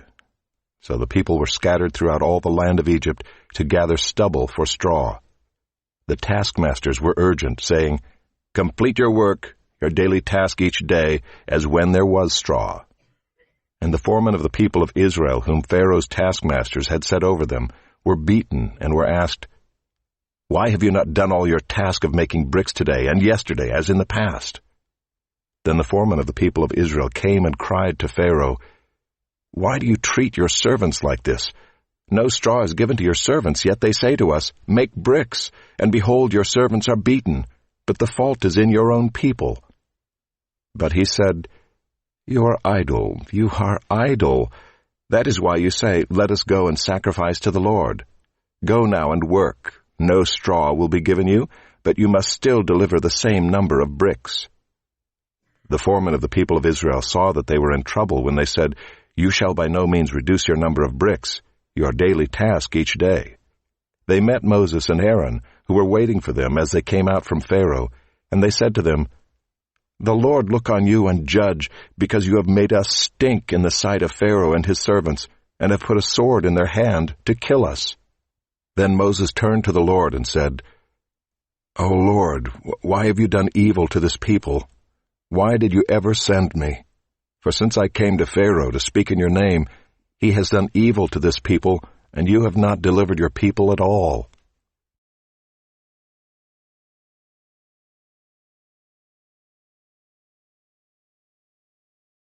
Chapter 6. But the Lord said to Moses, "Now you shall see what I will do to Pharaoh. For with a strong hand he will send them out, and with a strong hand he will drive them out of his land." God spoke to Moses and said to him, "I am the Lord. I appeared to Abraham, to Isaac, and to Jacob as God Almighty. But by my name, the Lord, I did not make myself known to them. I also established my covenant with them to give them the land of Canaan, the land in which they lived as sojourners. Moreover, I have heard the groaning of the people of Israel, whom the Egyptians hold as slaves, and I have remembered my covenant. Say therefore to the people of Israel, I am the Lord, and I will bring you out from under the burdens of the Egyptians, and I will deliver you from slavery to them, and I will redeem you with an outstretched arm and with great acts of judgment. I will take you to be my people, and I will be your God. And you shall know that I am the Lord your God, who has brought you out from under the burdens of the Egyptians. I will bring you into the land that I swore to give to Abraham, to Isaac, and to Jacob. I will give it to you for a possession. I am the Lord. Moses spoke thus to the people of Israel, but they did not listen to Moses, because of their broken spirit and harsh slavery. So the Lord said to Moses, Go in, tell Pharaoh king of Egypt to let the people of Israel go out of his land. But Moses said to the Lord, Behold, the people of Israel have not listened to me. How then shall Pharaoh listen to me, for I am of uncircumcised lips? But the Lord spoke to Moses and Aaron, and gave them a charge about the people of Israel and about Pharaoh king of Egypt, to bring the people of Israel out of the land of Egypt. These are the heads of their fathers' houses, the sons of Reuben, the firstborn of Israel, Hanok, Palu, Hezron, and Carmi. These are the clans of Reuben, the sons of Simeon, Jemuel, Jamin, Ohad, Jachin, Zohar, and Shaul, the son of a Canaanite woman. These are the clans of Simeon. These are the names of the sons of Levi according to their generations: Gershon, Kohath, and Merari. The years of the life of Levi being 137 years. The sons of Gershon, Libni and Shimei by their clans. The sons of Kohath, Amram, Izhar, Hebron, and Uziel. The years of the life of Kohath being 133 years. The sons of Merari, Malai and Mushai. These are the clans of the Levites according to their generations. Amram took as his wife Jochebed, his father's sister, and she bore him Aaron and Moses, the years of the life of Amram being 137 years. The sons of Izhar, Korah, Nepheg, and Zichri. The sons of Uziel, Mishael, Elzaphan, and Sithri. Aaron took as his wife Elisheba, the daughter of Amminadab, and the sister of Nahshon, and she bore him Nadab, Abihu, Eleazar, and Ithamar. The sons of Korah, Asher, Elkanah, and Abiasaph. These are the clans of the Korahites.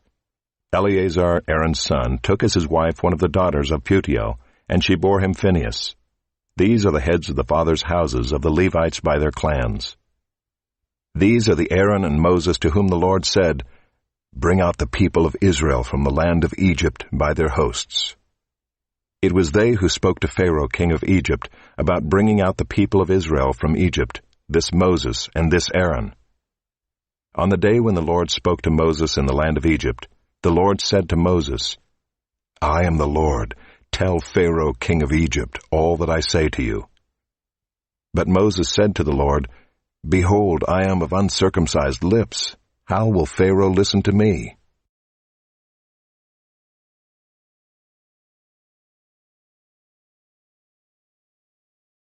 Chapter 7. And the Lord said to Moses, See, I have made you like God to Pharaoh, and your brother Aaron shall be your prophet.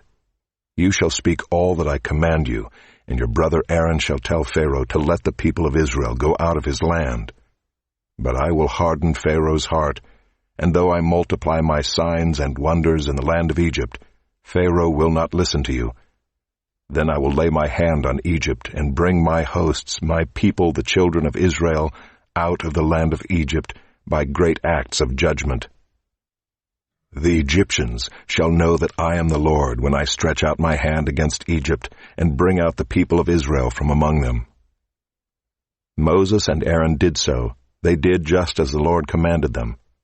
Now Moses was 80 years old and Aaron 83 years old when they spoke to Pharaoh. Then the Lord said to Moses and Aaron, When Pharaoh says to you, Prove yourselves by working a miracle, Then you shall say to Aaron, Take your staff and cast it down before Pharaoh, that it may become a serpent. So Moses and Aaron went to Pharaoh, and did just as the Lord commanded. Aaron cast down his staff before Pharaoh and his servants, and it became a serpent. Then Pharaoh summoned the wise men and the sorcerers, and they, the magicians of Egypt, also did the same by their secret arts. For each man cast down his staff, and they became serpents. But Aaron's staff swallowed up their staffs. Still Pharaoh's heart was hardened, and he would not listen to them as the Lord had said. Then the Lord said to Moses, Pharaoh's heart is hardened. He refuses to let the people go. Go to Pharaoh in the morning as he is going out to the water. Stand on the bank of the Nile to meet him, and take in your hand the staff that turned into a serpent. And you shall say to him, The Lord, the God of the Hebrews, sent me to you, saying, Let my people go, that they may serve me in the wilderness. But so far you have not obeyed. Thus says the Lord, By this you shall know that I am the Lord. Behold, with the staff that is in my hand I will strike the water that is in the Nile, and it shall turn into blood. The fish in the Nile shall die, and the Nile will stink, and the Egyptians will grow weary of drinking water from the Nile. And the Lord said to Moses, Say to Aaron, Take your staff and stretch out your hand over the waters of Egypt, over their rivers, their canals, and their ponds, and all their pools of water, so that they may become blood, and there shall be blood throughout all the land of Egypt, even in vessels of wood and in vessels of stone. Moses and Aaron did as the Lord commanded. In the sight of Pharaoh and in the sight of his servants, he lifted up the staff and struck the water in the Nile, and all the water in the Nile turned into blood. And the fish in the Nile died, and the Nile stank, so that the Egyptians could not drink water from the Nile. There was blood throughout all the land of Egypt, but the magicians of Egypt did the same by their secret arts. So Pharaoh's heart remained hardened, and he would not listen to them, as the Lord had said. Pharaoh turned and went into his house, and he did not take even this to heart. And all the Egyptians dug along the Nile for water to drink, for they could not drink the water of the Nile. 7 full days passed after the Lord had struck the Nile.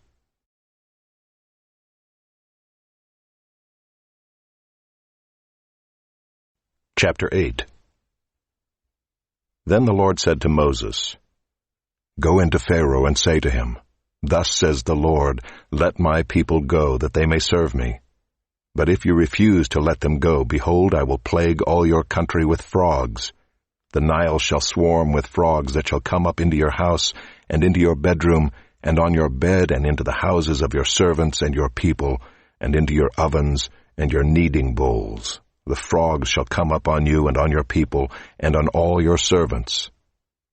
And the Lord said to Moses, Say to Aaron, Stretch out your hand with your staff over the rivers, over the canals and over the pools, and make frogs come up on the land of Egypt. So Aaron stretched out his hand over the waters of Egypt, and the frogs came up and covered the land of Egypt.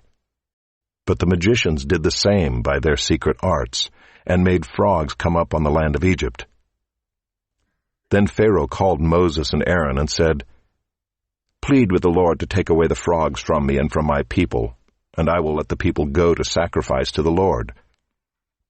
Moses said to Pharaoh, Be pleased to command me when I am to plead for you and for your servants and for your people, that the frogs be cut off from you and your houses, and be left only in the Nile.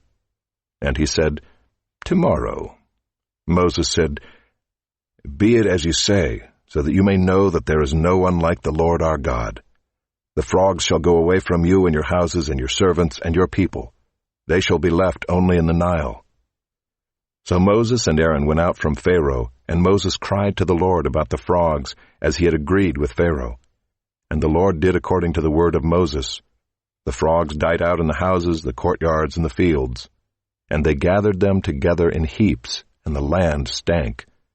And when Pharaoh saw that there was a respite, he hardened his heart and would not listen to them as the Lord had said.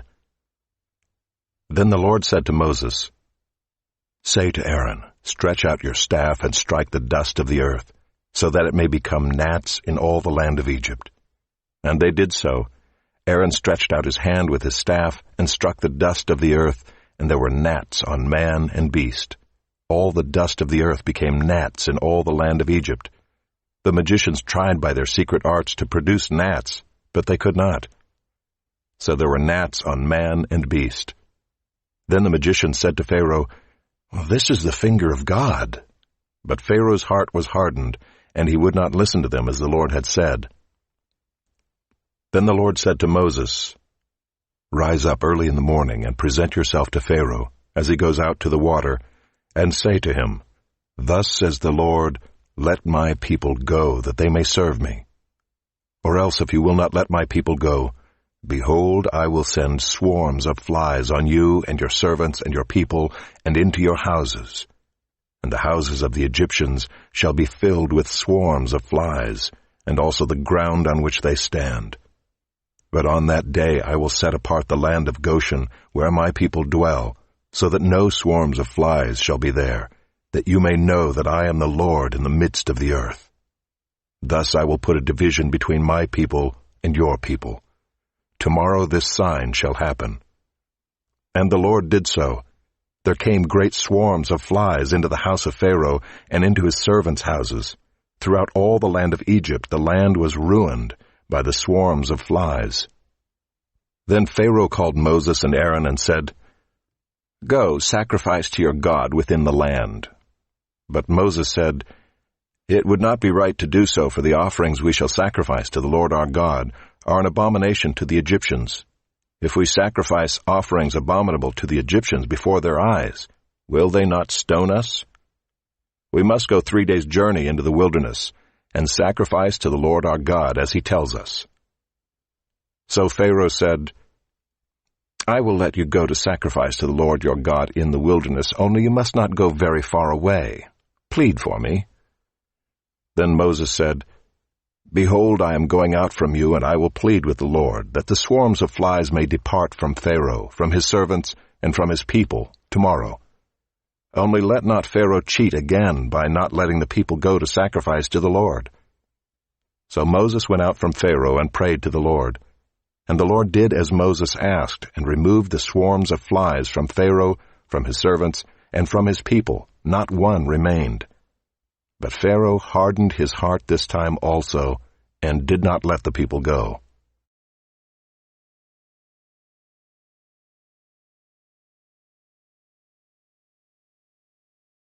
Chapter 9. Then the Lord said to Moses, "Go into Pharaoh and say to him, 'Thus says the Lord, the God of the Hebrews, let my people go, that they may serve me. For if you refuse to let them go, and still hold them, behold, the hand of the Lord will fall with a very severe plague upon your livestock that are in the field, the horses, the donkeys, the camels, the herds, and the flocks. But the Lord will make a distinction between the livestock of Israel and the livestock of Egypt, so that nothing of all that belongs to the people of Israel shall die.' And the Lord set a time, saying, 'Tomorrow the Lord will do this thing in the land.' And the next day the Lord did this thing. All the livestock of the Egyptians died, but not one of the livestock of the people of Israel died. And Pharaoh sent, and behold, not one of the livestock of Israel was dead. But the heart of Pharaoh was hardened, and he did not let the people go.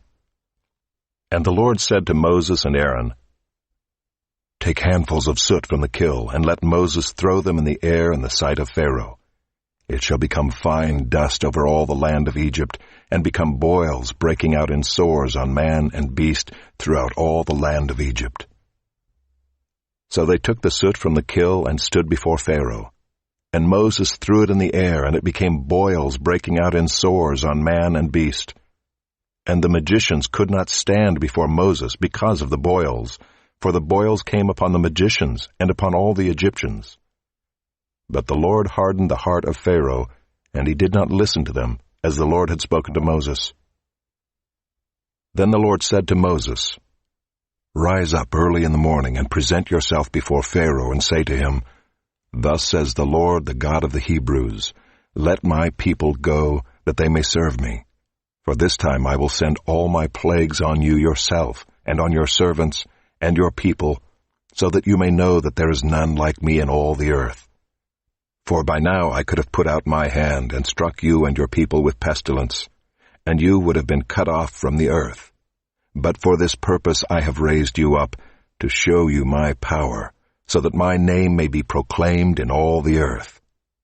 You are still exalting yourself against my people, and will not let them go. Behold, about this time tomorrow, I will cause very heavy hail to fall, such as never has been in Egypt from the day it was founded until now. Now therefore send, get your livestock and all that you have in the field into safe shelter. For every man and beast that is in the field and is not brought home will die when the hail falls on them. Then whoever feared the word of the Lord among the servants of Pharaoh hurried his slaves and his livestock into the houses. But whoever did not pay attention to the word of the Lord left his slaves and his livestock in the field. Then the Lord said to Moses, Stretch out your hand toward heaven, so that there may be hail in all the land of Egypt, on man and beast, and every plant of the field in the land of Egypt. Then Moses stretched out his staff toward heaven, and the Lord sent thunder and hail, and fire ran down to the earth. And the Lord rained hail upon the land of Egypt. There was hail and fire flashing continually in the midst of the hail, very heavy hail, such as had never been in all the land of Egypt since it became a nation. The hail struck down everything that was in the field in all the land of Egypt, both man and beast. And the hail struck down every plant of the field, and broke every tree of the field. Only in the land of Goshen, where the people of Israel were, was there no hail. Then Pharaoh sent and called Moses and Aaron and said to them, This time I have sinned. The Lord is in the right, and I and my people are in the wrong. Plead with the Lord, for there has been enough of God's thunder and hail. I will let you go, and you shall stay no longer. Moses said to him, As soon as I have gone out of the city, I will stretch out my hands to the Lord. The thunder will cease, and there will be no more hail, so that you may know that the earth is the Lord's. But as for you and your servants, I know that you do not yet fear the Lord God. The flax and the barley were struck down, for the barley was in the ear and the flax was in bud. But the wheat and the emmer were not struck down, for they are late in coming up. So Moses went out of the city from Pharaoh and stretched out his hands to the Lord, and the thunder and the hail ceased, and the rain no longer poured upon the earth. But when Pharaoh saw that the rain and the hail and the thunder had ceased, he sinned yet again, and hardened his heart, he and his servants. So the heart of Pharaoh was hardened, and he did not let the people of Israel go, just as the Lord had spoken through Moses.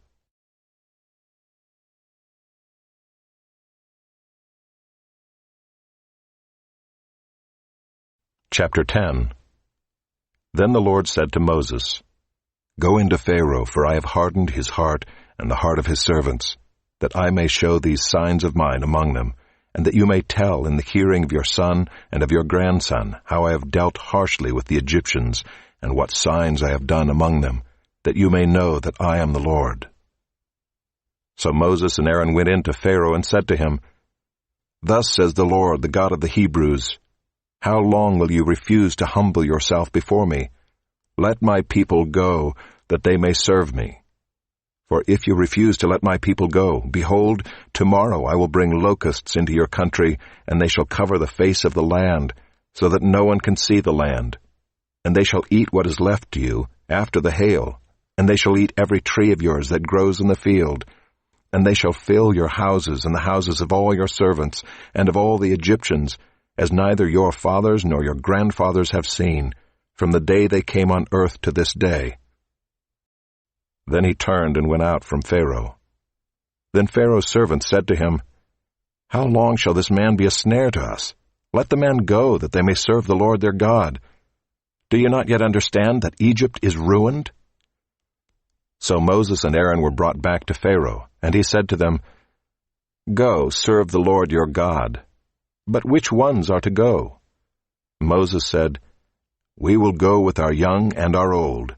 We will go with our sons and daughters, and with our flocks and herds, for we must hold a feast to the Lord. But he said to them, The Lord be with you if ever I let you and your little ones go. Look, you have some evil purpose in mind. No. Go, the men among you, and serve the Lord, for that is what you are asking." And they were driven out from Pharaoh's presence. Then the Lord said to Moses, "Stretch out your hand over the land of Egypt for the locusts, so that they may come upon the land of Egypt and eat every plant in the land, all that the hail has left." So Moses stretched out his staff over the land of Egypt, and the Lord brought an east wind upon the land all that day and all that night. When it was morning, the east wind had brought the locusts. The locusts came up over all the land of Egypt and settled on the whole country of Egypt, such a dense swarm of locusts as had never been before, nor ever will be again. They covered the face of the whole land, so that the land was darkened, and they ate all the plants in the land and all the fruit of the trees that the hail had left. Not a green thing remained, neither tree nor plant of the field, through all the land of Egypt. Then Pharaoh hastily called Moses and Aaron and said, "I have sinned against the Lord your God and against you. Now therefore forgive my sin, please, only this once, and plead with the Lord your God only to remove this death from me." So he went out from Pharaoh and pleaded with the Lord. And the Lord turned the wind into a very strong west wind, which lifted the locusts and drove them into the Red Sea. Not a single locust was left in all the country of Egypt. But the Lord hardened Pharaoh's heart, and he did not let the people of Israel go. Then the Lord said to Moses, "Stretch out your hand toward heaven, that there may be darkness over the land of Egypt, a darkness to be felt." So Moses stretched out his hand toward heaven, and there was pitch darkness in all the land of Egypt 3 days. They did not see one another, nor did anyone rise from his place for 3 days, but all the people of Israel had light where they lived. Then Pharaoh called Moses and said, "Go, serve the Lord. Your little ones also may go with you, only let your flocks and your herds remain behind." But Moses said, "You must also let us have sacrifices and burnt offerings, that we may sacrifice to the Lord our God. Our livestock also must go with us. Not a hoof shall be left behind, for we must take of them to serve the Lord our God, and we do not know with what we must serve the Lord until we arrive there." But the Lord hardened Pharaoh's heart, and he would not let them go. Then Pharaoh said to him, "Get away from me, take care never to see my face again, for on the day you see my face, you shall die." Moses said, "As you say, I will not see your face again."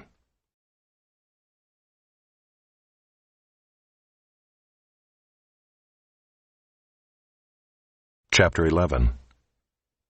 The Lord said to Moses, "Yet one plague more I will bring upon Pharaoh and upon Egypt. Afterward he will let you go from here.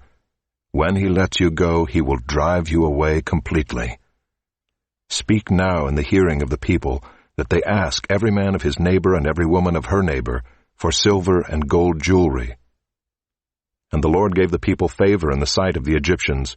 Moreover, the man Moses was very great in the land of Egypt, in the sight of Pharaoh's servants, and in the sight of the people. So Moses said, "Thus says the Lord, about midnight I will go out in the midst of Egypt, and every firstborn in the land of Egypt shall die, from the firstborn of Pharaoh who sits on his throne, even to the firstborn of the slave girl who is behind the handmill, and all the firstborn of the cattle. There shall be a great cry throughout all the land of Egypt, such as there has never been, nor ever will be again. But not a dog shall growl against any of the people of Israel, either man or beast, that you may know that the Lord makes a distinction between Egypt and Israel. And all these your servants shall come down to me, and bow down to me, saying, Get out, you and all the people who follow you. And after that I will go out." And he went out from Pharaoh in hot anger. Then the Lord said to Moses, "Pharaoh will not listen to you, that my wonders may be multiplied in the land of Egypt." Moses and Aaron did all these wonders before Pharaoh, and the Lord hardened Pharaoh's heart, and he did not let the people of Israel go out of his land.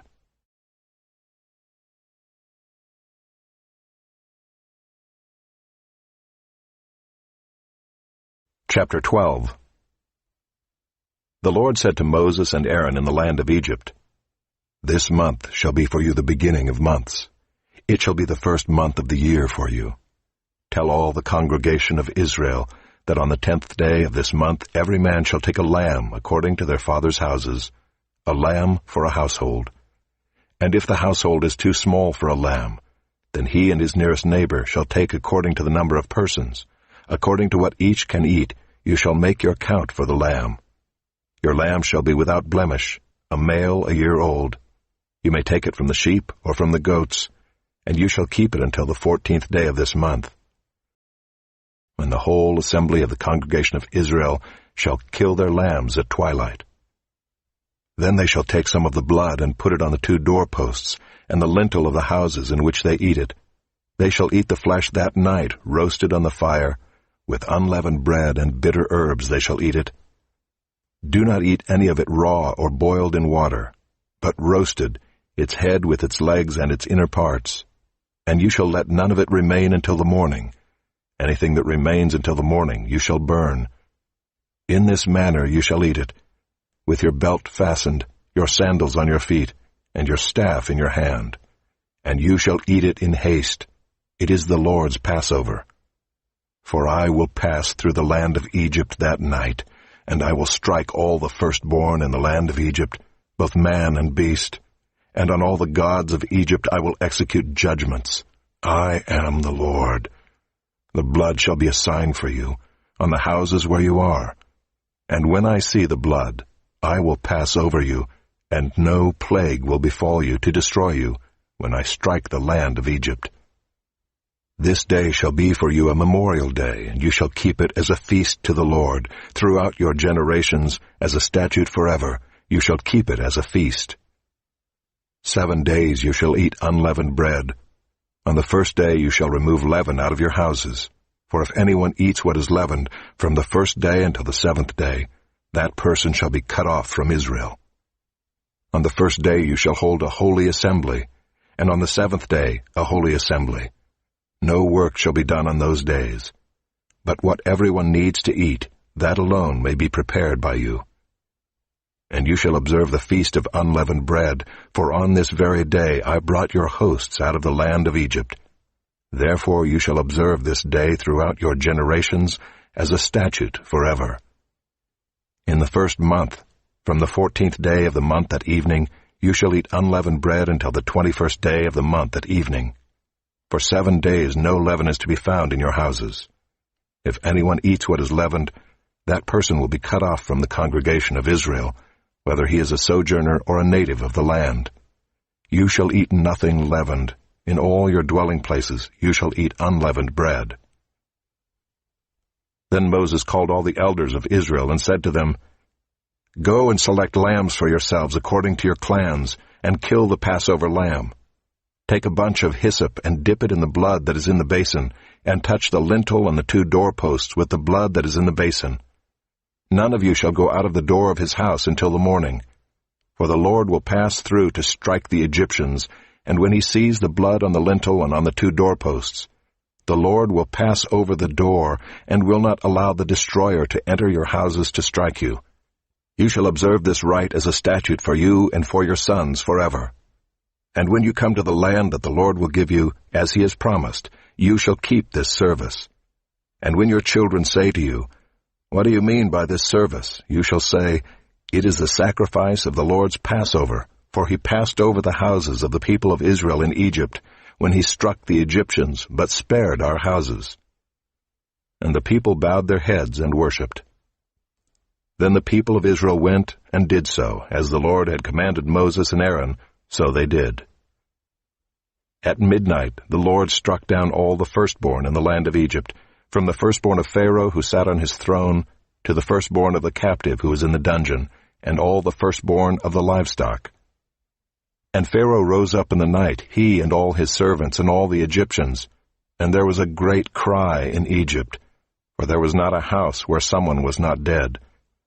Then he summoned Moses and Aaron by night and said, Up, go out from among my people, both you and the people of Israel, and go, serve the Lord as you have said. Take your flocks and your herds as you have said, and be gone, and bless me also. The Egyptians were urgent with the people to send them out of the land in haste, for they said, "We shall all be dead." So the people took their dough before it was leavened, their kneading bowls being bound up in their cloaks on their shoulders. The people of Israel had also done as Moses told them, for they had asked the Egyptians for silver and gold jewelry and for clothing. And the Lord had given the people favor in the sight of the Egyptians, so that they let them have what they asked. Thus they plundered the Egyptians. And the people of Israel journeyed from Ramses to Succoth, about 600,000 men on foot, besides women and children. A mixed multitude also went up with them, and very much livestock, both flocks and herds. And they baked unleavened cakes of the dough that they had brought out of Egypt, for it was not leavened, because they were thrust out of Egypt and could not wait, nor had they prepared any provisions for themselves. The time that the people of Israel lived in Egypt was 430 years. At the end of 430 years, on that very day, all the hosts of the Lord went out from the land of Egypt. It was a night of watching by the Lord, to bring them out of the land of Egypt.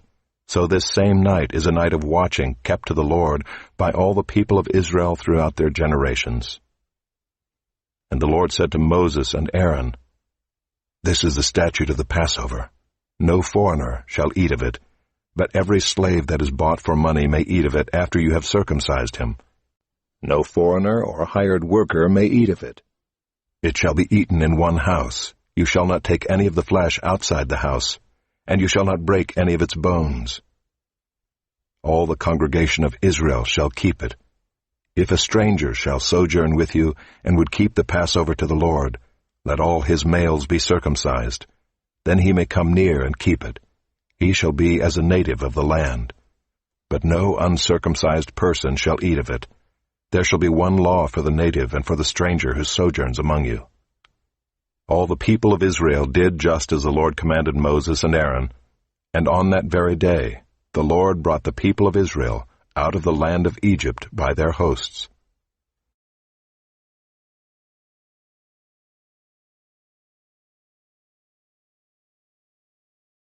Chapter 13.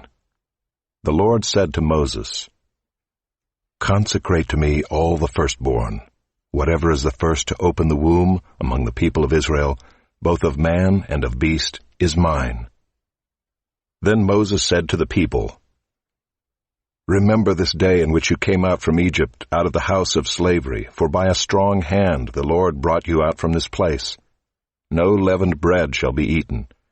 Today, in the month of Abib, you are going out. And when the Lord brings you into the land of the Canaanites, the Hittites, the Amorites, the Hivites, and the Jebusites, which he swore to your fathers to give you, a land flowing with milk and honey, you shall keep this service in this month. 7 days you shall eat unleavened bread, and on the 7th day there shall be a feast to the Lord. Unleavened bread shall be eaten for 7 days. No leavened bread shall be seen with you, and no leaven shall be seen with you in all your territory. You shall tell your son on that day, 'It is because of what the Lord did for me when I came out of Egypt.'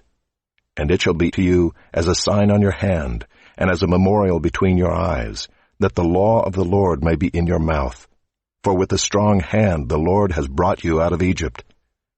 You shall therefore keep this statute at its appointed time from year to year. When the Lord brings you into the land of the Canaanites, as he swore to you and your fathers, and shall give it to you, you shall set apart to the Lord all that first opens the womb. All the firstborn of your animals that are males shall be the Lord's. Every firstborn of a donkey you shall redeem with a lamb, or if you will not redeem it, you shall break its neck. Every firstborn of man among your sons you shall redeem. And when in time to come your son asks you, 'What does this mean?' you shall say to him, 'By a strong hand the Lord brought us out of Egypt from the house of slavery.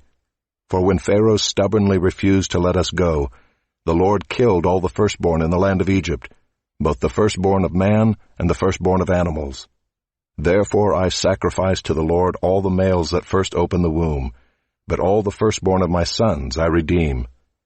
It shall be as a mark on your hand or frontlets between your eyes, for by a strong hand the Lord brought us out of Egypt."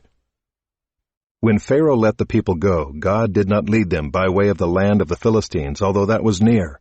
For God said, lest the people change their minds when they see war and return to Egypt. But God led the people around by the way of the wilderness toward the Red Sea, and the people of Israel went up out of the land of Egypt equipped for battle. Moses took the bones of Joseph with him, for Joseph had made the sons of Israel solemnly swear, saying, God will surely visit you, and you shall carry up my bones with you from here. And they moved on from Succoth and encamped at Etham on the edge of the wilderness. And the Lord went before them by day in a pillar of cloud to lead them along the way, and by night in a pillar of fire to give them light, that they might travel by day and by night. The pillar of cloud by day and the pillar of fire by night did not depart from before the people.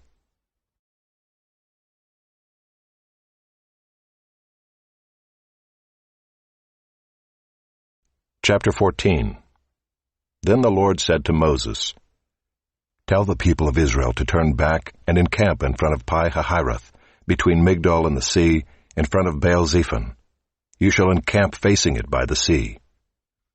For Pharaoh will say of the people of Israel, They are wandering in the land, the wilderness has shut them in. And I will harden Pharaoh's heart, and he will pursue them.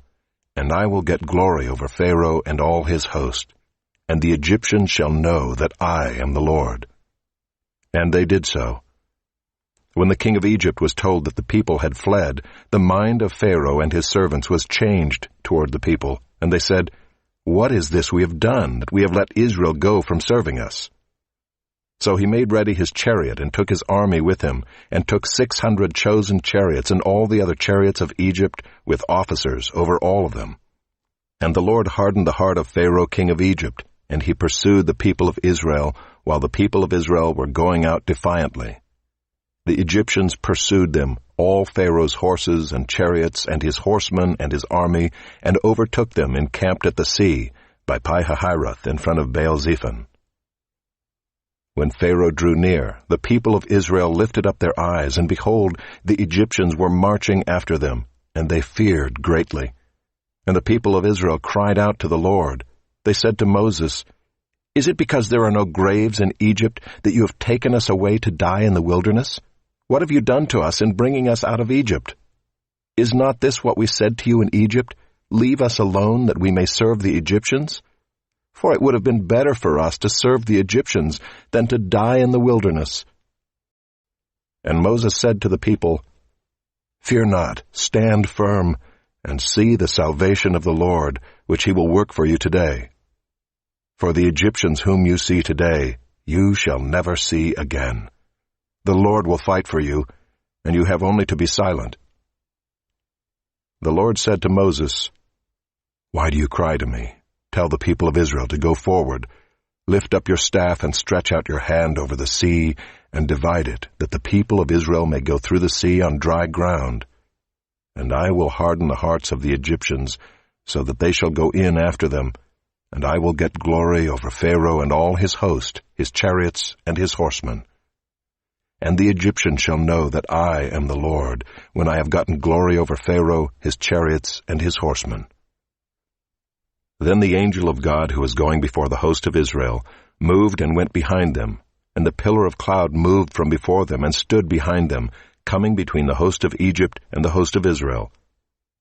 And there was the cloud and the darkness, and it lit up the night, without one coming near the other all night.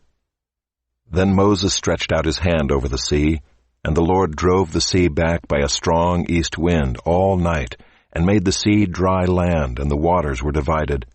And the people of Israel went into the midst of the sea on dry ground, the waters being a wall to them on their right hand and on their left. The Egyptians pursued and went in after them into the midst of the sea, all Pharaoh's horses, his chariots, and his horsemen.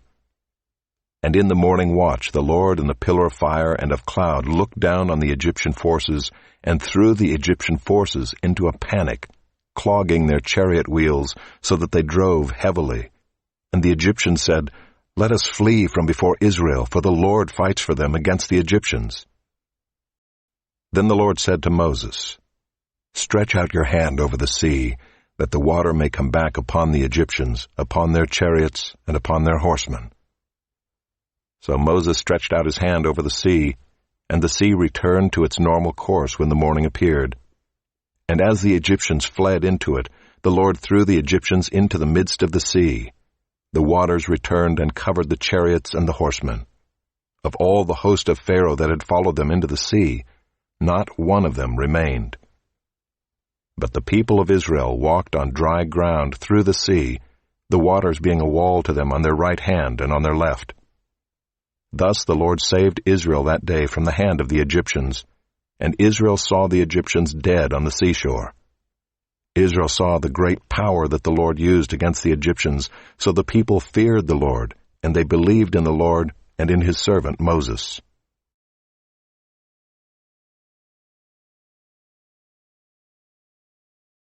Chapter 15. Then Moses and the people of Israel sang this song to the Lord, saying, I will sing to the Lord, for he has triumphed gloriously. The horse and his rider he has thrown into the sea. The Lord is my strength and my song, and he has become my salvation. This is my God, and I will praise him, my father's God, and I will exalt him. The Lord is a man of war, the Lord is his name. Pharaoh's chariots and his host he cast into the sea, and his chosen officers were sunk in the Red Sea. The floods covered them, they went down into the depths like a stone. Your right hand, O Lord, glorious in power. Your right hand, O Lord, shatters the enemy. In the greatness of your majesty you overthrow your adversaries. You send out your fury, it consumes them like stubble.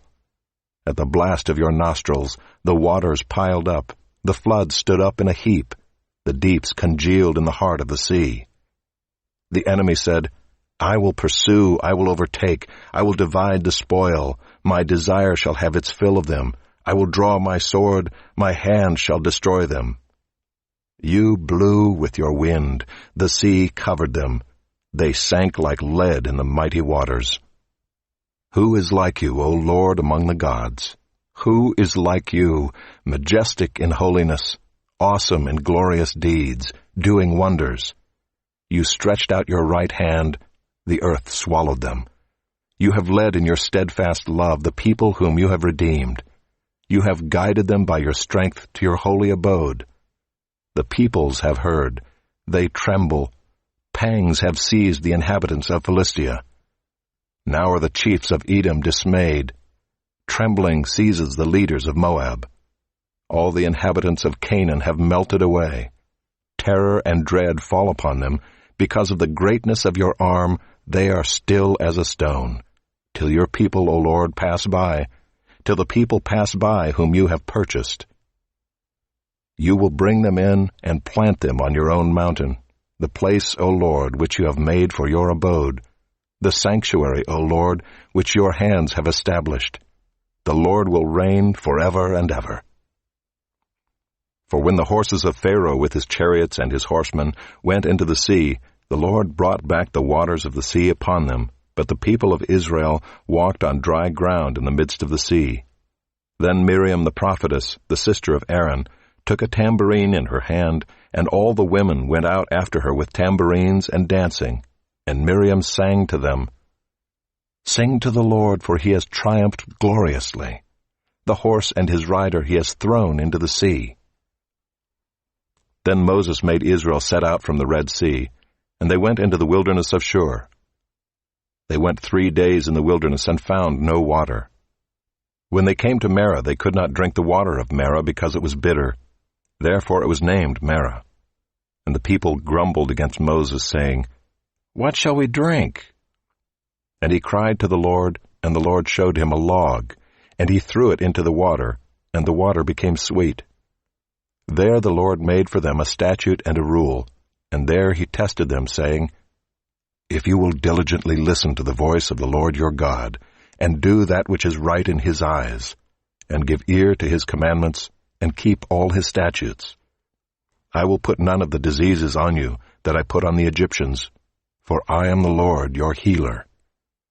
Then they came to Elim, where there were 12 springs of water and 70 palm trees, and they encamped there by the water.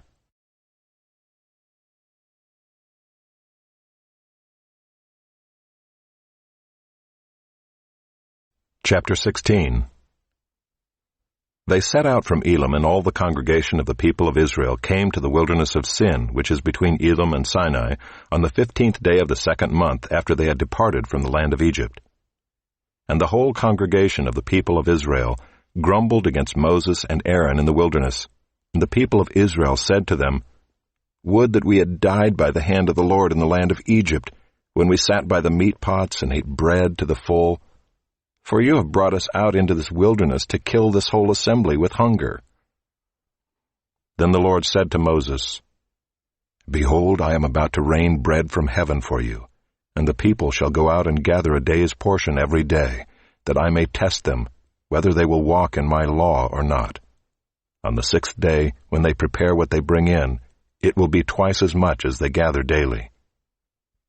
So Moses and Aaron said to all the people of Israel, "At evening you shall know that it was the Lord who brought you out of the land of Egypt, and in the morning you shall see the glory of the Lord, because he has heard your grumbling against the Lord. For what are we that you grumble against us?" And Moses said, "When the Lord gives you in the evening meat to eat, and in the morning bread to the full, because the Lord has heard your grumbling, that you grumble against him, what are we? Your grumbling is not against us, but against the Lord." Then Moses said to Aaron, "Say to the whole congregation of the people of Israel, Come near before the Lord, for he has heard your grumbling." And as soon as Aaron spoke to the whole congregation of the people of Israel, they looked toward the wilderness, and behold, the glory of the Lord appeared in the cloud. And the Lord said to Moses, "I have heard the grumbling of the people of Israel. Say to them, At twilight you shall eat meat, and in the morning you shall be filled with bread.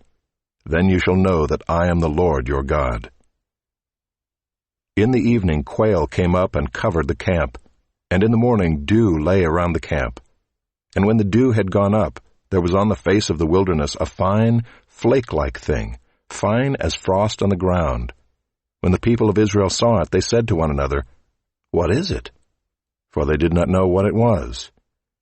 And Moses said to them, "It is the bread that the Lord has given you to eat. This is what the Lord has commanded. Gather of it, each one of you, as much as he can eat. You shall each take an omer according to the number of the persons that each of you has in his tent." And the people of Israel did so. They gathered, some more, some less.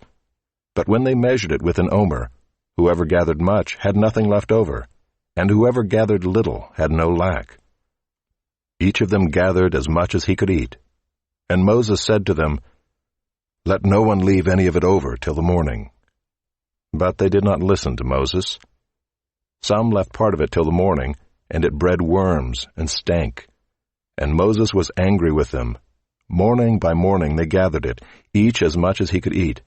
But when the sun grew hot, it melted. On the 6th day they gathered twice as much bread, 2 omers each. And when all the leaders of the congregation came and told Moses, he said to them, "This is what the Lord has commanded. Tomorrow is a day of solemn rest, a holy Sabbath to the Lord. Bake what you will bake, and boil what you will boil, and all that is left over lay aside to be kept till the morning." So they laid it aside till the morning, as Moses commanded them, and it did not stink, and there were no worms in it. Moses said, "Eat it today, for today is a Sabbath to the Lord. Today you will not find it in the field. 6 days you shall gather it, but on the 7th day, which is a Sabbath, there will be none." On the 7th day some of the people went out to gather, but they found none. And the Lord said to Moses, "How long will you refuse to keep my commandments and my laws? See, the Lord has given you the Sabbath. Therefore on the 6th day he gives you bread for 2 days. Remain each of you in his place. Let no one go out of his place on the 7th day." So the people rested on the 7th day. Now the house of Israel called its name manna. It was like coriander seed, white, and the taste of it was like wafers made with honey. Moses said, "This is what the Lord has commanded. Let an omer of it be kept throughout your generations, so that they may see the bread with which I fed you in the wilderness, when I brought you out of the land of Egypt." And Moses said to Aaron, Take a jar and put an omer of manna in it, and place it before the Lord to be kept throughout your generations." As the Lord commanded Moses, so Aaron placed it before the testimony to be kept. The people of Israel ate the manna 40 years till they came to a habitable land. They ate the manna till they came to the border of the land of Canaan. An omer is the 10th part of an ephah.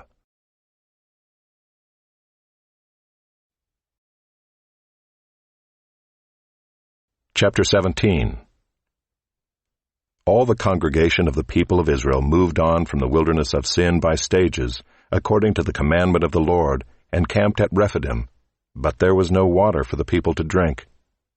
Therefore the people quarreled with Moses and said, "Give us water to drink." And Moses said to them, "Why do you quarrel with me? Why do you test the Lord?" But the people thirsted there for water, and the people grumbled against Moses and said, "Why did you bring us up out of Egypt to kill us and our children and our livestock with thirst?" So Moses cried to the Lord, "What shall I do with this people? They are almost ready to stone me." And the Lord said to Moses, "Pass on before the people, taking with you some of the elders of Israel, and take in your hand the staff with which you struck the Nile, and go. Behold, I will stand before you there on the rock at Horeb, and you shall strike the rock, and water shall come out of it, and the people will drink." And Moses did so in the sight of the elders of Israel. And he called the name of the place Massah and Meribah, because of the quarreling of the people of Israel, and because they tested the Lord by saying, "Is the Lord among us or not?" Then Amalek came and fought with Israel at Rephidim. So Moses said to Joshua, "Choose for us men, and go out and fight with Amalek.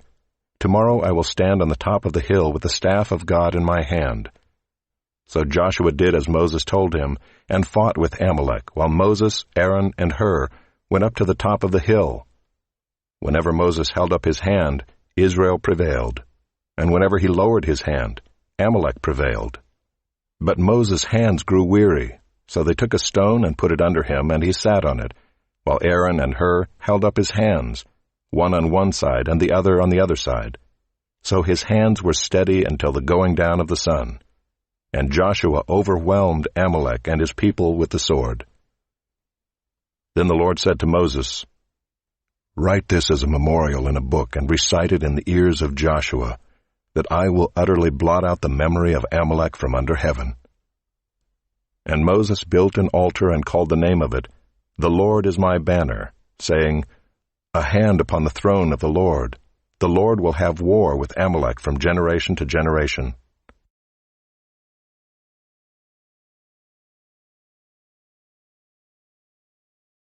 Chapter 18. Jethro, the priest of Midian, Moses' father-in-law, heard of all that God had done for Moses and for Israel his people, how the Lord had brought Israel out of Egypt. Now Jethro, Moses' father-in-law, had taken Zipporah, Moses' wife, after he had sent her home, along with her 2 sons. The name of the one was Gershom, for he said, "I have been a sojourner in a foreign land." And the name of the other, Eliezer, for he said, "The God of my father was my help, and delivered me from the sword of Pharaoh." Jethro, Moses' father-in-law, came with his sons and his wife to Moses in the wilderness where he was encamped at the mountain of God. And when he sent word to Moses, "I, your father-in-law Jethro, am coming to you with your wife and her 2 sons with her," Moses went out to meet his father-in-law and bowed down and kissed him. And they asked each other of their welfare and went into the tent. Then Moses told his father-in-law all that the Lord had done to Pharaoh and to the Egyptians for Israel's sake, all the hardship that had come upon them in the way, and how the Lord had delivered them. And Jethro rejoiced for all the good that the Lord had done to Israel, in that he had delivered them out of the hand of the Egyptians. Jethro said, "Blessed be the Lord who has delivered you out of the hand of the Egyptians, and out of the hand of Pharaoh, and has delivered the people from under the hand of the Egyptians. Now I know that the Lord is greater than all gods, because in this affair they dealt arrogantly with the people."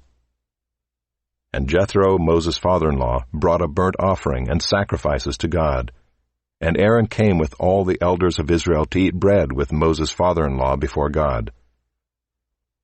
The next day Moses sat to judge the people, and the people stood around Moses from morning till evening.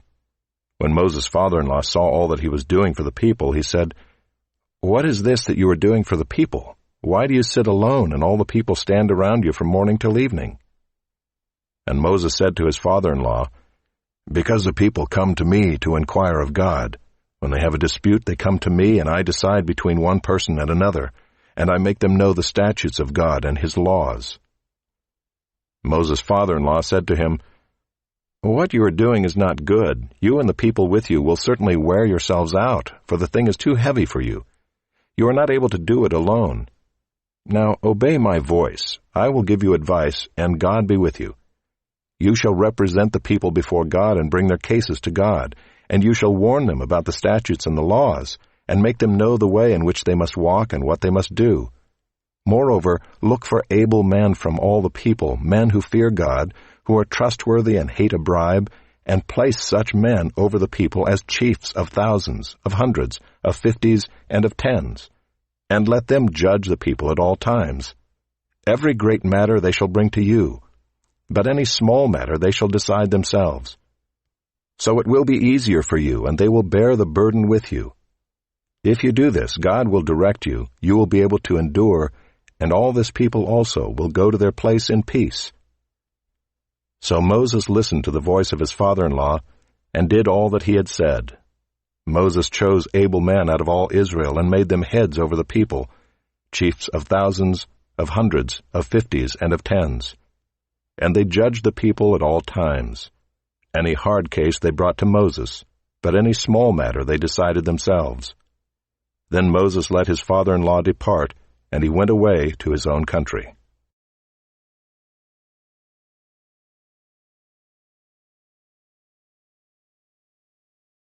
Chapter 19.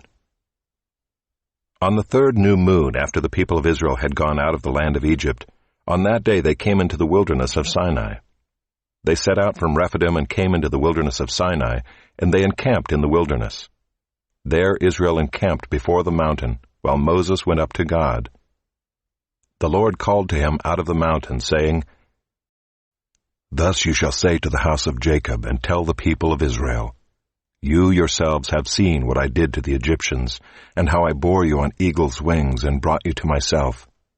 Now therefore, if you will indeed obey my voice and keep my covenant, you shall be my treasured possession among all peoples, for all the earth is mine, and you shall be to me a kingdom of priests and a holy nation.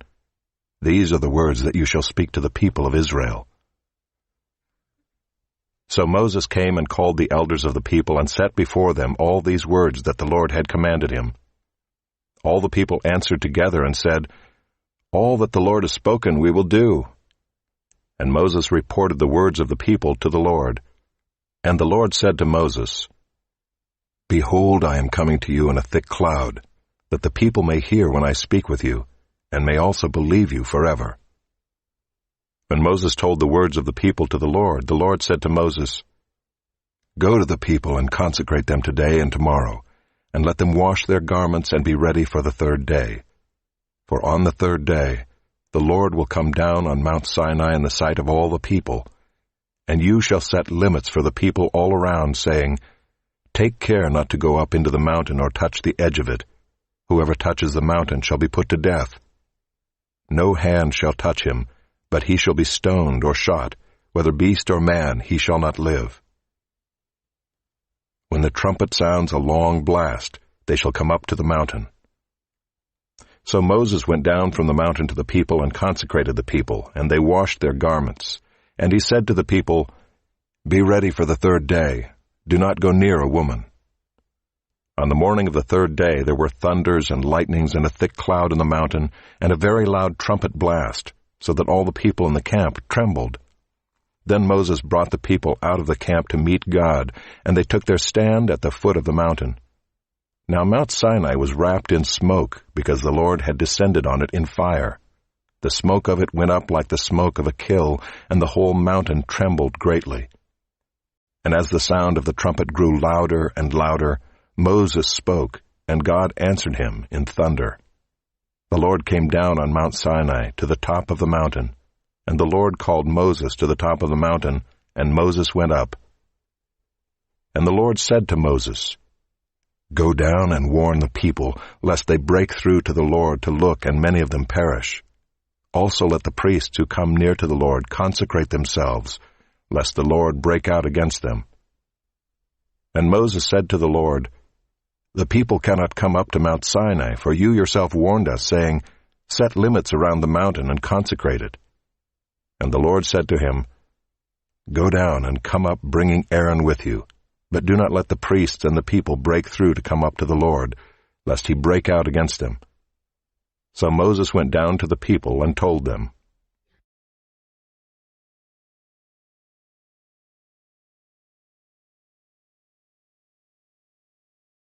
Chapter 20. And God spoke all these words, saying, I am the Lord your God who brought you out of the land of Egypt, out of the house of slavery. You shall have no other gods before me. You shall not make for yourself a carved image, or any likeness of anything that is in heaven above, or that is in the earth beneath, or that is in the water under the earth. You shall not bow down to them or serve them, for I, the Lord your God, am a jealous God, visiting the iniquity of the fathers on the children to the third and the